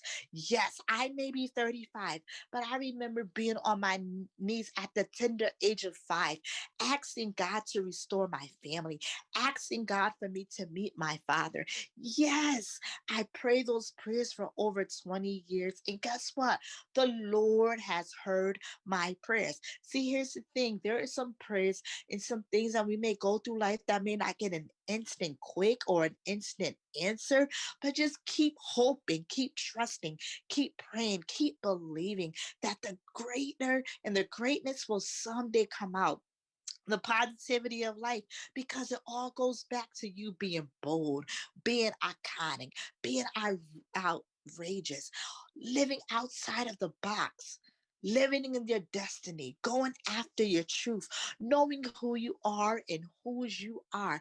On Christ, the solid rock, I stand. Because yes, I am a woman of faith, but I am also a woman of determination, a woman who possesses great strength, a woman who profess and also progress in great ability. I believe in myself and I want you to believe in yourself. I am hope. And you are hope. I am joy. I am peace. I am grit. I am strength. I am favored. I am loved. I am God's jewel. I am prosperous. I am wealthy. I am amazing. I am beautiful. I am bold. I am a queen. I am a beautiful, courageous, bold African American queen. And I believe in myself. And on today, I want you to believe in yourself. Another scripture that has helped me along my journey has been Philippians 3 and 14. For I can do all things through Christ that strengthens me. And on today, I just want to encourage you that as you are on your path and as I'm continuing on my path, I want you to become great. I want you to be strengthened. I want you to live outside of your box, live outside of your comfort zone, and be great. Why be great? Because the world needs you. The world is calling for you. There are great things. Your voice, your expertise, whatever it is that you're called to do. For me, I am a motivational speaker. I am a preacher. I am an educator. There's a lot of things within me that I'm the jack of many trades. But what I am thankful for is that my rejection, I did not allow my rejection to stifle me, to keep me bound. But what I am thankful for that I found the strength, I found the tenacity, I found the hope and the love within me to keep going forward. I became very motivated. Why? Because I had mentors that believe in me. I had my supporters that believed in me, that always encouraged me, had a kind word, that always sowed a seed into my life. So my encouragement and my boldness to you today is to live, live, live, prosper, be joyful, be bold, be courageous, be iconic, and be all that you are destined to be. Think outside of the box. Think about your future. Think about the way that motivates yourself daily. For you are going greater, you're going higher, new dispensations, new realms each and every day. Every day when I wake up, I think about my life. I think about where I'm heading. And then I also think about where I came from and how I have progressed. And now what I'm even jumping into even for the greater. Why? Because I know the greater lives on the inside of me. You are looking at a young lady who was chronically in poverty. But here I am today, bold, beautiful, black. I am thankful that my accounts are thriving. I am thankful that God has given me the testimony of what it means to live in the promise. I am thankful because I remember those days when I was on food stamps, on welfare. Like, God, when my change now? Now, don't get me wrong. You know, those things were there to assist, to aid until I was able to get on my feet.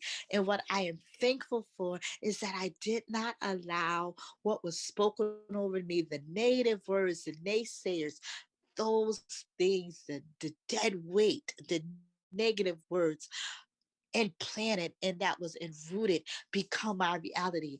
I was determined to change. I stood tall in the face of adversity and I said to myself, Florence Lillian Marshall, you will be great. Florence Lillian Marshall, you will become a major name. Your household will be great. Your name will be great. There are women that you are supposed to empower, men whose lives you are supposed to change, families will come back together because of the words that are coming from your mouth to enhance to perfect the life of an individual. In my heart has been children. Why? Because I know there's so many children who had to go through the ranks that I've gone through of poverty, living in a low income area. And sometimes you don't have the best quality of support. But what I am thankful for is for every person that has ever supported me. And I'm even thankful for those educators and for those teachers that I had that spoke their negative words over me. Why? Because it empowered me and it motivated me to be great. It motivated me to think on the great things of life. Like, girl, you are going to overcome. Girl, you are going to be great. Snap, snap, snap, snap, snap. Because you are chosen and you are destined for greatness. You are chosen to change the world. You are chosen to change your life. You are chosen to change your community on the local, the national, the state, and most of all, international.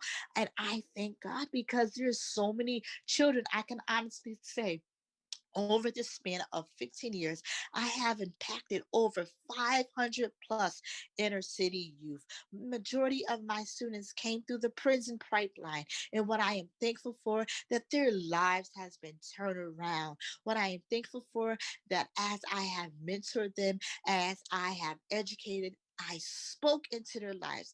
I didn't speak the negative, but I said to them, I know that you can be great. I know that you can do your schoolwork. I know that you can find other things and find other positive ways to stay off the street. Earn money the right way. No, you don't need that gun. I want you to think about your parents and think how you can change your life. Make your mother proud again. Make your father proud again. And that's a part of my prodigy, is to see our young people grow and to see our young people become greatness, to develop in their greatness, and then to become great senators, become great leaders, become great motivators. Anything that is positive, I stand for and I believe in. That's why I am born. That's why I'm a beautiful African American queen who come from poverty, now propelled into my greatness. And that's why on today I am beautiful, I am bold, and I am iconic. God bless.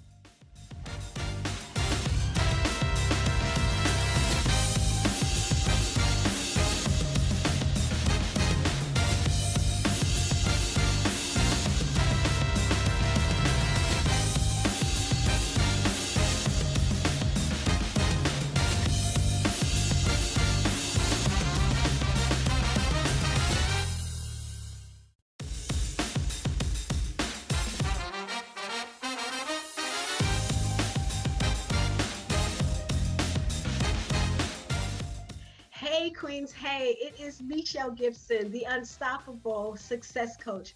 I want to take this opportunity to thank you and honor you for coming into this session because it had to be on purpose and intentional. I don't know if it was because of the title or whatever it was, but I hope that our time here together is going to be so transformational for you. I am the Unstoppable Success Coach, and I help to connect women with their purpose, with other people, and their profit.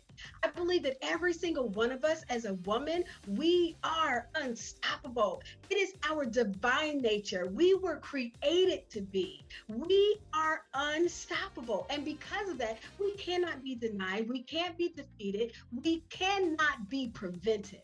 I love that one the most. We are unpreventable. If we walk in our purpose, if we walk through our passion, God allows us to walk as the queens that we are, and He places this crown on our heads. And when we walk fully in our purpose, it stays tight. And it has these beautiful jewels of every gift and talent that we have to give to the world. But I also understand that as every woman, no matter where we are, no matter how high we go, we'll always get stuck. People don't like to talk about the stuck part, but I want you to understand is that the stuck part allows us to grow and to be more of who we're supposed to be. I often say to my clients, if I work with someone who is afraid to fail, I don't want to work with them because I know that I can't have them on my team because I can't trust them to know what to do when a situation happens. But ladies, let me tell you, we've been living life for a long time and we've had some stuck moments. Maybe it was a promotion that didn't go well. Maybe it was a physical situation, a relationship situation, maybe something with your children. Maybe it was physical or even maybe it was spiritual. Whatever it is, when we get stuck, the thing is not to focus on getting stuck, but focus on how I get out of it. And I will tell you this, that every unstoppable woman I know, we understand when we're stuck, but we know how to move quickly to the strategies that help us to get back to that place where our crown, which once slid down and the jewels that may have become dim, now straighten back up and they actually shine again. In large part, it's because that I believe that our superpower as women is connection and our kryptonite is competition. And I'm not just saying this because I love this topic. I'm not saying this because I just want to say something that tickles your ear. I really want you to understand that I'm saying this because I've lived it and I continue to live it. You see, as we follow this path to the unstoppable and live our greatest purposeful life, the fullest life that we can, it really is going to depend on the vehicles in which we ride in. For me, I've driven in 3 different vehicles before that helped me to get to where I am right now. The first vehicle I drove in was the wrong vehicle, and it almost cost me my life through a domestic violence situation. But it was in that moment that I got out that I realized that there was more for me. And because I made it out, that I was and am unstoppable. The second vehicle that I drove in was a damaged vehicle. I was on my way to graduate school, and as I was driving down the highway to actually go and register, the vehicle began to go out of control because one of the tires burst. I'm on the interstate and it's going around and around in circles. And all of a sudden, it looks like it's going to hit over and go over the ravine. And I was going to be going down the mountainside in the hills of Kentucky. I just knew no one would ever be able to find me. But by the grace of God, he stopped that vehicle and he spun me one last time in the opposite direction of traffic. The miraculous part about this is that there were so many vehicles coming at me. I saw them in my rearview mirror.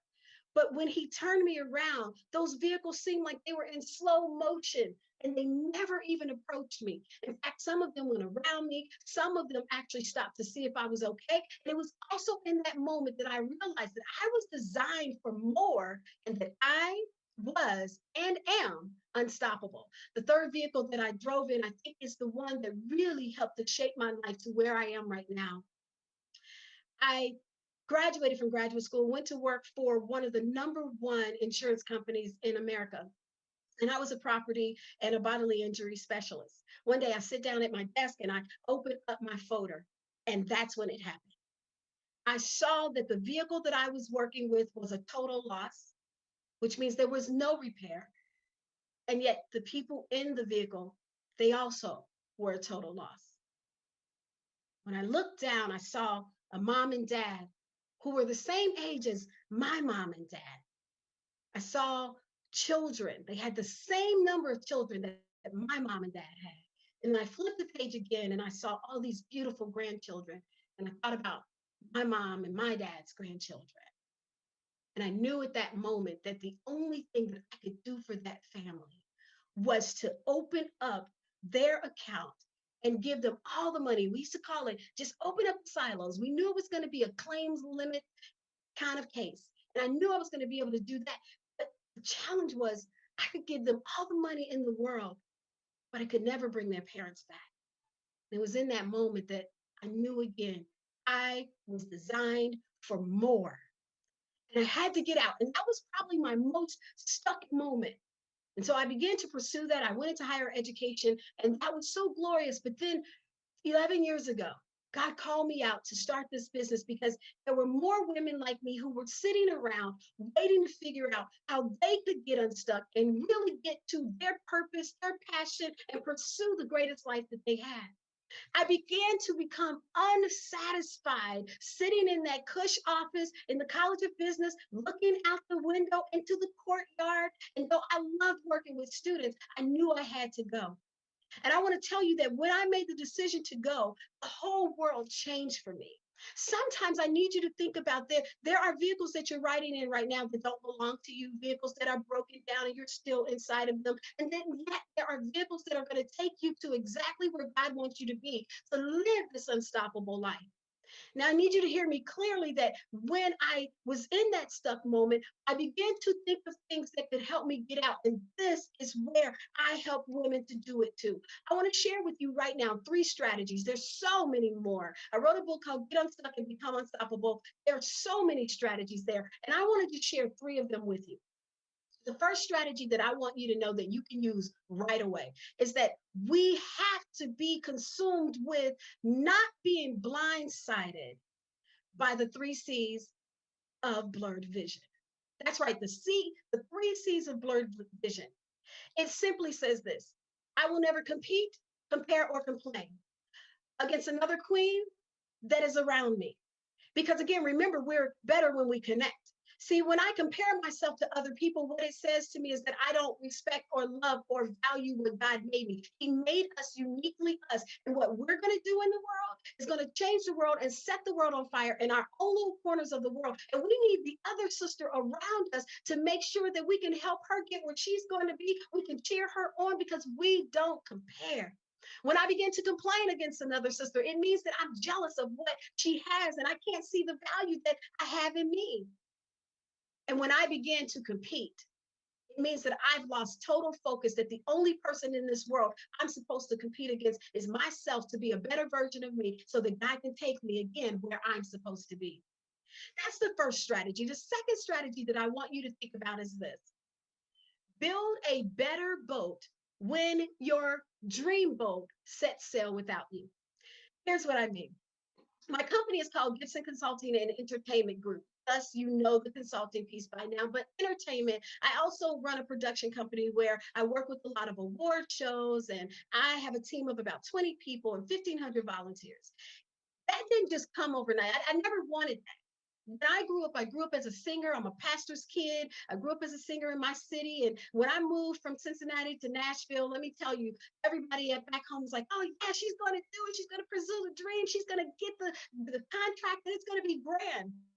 I get here with that same thought. But let me tell you, God began to show me that there were other pieces of that dream. And as I began to develop this company that I did not know that I needed, wanted, or had interest in, He began to show me another love. And as time would progress, I decided I didn't want to be out there singing on that platform. I want to position myself to push other artists out there. But here's the thing: I had to build a better boat.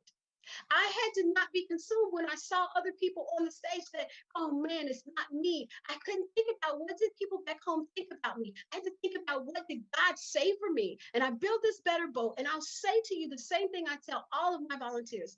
Listen, when you see people operating in what you thought you were supposed to operate in, remember this: that's their platform and you have yours. And remember this: they are ordinary people doing extraordinary things just like you. That hits me so hard because we never can get starstruck. We're just there to help them do what they do. And when you go to work, there's someone there to help you do what you do. And you're the ordinary person doing extraordinary things on that day. So be willing to build a better boat. And the third thing that I will tell you is this: we have to make sure that in our pursuit of everything, ladies, take time to check your routines.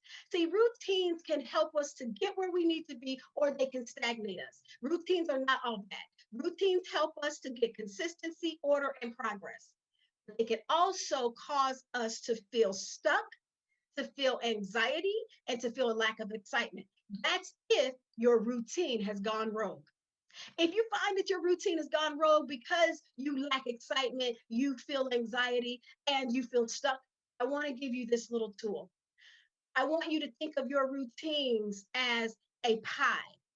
A pie comes in 8 slices, and I have this activity, and it's available for download, that you can actually take a piece of pie, you draw it out, and then in each of those slices, you put one of your routine. There's a wellness routine, you have a wake up routine, you have an eating routine, you have a work routine, a faith-based, a financial routine, and hopefully a self-care routine. You take these routines and you put them in the pie. You begin to put a check next to the ones that really aren't working for you. But the ones that are not, I want you to put a X next to those. And then I want you to build another pie, draw it out, and just put in the slices for the number of slices that represent those areas that need to change. And so for everyone that you had an X in, write it in a new pie. Begin to write down, why does this not excite me? What can I do to change it? And then put a timeline as to when I'm going to change it. Ladies, when we change our routines, sometimes it's as simple as changing the route in which you go to work. But whatever it is to bring you greater excitement, change the routine. But I caution you, do not change them all at one time because it could be overwhelming. Allow this process to be something that flows within your life. So ladies, I want to thank you so much for just spending this time with me. You have 3 routines. You have 3 challenges. 1, build a better boat when your dream boat sets sail. 2, don't get blindsided by the 3 C's of blurred vision: complaining, comparing, and competing. And 3, change your routine. Create the pie that represents you, that causes the greatest sweetness in your life, so that you can be the most powerful, the most successful, the most purposeful, unstoppable queen, where your crown sits nicely on your head and it cannot be moved. My name again is Michelle Gibson, and I want to thank you for taking this time with me. I'd love to connect with you even further, and I want to invite you to come out to my website at www.unstoppableconnection.com. As you go out there, there are several different freebies out there for you and resources that you can use on the front page, and then you'll be able to see more of what I do, and we'll be able to connect from there. You know, you could have been doing anything else that you wanted with your time, but you decided to hang out with me in this session. And I'm grateful and I'm thankful. So until next time, I'll see you at the top.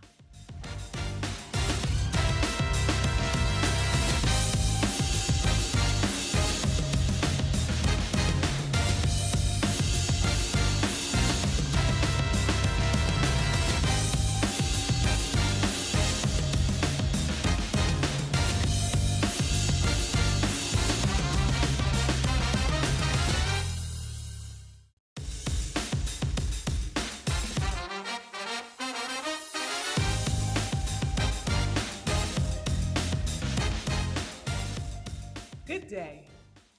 My name is Obiama Martin. I go by the conscientious cash flow activist because I care about how you bring money into your home. I am also a coach, an educator, a mentor, a counselor, all of these different hats that I wear. But today I get to speak to you as a servant leader. And I get the honor to share my story with you and to help you get from stuck to the place I like to call equipped. And so, there was a time before I became who I am today, this amazing individual that you see before you. There was a time when early in my entrepreneurial endeavors, because this isn't my first time at the rodeo. I've actually been an entrepreneur full-time since 2002. So we're talking almost 20 years now. And I have a whole lot of experience with failing forward. But there was a time specifically in 2009 when I had the opportunity to work with this phenomenal company. At the time, I had no idea that this company was the largest nonprofit company in the area. And I was just really excited that I had the opportunity to fulfill my dreams and do the things that I absolutely enjoy doing, which is pouring into people, loving on people, and helping them get from a place I like to call stuck to equipped. And so I landed this contract working with this organization that allowed me to transform the lives of individuals that was transitioning from the welfare to work industry, or I should say the welfare to work population, to a opportunity to be more sustainable so they would not have to continue to depend on public assistance.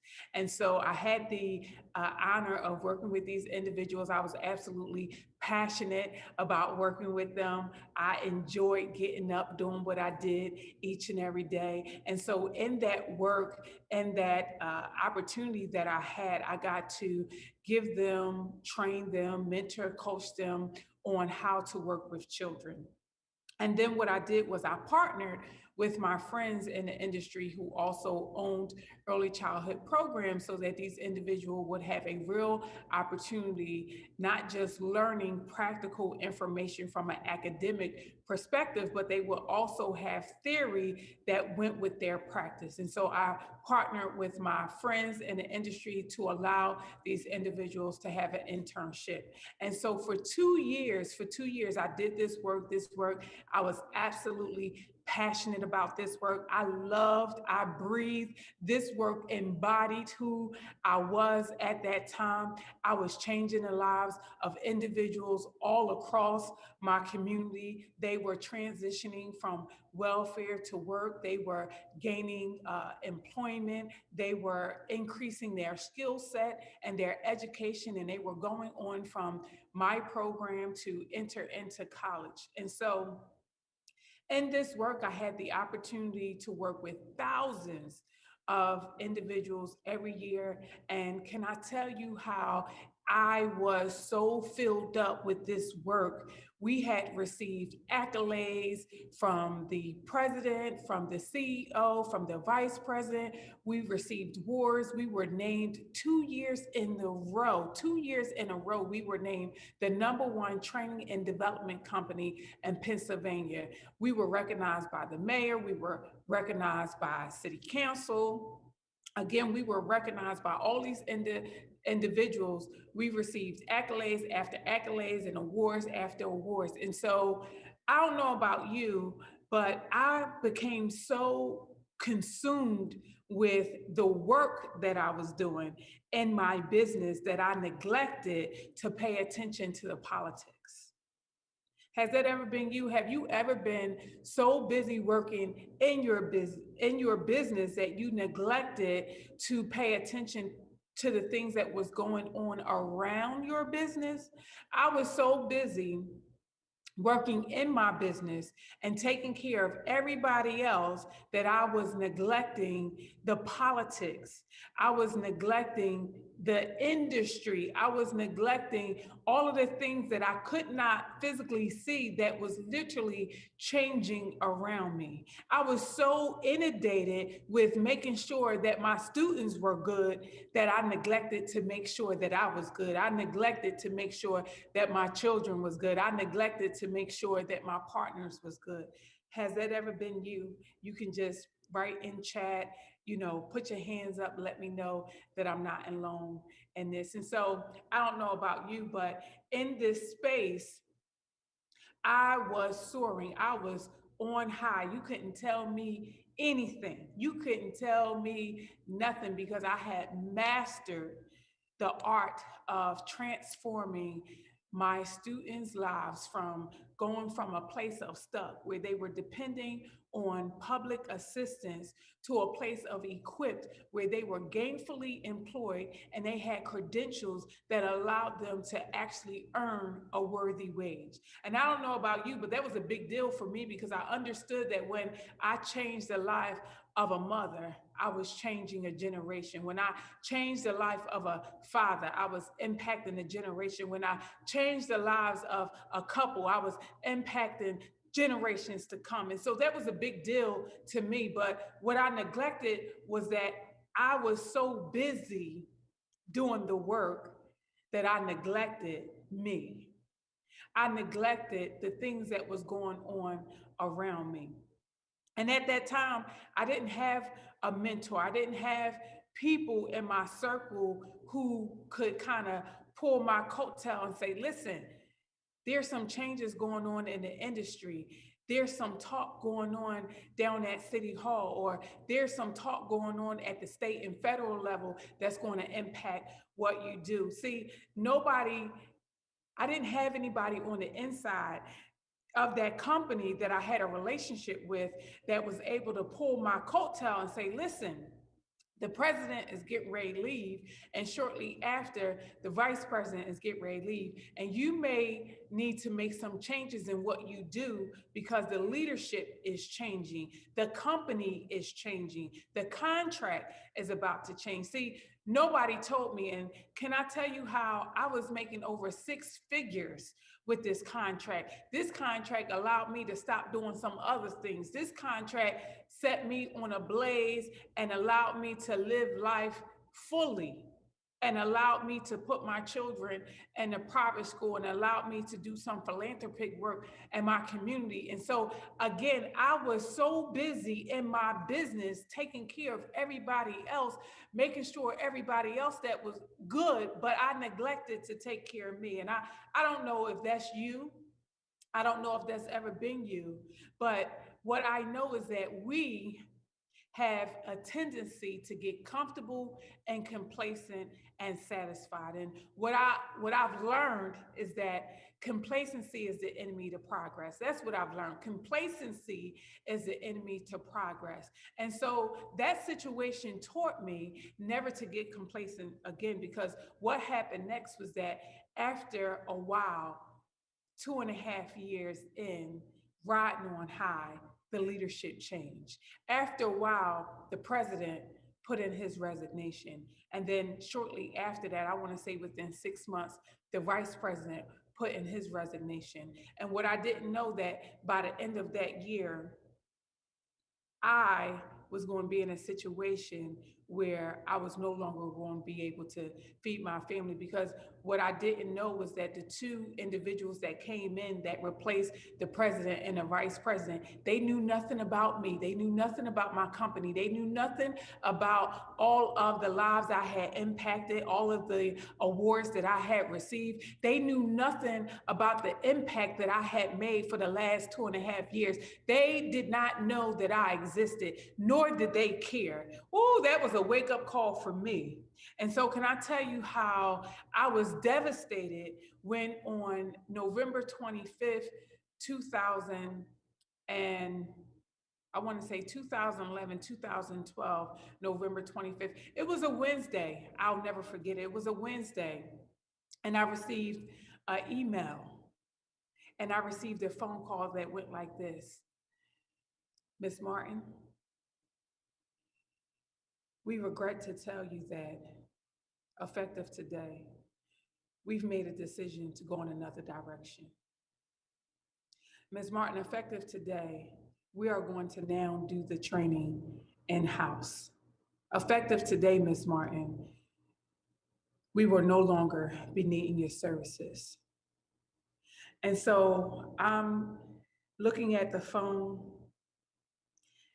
in disbelief. I'm looking at this phone in complete despair. I'm looking at this phone saying to myself, this cannot be happening to me. I've put everything into this contract. I've put all of me into every student. This cannot be my reality. This cannot be happening to me. And I'll never forget how when I looked into this phone, I took a minute and I paused and I said, okay.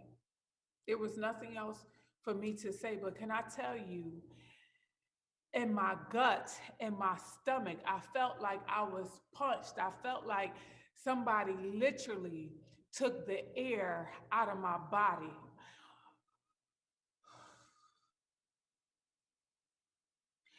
can I tell you how I was distraught? I felt like I was betrayed. I felt like my world had come to an end. My stomach, it was just filled with emptiness. I was in so much pain. I just didn't know what to do next. I just didn't know what to do next. I had nothing left to give. I had nothing left to give. And so I got myself together after I paused and I said, God, I don't know what this is all about, but I trust you. I don't know what this is all about. And so I quickly saw the email after that phone call, and I just was like, okay, this is what I'm going to do. I'm going to notify the funding organization. So the company that I was contracted with, I was the subcontractor, and that company was the main contractor, and they were receiving a grant for the services that I was providing. And so luckily, I wasn't a dumb chick. Luckily, I wasn't a dumb chick. So what I did was I reached out to the funding organization. I sent the email and I got on the phone and I said, listen, this is Miss Martin. I am the subcontractor with this company. And I just wanted to let you know that they just called me and informed me that effective today that they will no longer be needing my services. And they said, really? Okay, well, thank you for notifying us and we'll get back to you. I didn't know what was going to happen next. I also followed up with the email because I wanted everything to be documented. I didn't know what was going to happen next, but I trusted God. I absolutely was like, God, I know that you got me. And so quickly after that, I want to say within hours, I get another phone call from the funding organization that went like this. Ms. Martin, we are happy to notify you that we have notified that company that they wrote you in the contract. And because they wrote you in the contract, they have a legal obligation to fulfill the contract because you are the leading training organization. And we have notified them that if they do not continue on with your services, that we will not continue on providing funding. Woo! I was like, thank you, Jesus. Thank you, Jesus, right? But let me tell you what happened next. So of course, the organization that had just terminated me had to eat humble pie and email me as well as call me and say, I'm sorry for the inconvenience, Ms. Martin. We will continue on with your services and we apologize for the inconvenience. And I was like, yes, and amen. Hallelujah, right? However, that experience changed the trajectory of my life because let me tell you what happened.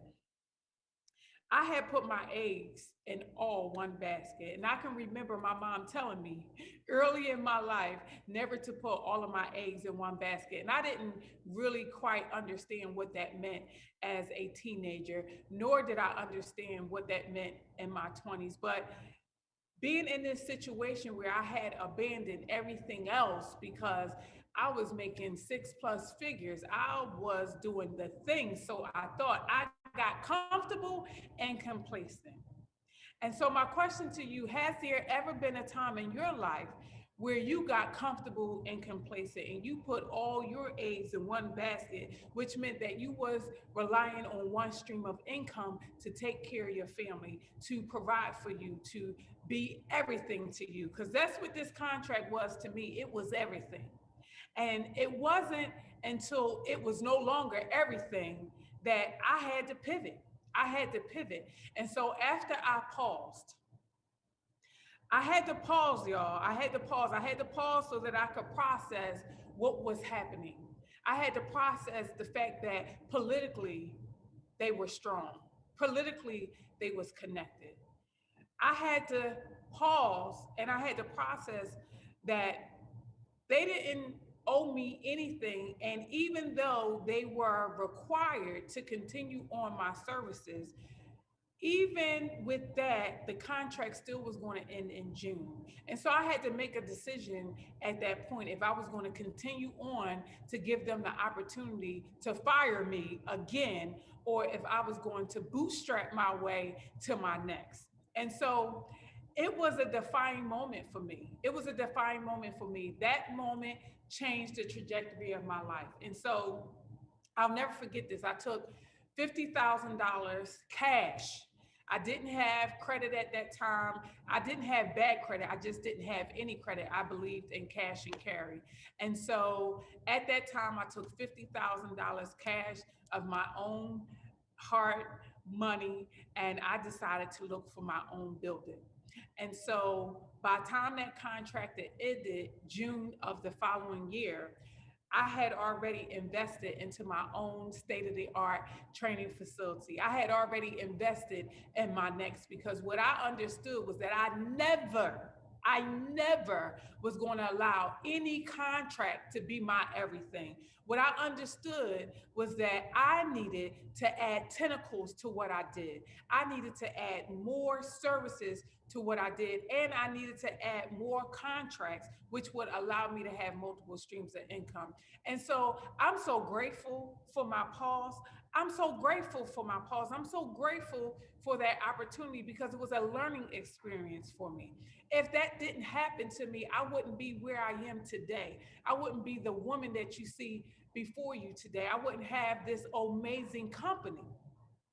And so I say to you today, don't get so comfortable, don't get so complacent in your business that you allow it to be your everything, causing you to be comfortable and complacent. I say to you today, don't get so comfortable and satisfied with your current income that you don't continue on striving for more. Don't get so comfortable and complacent in doing what you do that you refuse to continue to invest in yourself so that you can become better. Because this is what I know to be true. If you are not working on you, on your business, on your personal development, on your business development, on your spiritual development, you're getting worse. And what that simply means is that something is going to be neglected. And when something is going to be neglected, that means that your income is going to be affected. And if it was not for that experience, I would not have learned the lessons. Oh, that was the cost of tuition for me. And because of that, I decided to make a decision. I'm going to ensure, as long as there is breath in my body, that everybody that I come in contact with, that I find stuck in any capacity of their life or in their business, I'm going to help them get equipped. I'm going to develop them and pour into them so that they have the right tools on their tool belt to help them to navigate whatever life brings their way. Because there was a time when I wasn't equipped. There was a time when I was stuck. There was a time in 2009, 2010, what I shared with you, working with that company, I was absolutely soaring. I was so busy being busy, taking care of everybody else, and I neglected to take care of me. And because of that neglect, it caused me to be in a place where I felt like literally my world was crumbling and the foundation underneath my feet was fading away. But it was from that opportunity, it was from that lesson that I've been able to rebound. I've been able to allow that situation to springboard me forward into this amazing individual that you see before you today. My name is Obiama Martin, and I have been able to pivot and go from stuck to equipped.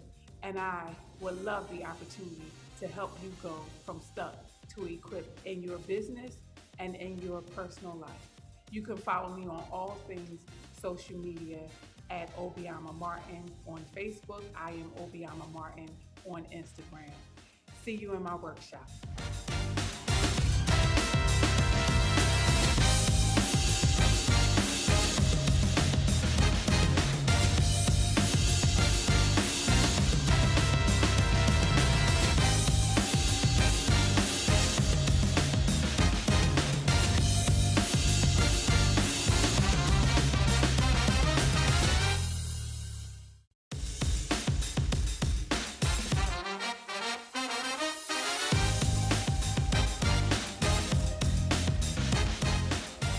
It's the Black CEO Iconic 2021 Conference. I am so excited. I'm so excited. I am ready. I am so excited. This is the day of the unstoppable Black woman. This is the unstoppable Black woman day, and I'm excited about that. I'm excited, but I am Donna Izard, and I am your host of the Unstoppable Black Woman. That's me, and we have some amazing, amazing unstoppable Black women, such as Lashana Williams, Marcella D. Moore, Dr. Jennifer Harris, Chandra Gore, and Lakeisha Hendricks Horton. I'm telling you, these amazing, unstoppable Black women will be sharing with you what it means to be an unstoppable Black woman for a time such as this. So get ready to take some notes. Get ready to be inspired. Get ready to be ignited, and get ready to be invited to the unstoppable Black woman journey. That's me. Get ready. Are you ready? Because the DI is ready. The DI is ready. The DI is ready to receive it all, The 2021 Iconic Unstoppable Black Woman Day. I've been waiting for this day. Can't you tell how excited I am? I have been waiting for this day.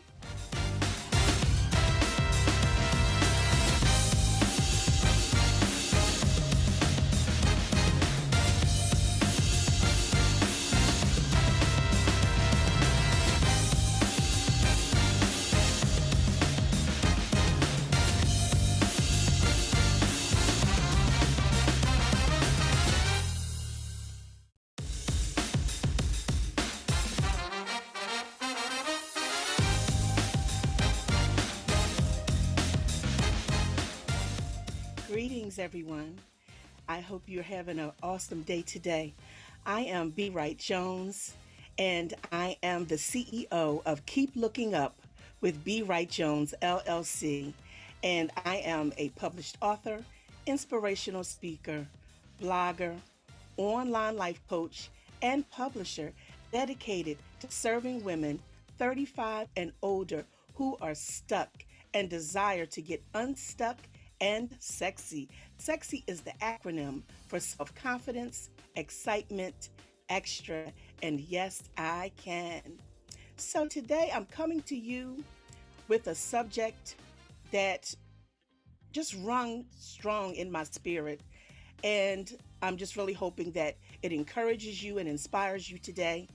And the topic of my teaching today is developing the iconic leader within.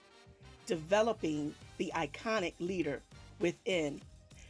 Just like we take care of our physical bodies, and ladies, we want to make sure that the hair is right, the nails is right, the makeup is right, and fellas, you want to make sure that the barber, have you looking good and the suit is laying just right. Just like our outward appearance, it's so important for us to also take care of that inner man. It's so important that we make sure that we are not just talking, but also walking and doing what we're saying that we're going to do. I've always been a Christian, but if I can have this really transparent moment, my Christian walk was not always where it should have been. And because of that, it caused my Christian walk to be questioned. Just like we have to have an intimate and personal relationship with God so that He can do that work on the inside of us, it's our responsibility to make sure that we are coming to God, that we are allowing Him to do that inner work on the inside of us. Sometimes we get so caught up on that outward appearance. With me, with my Christian walk, I was trying to make sure that I was doing everything on the outside right, paying my tithes and going to church and serving on ministry. But then I was failing to have that intimate relationship with God. so that he could work on me. So when those moments of temptation came, I would, just like, Jesus did in the Bible, he told Satan, get behind me. But when we neglect that inner man, when we neglect taking that time with God, it causes us to be vulnerable to the tricks and the schemes of the enemy. And then we can fall. And then we could cause our walk to be questioned. So to avoid that, it's so important that we're always open and transparent with God. Just like in Christianity, we as leaders have a responsibility, not only in our business, but in our home first, in our business and in our communities, just to make sure that we're taking care of that inner man, making sure that we're living up to our part so that we're not just making, just doing something on the outside to look good, but making sure that our message is authentic, making sure that we are authentic, making sure that we're honest, that we're a person of integrity and a person of character. So today I'm going to get into my subject here on developing the iconic leader within. And iconic is an acronym for integrity, character, open to God's leading, never let fear get in the way, inspire others, and committed to your calling. So let's get right into it. The first part is going to be on integrity and character. So I listed here, what are 5 attributes of integrity? Honesty, always telling the truth, not taking advantage of others or being underhanded in any way. People want to know that they can count on you, okay? And then there comes respect. You treat others the way you would like to be treated. Then trusted. You want your actions to line up with your words. People don't have to question what you say that you're going to do. They know that you're a person of your word. And then you're going to take responsibility for your own actions. And you're going to put others' needs above your own. You're not going to be self seeking, but looking to honestly help others. Then I have here the leader that walks with integrity and character will always do what they say that they're going to do. They will always do the right thing, even when no one is looking. They are not led by their emotions, but they are known for making good decisions. They are fair in their judgments. They avoid drama at all cost, and they walk in humility. The next section is open to God's leading. A leader that's open to God's leading will always acknowledge God first. Proverbs 3, 5, and 6. We know the scripture oh so well, to trust in the Lord with all your heart, to lean not on your own understanding, but in all your ways acknowledge him, and he'll direct your paths. Then next, you will keep God first in everything. Matthew 6:33. Seek first his kingdom and his righteousness. Then you will walk by faith and not by sight.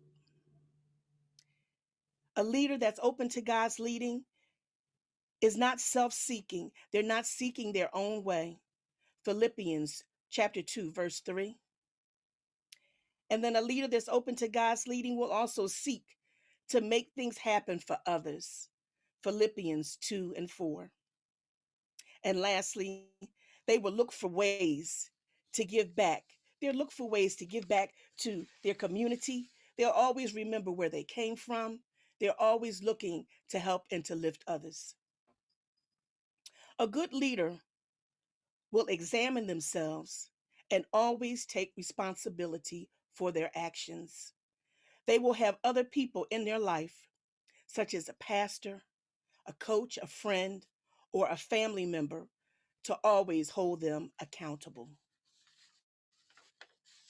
The next section is to never let fear get in the way. A good leader will not allow fear to lead them in their decisions. They will trust God and the process. They will stretch themselves and not allow fear to hold them back. They will not be afraid of opposition. So, like when those fiery darts start coming, they're going to still be there. They're going to stand in the face of opposition. They're not going to run and hide. And they will never be afraid to do the right thing, even when the world is going in a different direction. The next section is inspire others. Inspire others. A good leader will always inspire others to grow, to expect more, and to want more from life. A good leader will always inspire others by sharing their story of inspiration. They will also lead by example.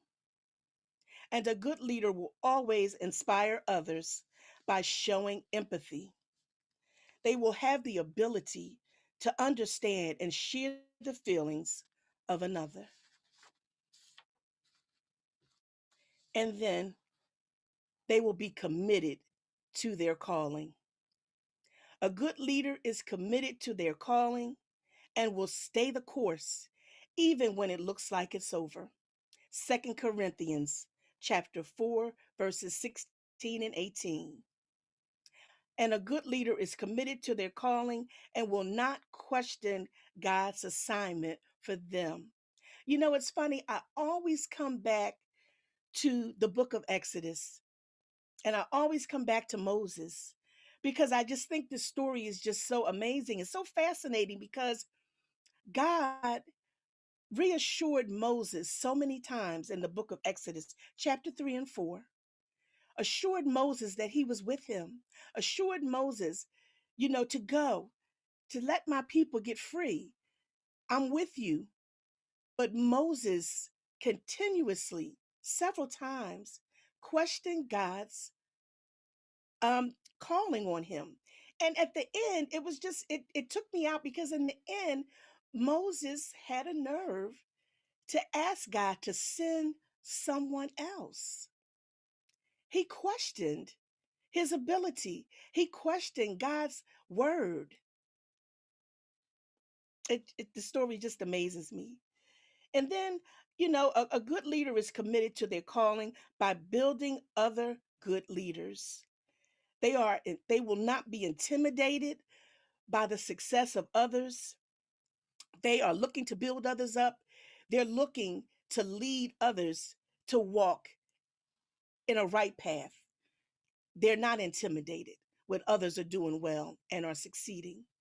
A good leader is committed to their calling and is content in their leadership role. They are not trying to outshine others or trying to keep up with the Joneses. They're staying focused and committed to their assignment. And then a good leader is committed to their calling and will keep a good reputation. Proverbs 22 and 1. So, my question for you, and this is a call to action, my question to you is, will you be committed to developing that iconic leader within? Not just the outward appearance, of being well respected and doing well in life and looking the part, but will you develop that inner man with having integrity and good character? Will you commit to examining yourself on a daily basis? Will you hold yourself accountable? Will you stay open to God's leading? Will you have that faith over fear at all cost? Will you inspire others daily? And lastly, will you stay committed to your calling, no matter what it looks like, no matter what it feels like, no matter what's going on around you? Will you stay committed to being that iconic leader? In closing, I just wanted to share these last words. Leaders become great not because of their power, but because of their ability to empower others. That's John Maxwell. And then lastly, great leaders don't tell you what to do. They show you how it's done. So I hope that my message has encouraged you today. I hope that it's inspired you to be the best you that you can be, to always be open and honest with God, allow God to do that inner work so that we can be the best. We want God to get some glory out of our lives. Amen. So we want people to see us at our best. Now, if I can just have this transparent moment, I don't want to make this look like it's so easy. I don't want to make it look like, I'm so perfect, because I'm not. Trust me, there are many days that I'm behind my closed doors in tears, crying out to God, asking God to help me to stay strong when people have let me down, when people have done me wrong.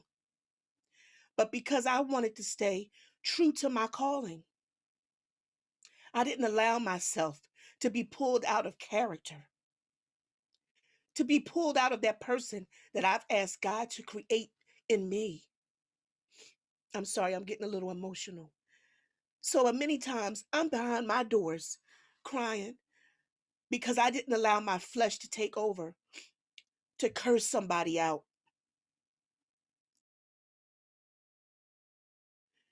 It's not easy always, but because of who I am and who I want to be in God, I take my walk seriously.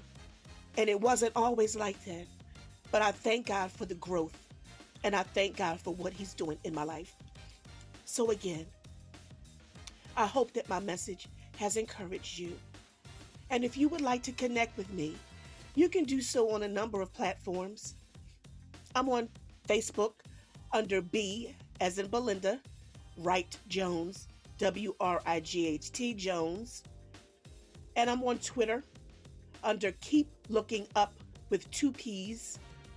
And I'm on Instagram under Keep Looking Up and the number 7. My website is www.bewrightjones.com. So be blessed, beloved. And in ending, I always have to say, stay encouraged and remember to always keep looking up. Be blessed.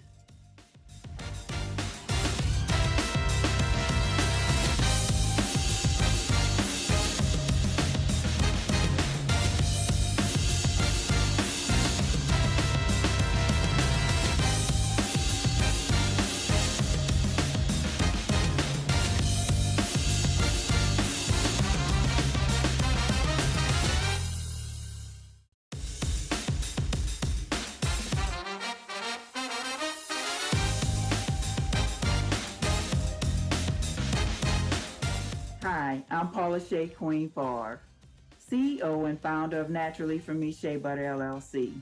Native of a small town called Bay St. Louis, Mississippi, but I currently reside in Seattle, Washington. I'm a mother, grandmother. I'm number 13 of 14 kids. How amazing is that?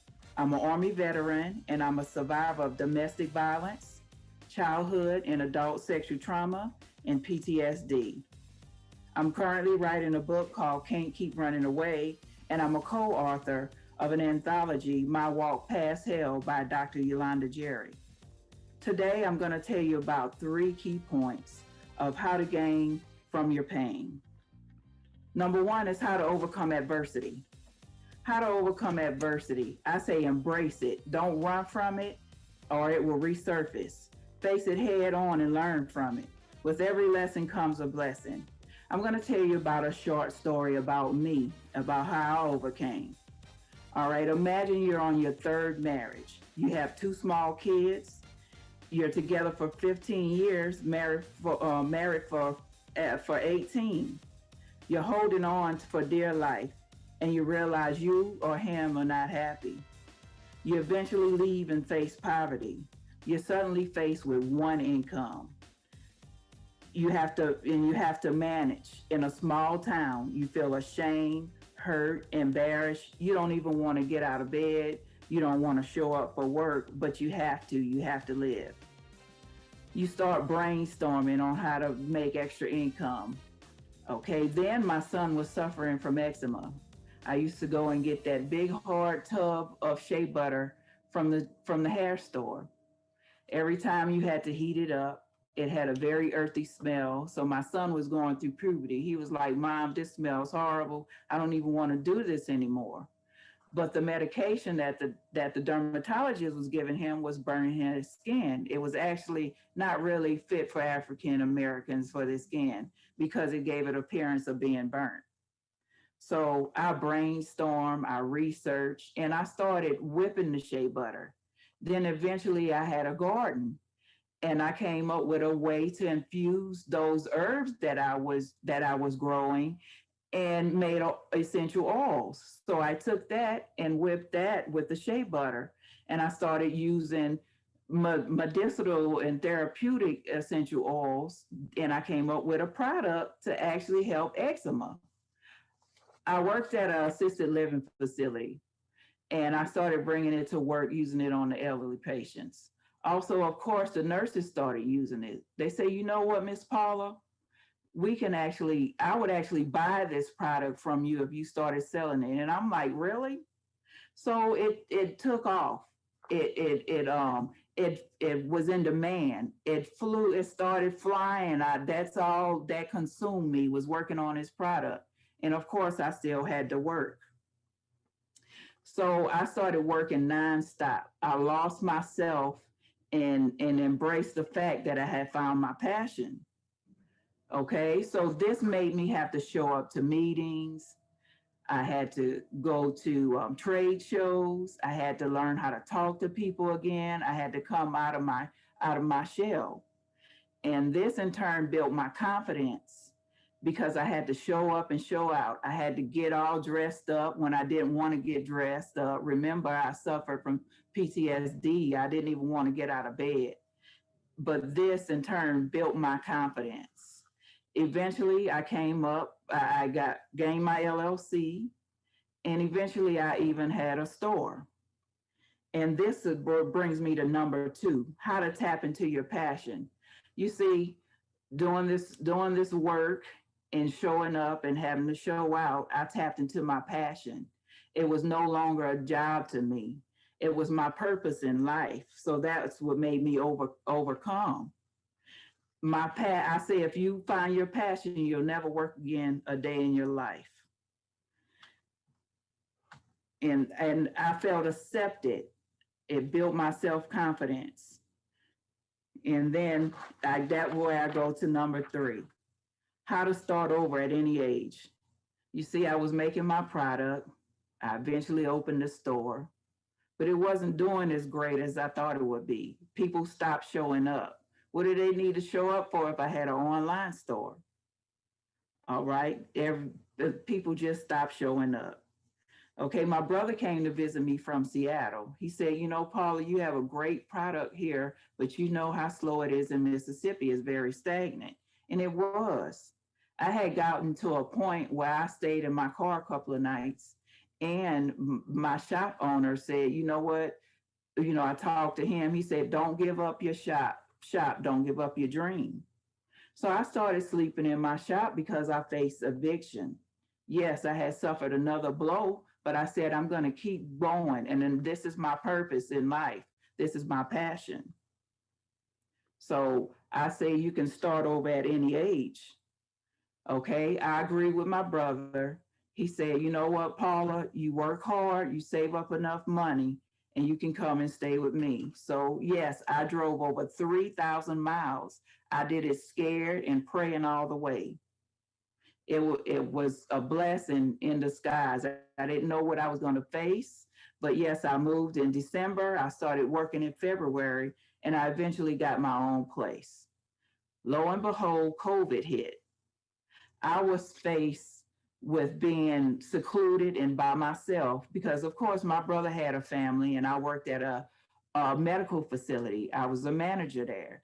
And of course, I didn't want to possibly bring COVID to him. So I had to go to and from work and stay here a whole year and just work on my product. I went to work, came home, worked on my product. And when I first got here, my brother was like, marijuana is legal here. You should come up with a CBD line. And I said that actually literally driving here. I said, you know what? In a year, I'm going to come up with a CBD line. Eventually, I had a whole line of products. I had my online store was doing great. I started writing wholesale agreements.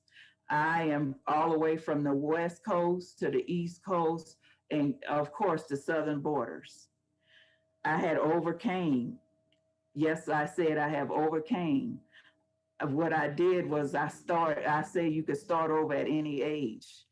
I am now 52, but I started over. Like I said, I drove over 3,000 miles with only my clothes in my car and my lab. Of course, my beloved lab. I had to carry that lab with me. Okay, so I came up with the CBD line, online stores, and I was living my dream and my passion. Okay, from there, like I said, I have wholesale agreements. I'm writing books. I'm no longer an introvert. I know how to speak to people. I overcame some of my PTSD through counseling. And my product has, like I said, it built my confidence. Remember, you can overcome. As long as you have breath, you can start over. Don't be afraid. But I say if you are afraid, do it afraid. Show up and show out. Remember, you always have a chance to start over. Okay, now I'd like to offer you a small gift. I'd like to, if you will go to, if you would dial 1-800-396-6113, that's 1-800-396-6113. Text your first name, your last name, your email address, and hashtag transition21. That's hashtag transition21, and I'll send you a small gift. Or you can also go to www.therealshaqueen.com. That's www.therealshaqueen.com. That's www.therealshaqueen.com, and use pound transition 21 for 21% off. Thank you. It's been real. Remember, as long as you live your passion, you could find your purpose, live your dream, and start over at any age in life. Be blessed.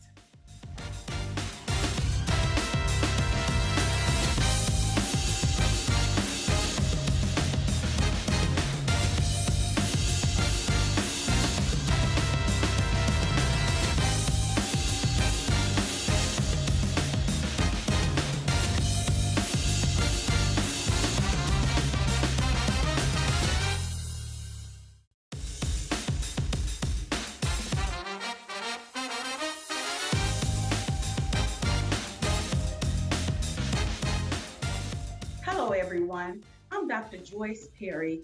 I'm the Income Maximizer. Today, I want to show you how to maximize your gifts, your time, and your talent. I want to show you how to strategize those things. So our objectives today is to show you how to define those life skills, to show you what really happens when you focus, and also to explore BBA.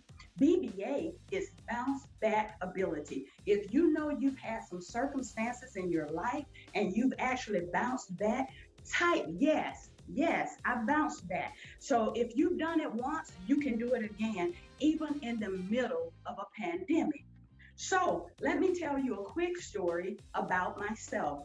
So I was enjoying life. I was going along like the Smurfette, like la la la la la la, just going on about my business. Ended up going through a divorce after being married to someone for 20 years. Long story short, when life happened, I began to make excuses. I was like, well, I'm doing this, I got the kids, I'm this, I'm that. And my uncle said something very important to me. He said, baby girl, when you stop making all the excuses, the choice is still yours. So today, I want to tell you the choice is yours, even in the middle of a pandemic. Yes, life is going to happen. Yes, it will take you out of your comfort zone. Some of us have never been in a pandemic. So today, I want to help you to explore some of those things. So you have to realize you have a voice and a choice.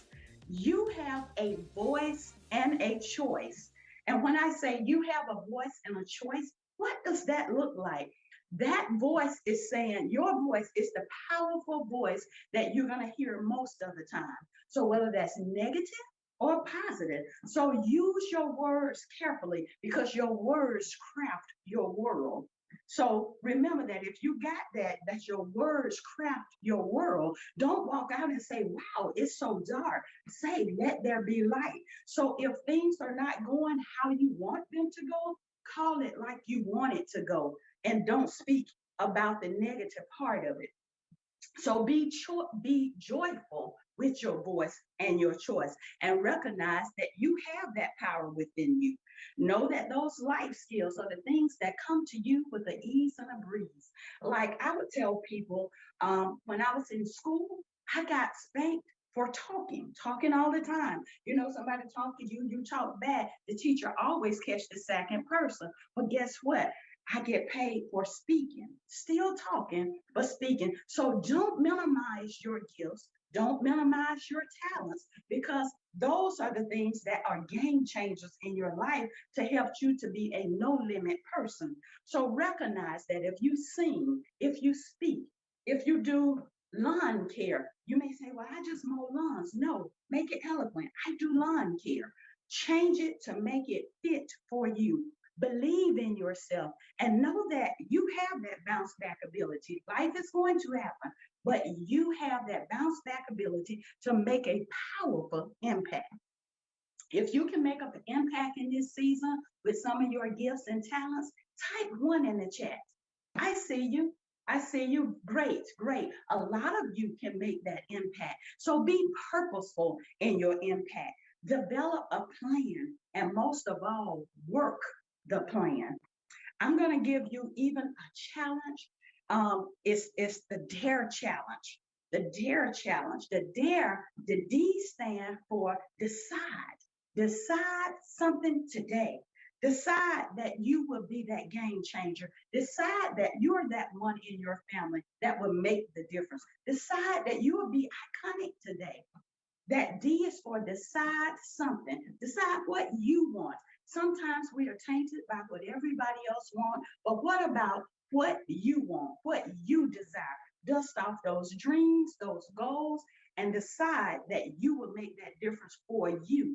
Have any of you ever been let down? Before I go any further, have any of you in the chat, type 2 if you've been let down by someone. Type 2. Okay, I see you, I see you. Okay, when you think about that, I want to change how you look at it. Somebody might have let you down today, but what if you've been letting you down? What if you've given up on your dreams? What if you've given up on your goals? What if you are the person that's holding you back? It's a game changer. So 1, decide something. The A is assess your assets. Decide what you're good at. I'm good at speaking. I'm good at teaching. I'm good at teaching children. I'm good at showing people how to take the negative and make it a positive. For me in my life, nothing bad happens to me anymore. Why? Because I look at it that it's all working for my greater good. Had I not gotten that divorce, I wouldn't be where I am today. I wouldn't be making the positive difference that I am doing today, just because of the surroundings of that relationship and how it was designed, how we designed it. But what I'm telling you to do, assess those assets and make it count for you. The R is rejection. Reject the enemy inside of me. Nobody can hold you back. You are the game changer. You're the deciding agent in your life. You are the CEO of YOU. I want from this day forward, after hearing this, I want you to get up, make a powerful difference.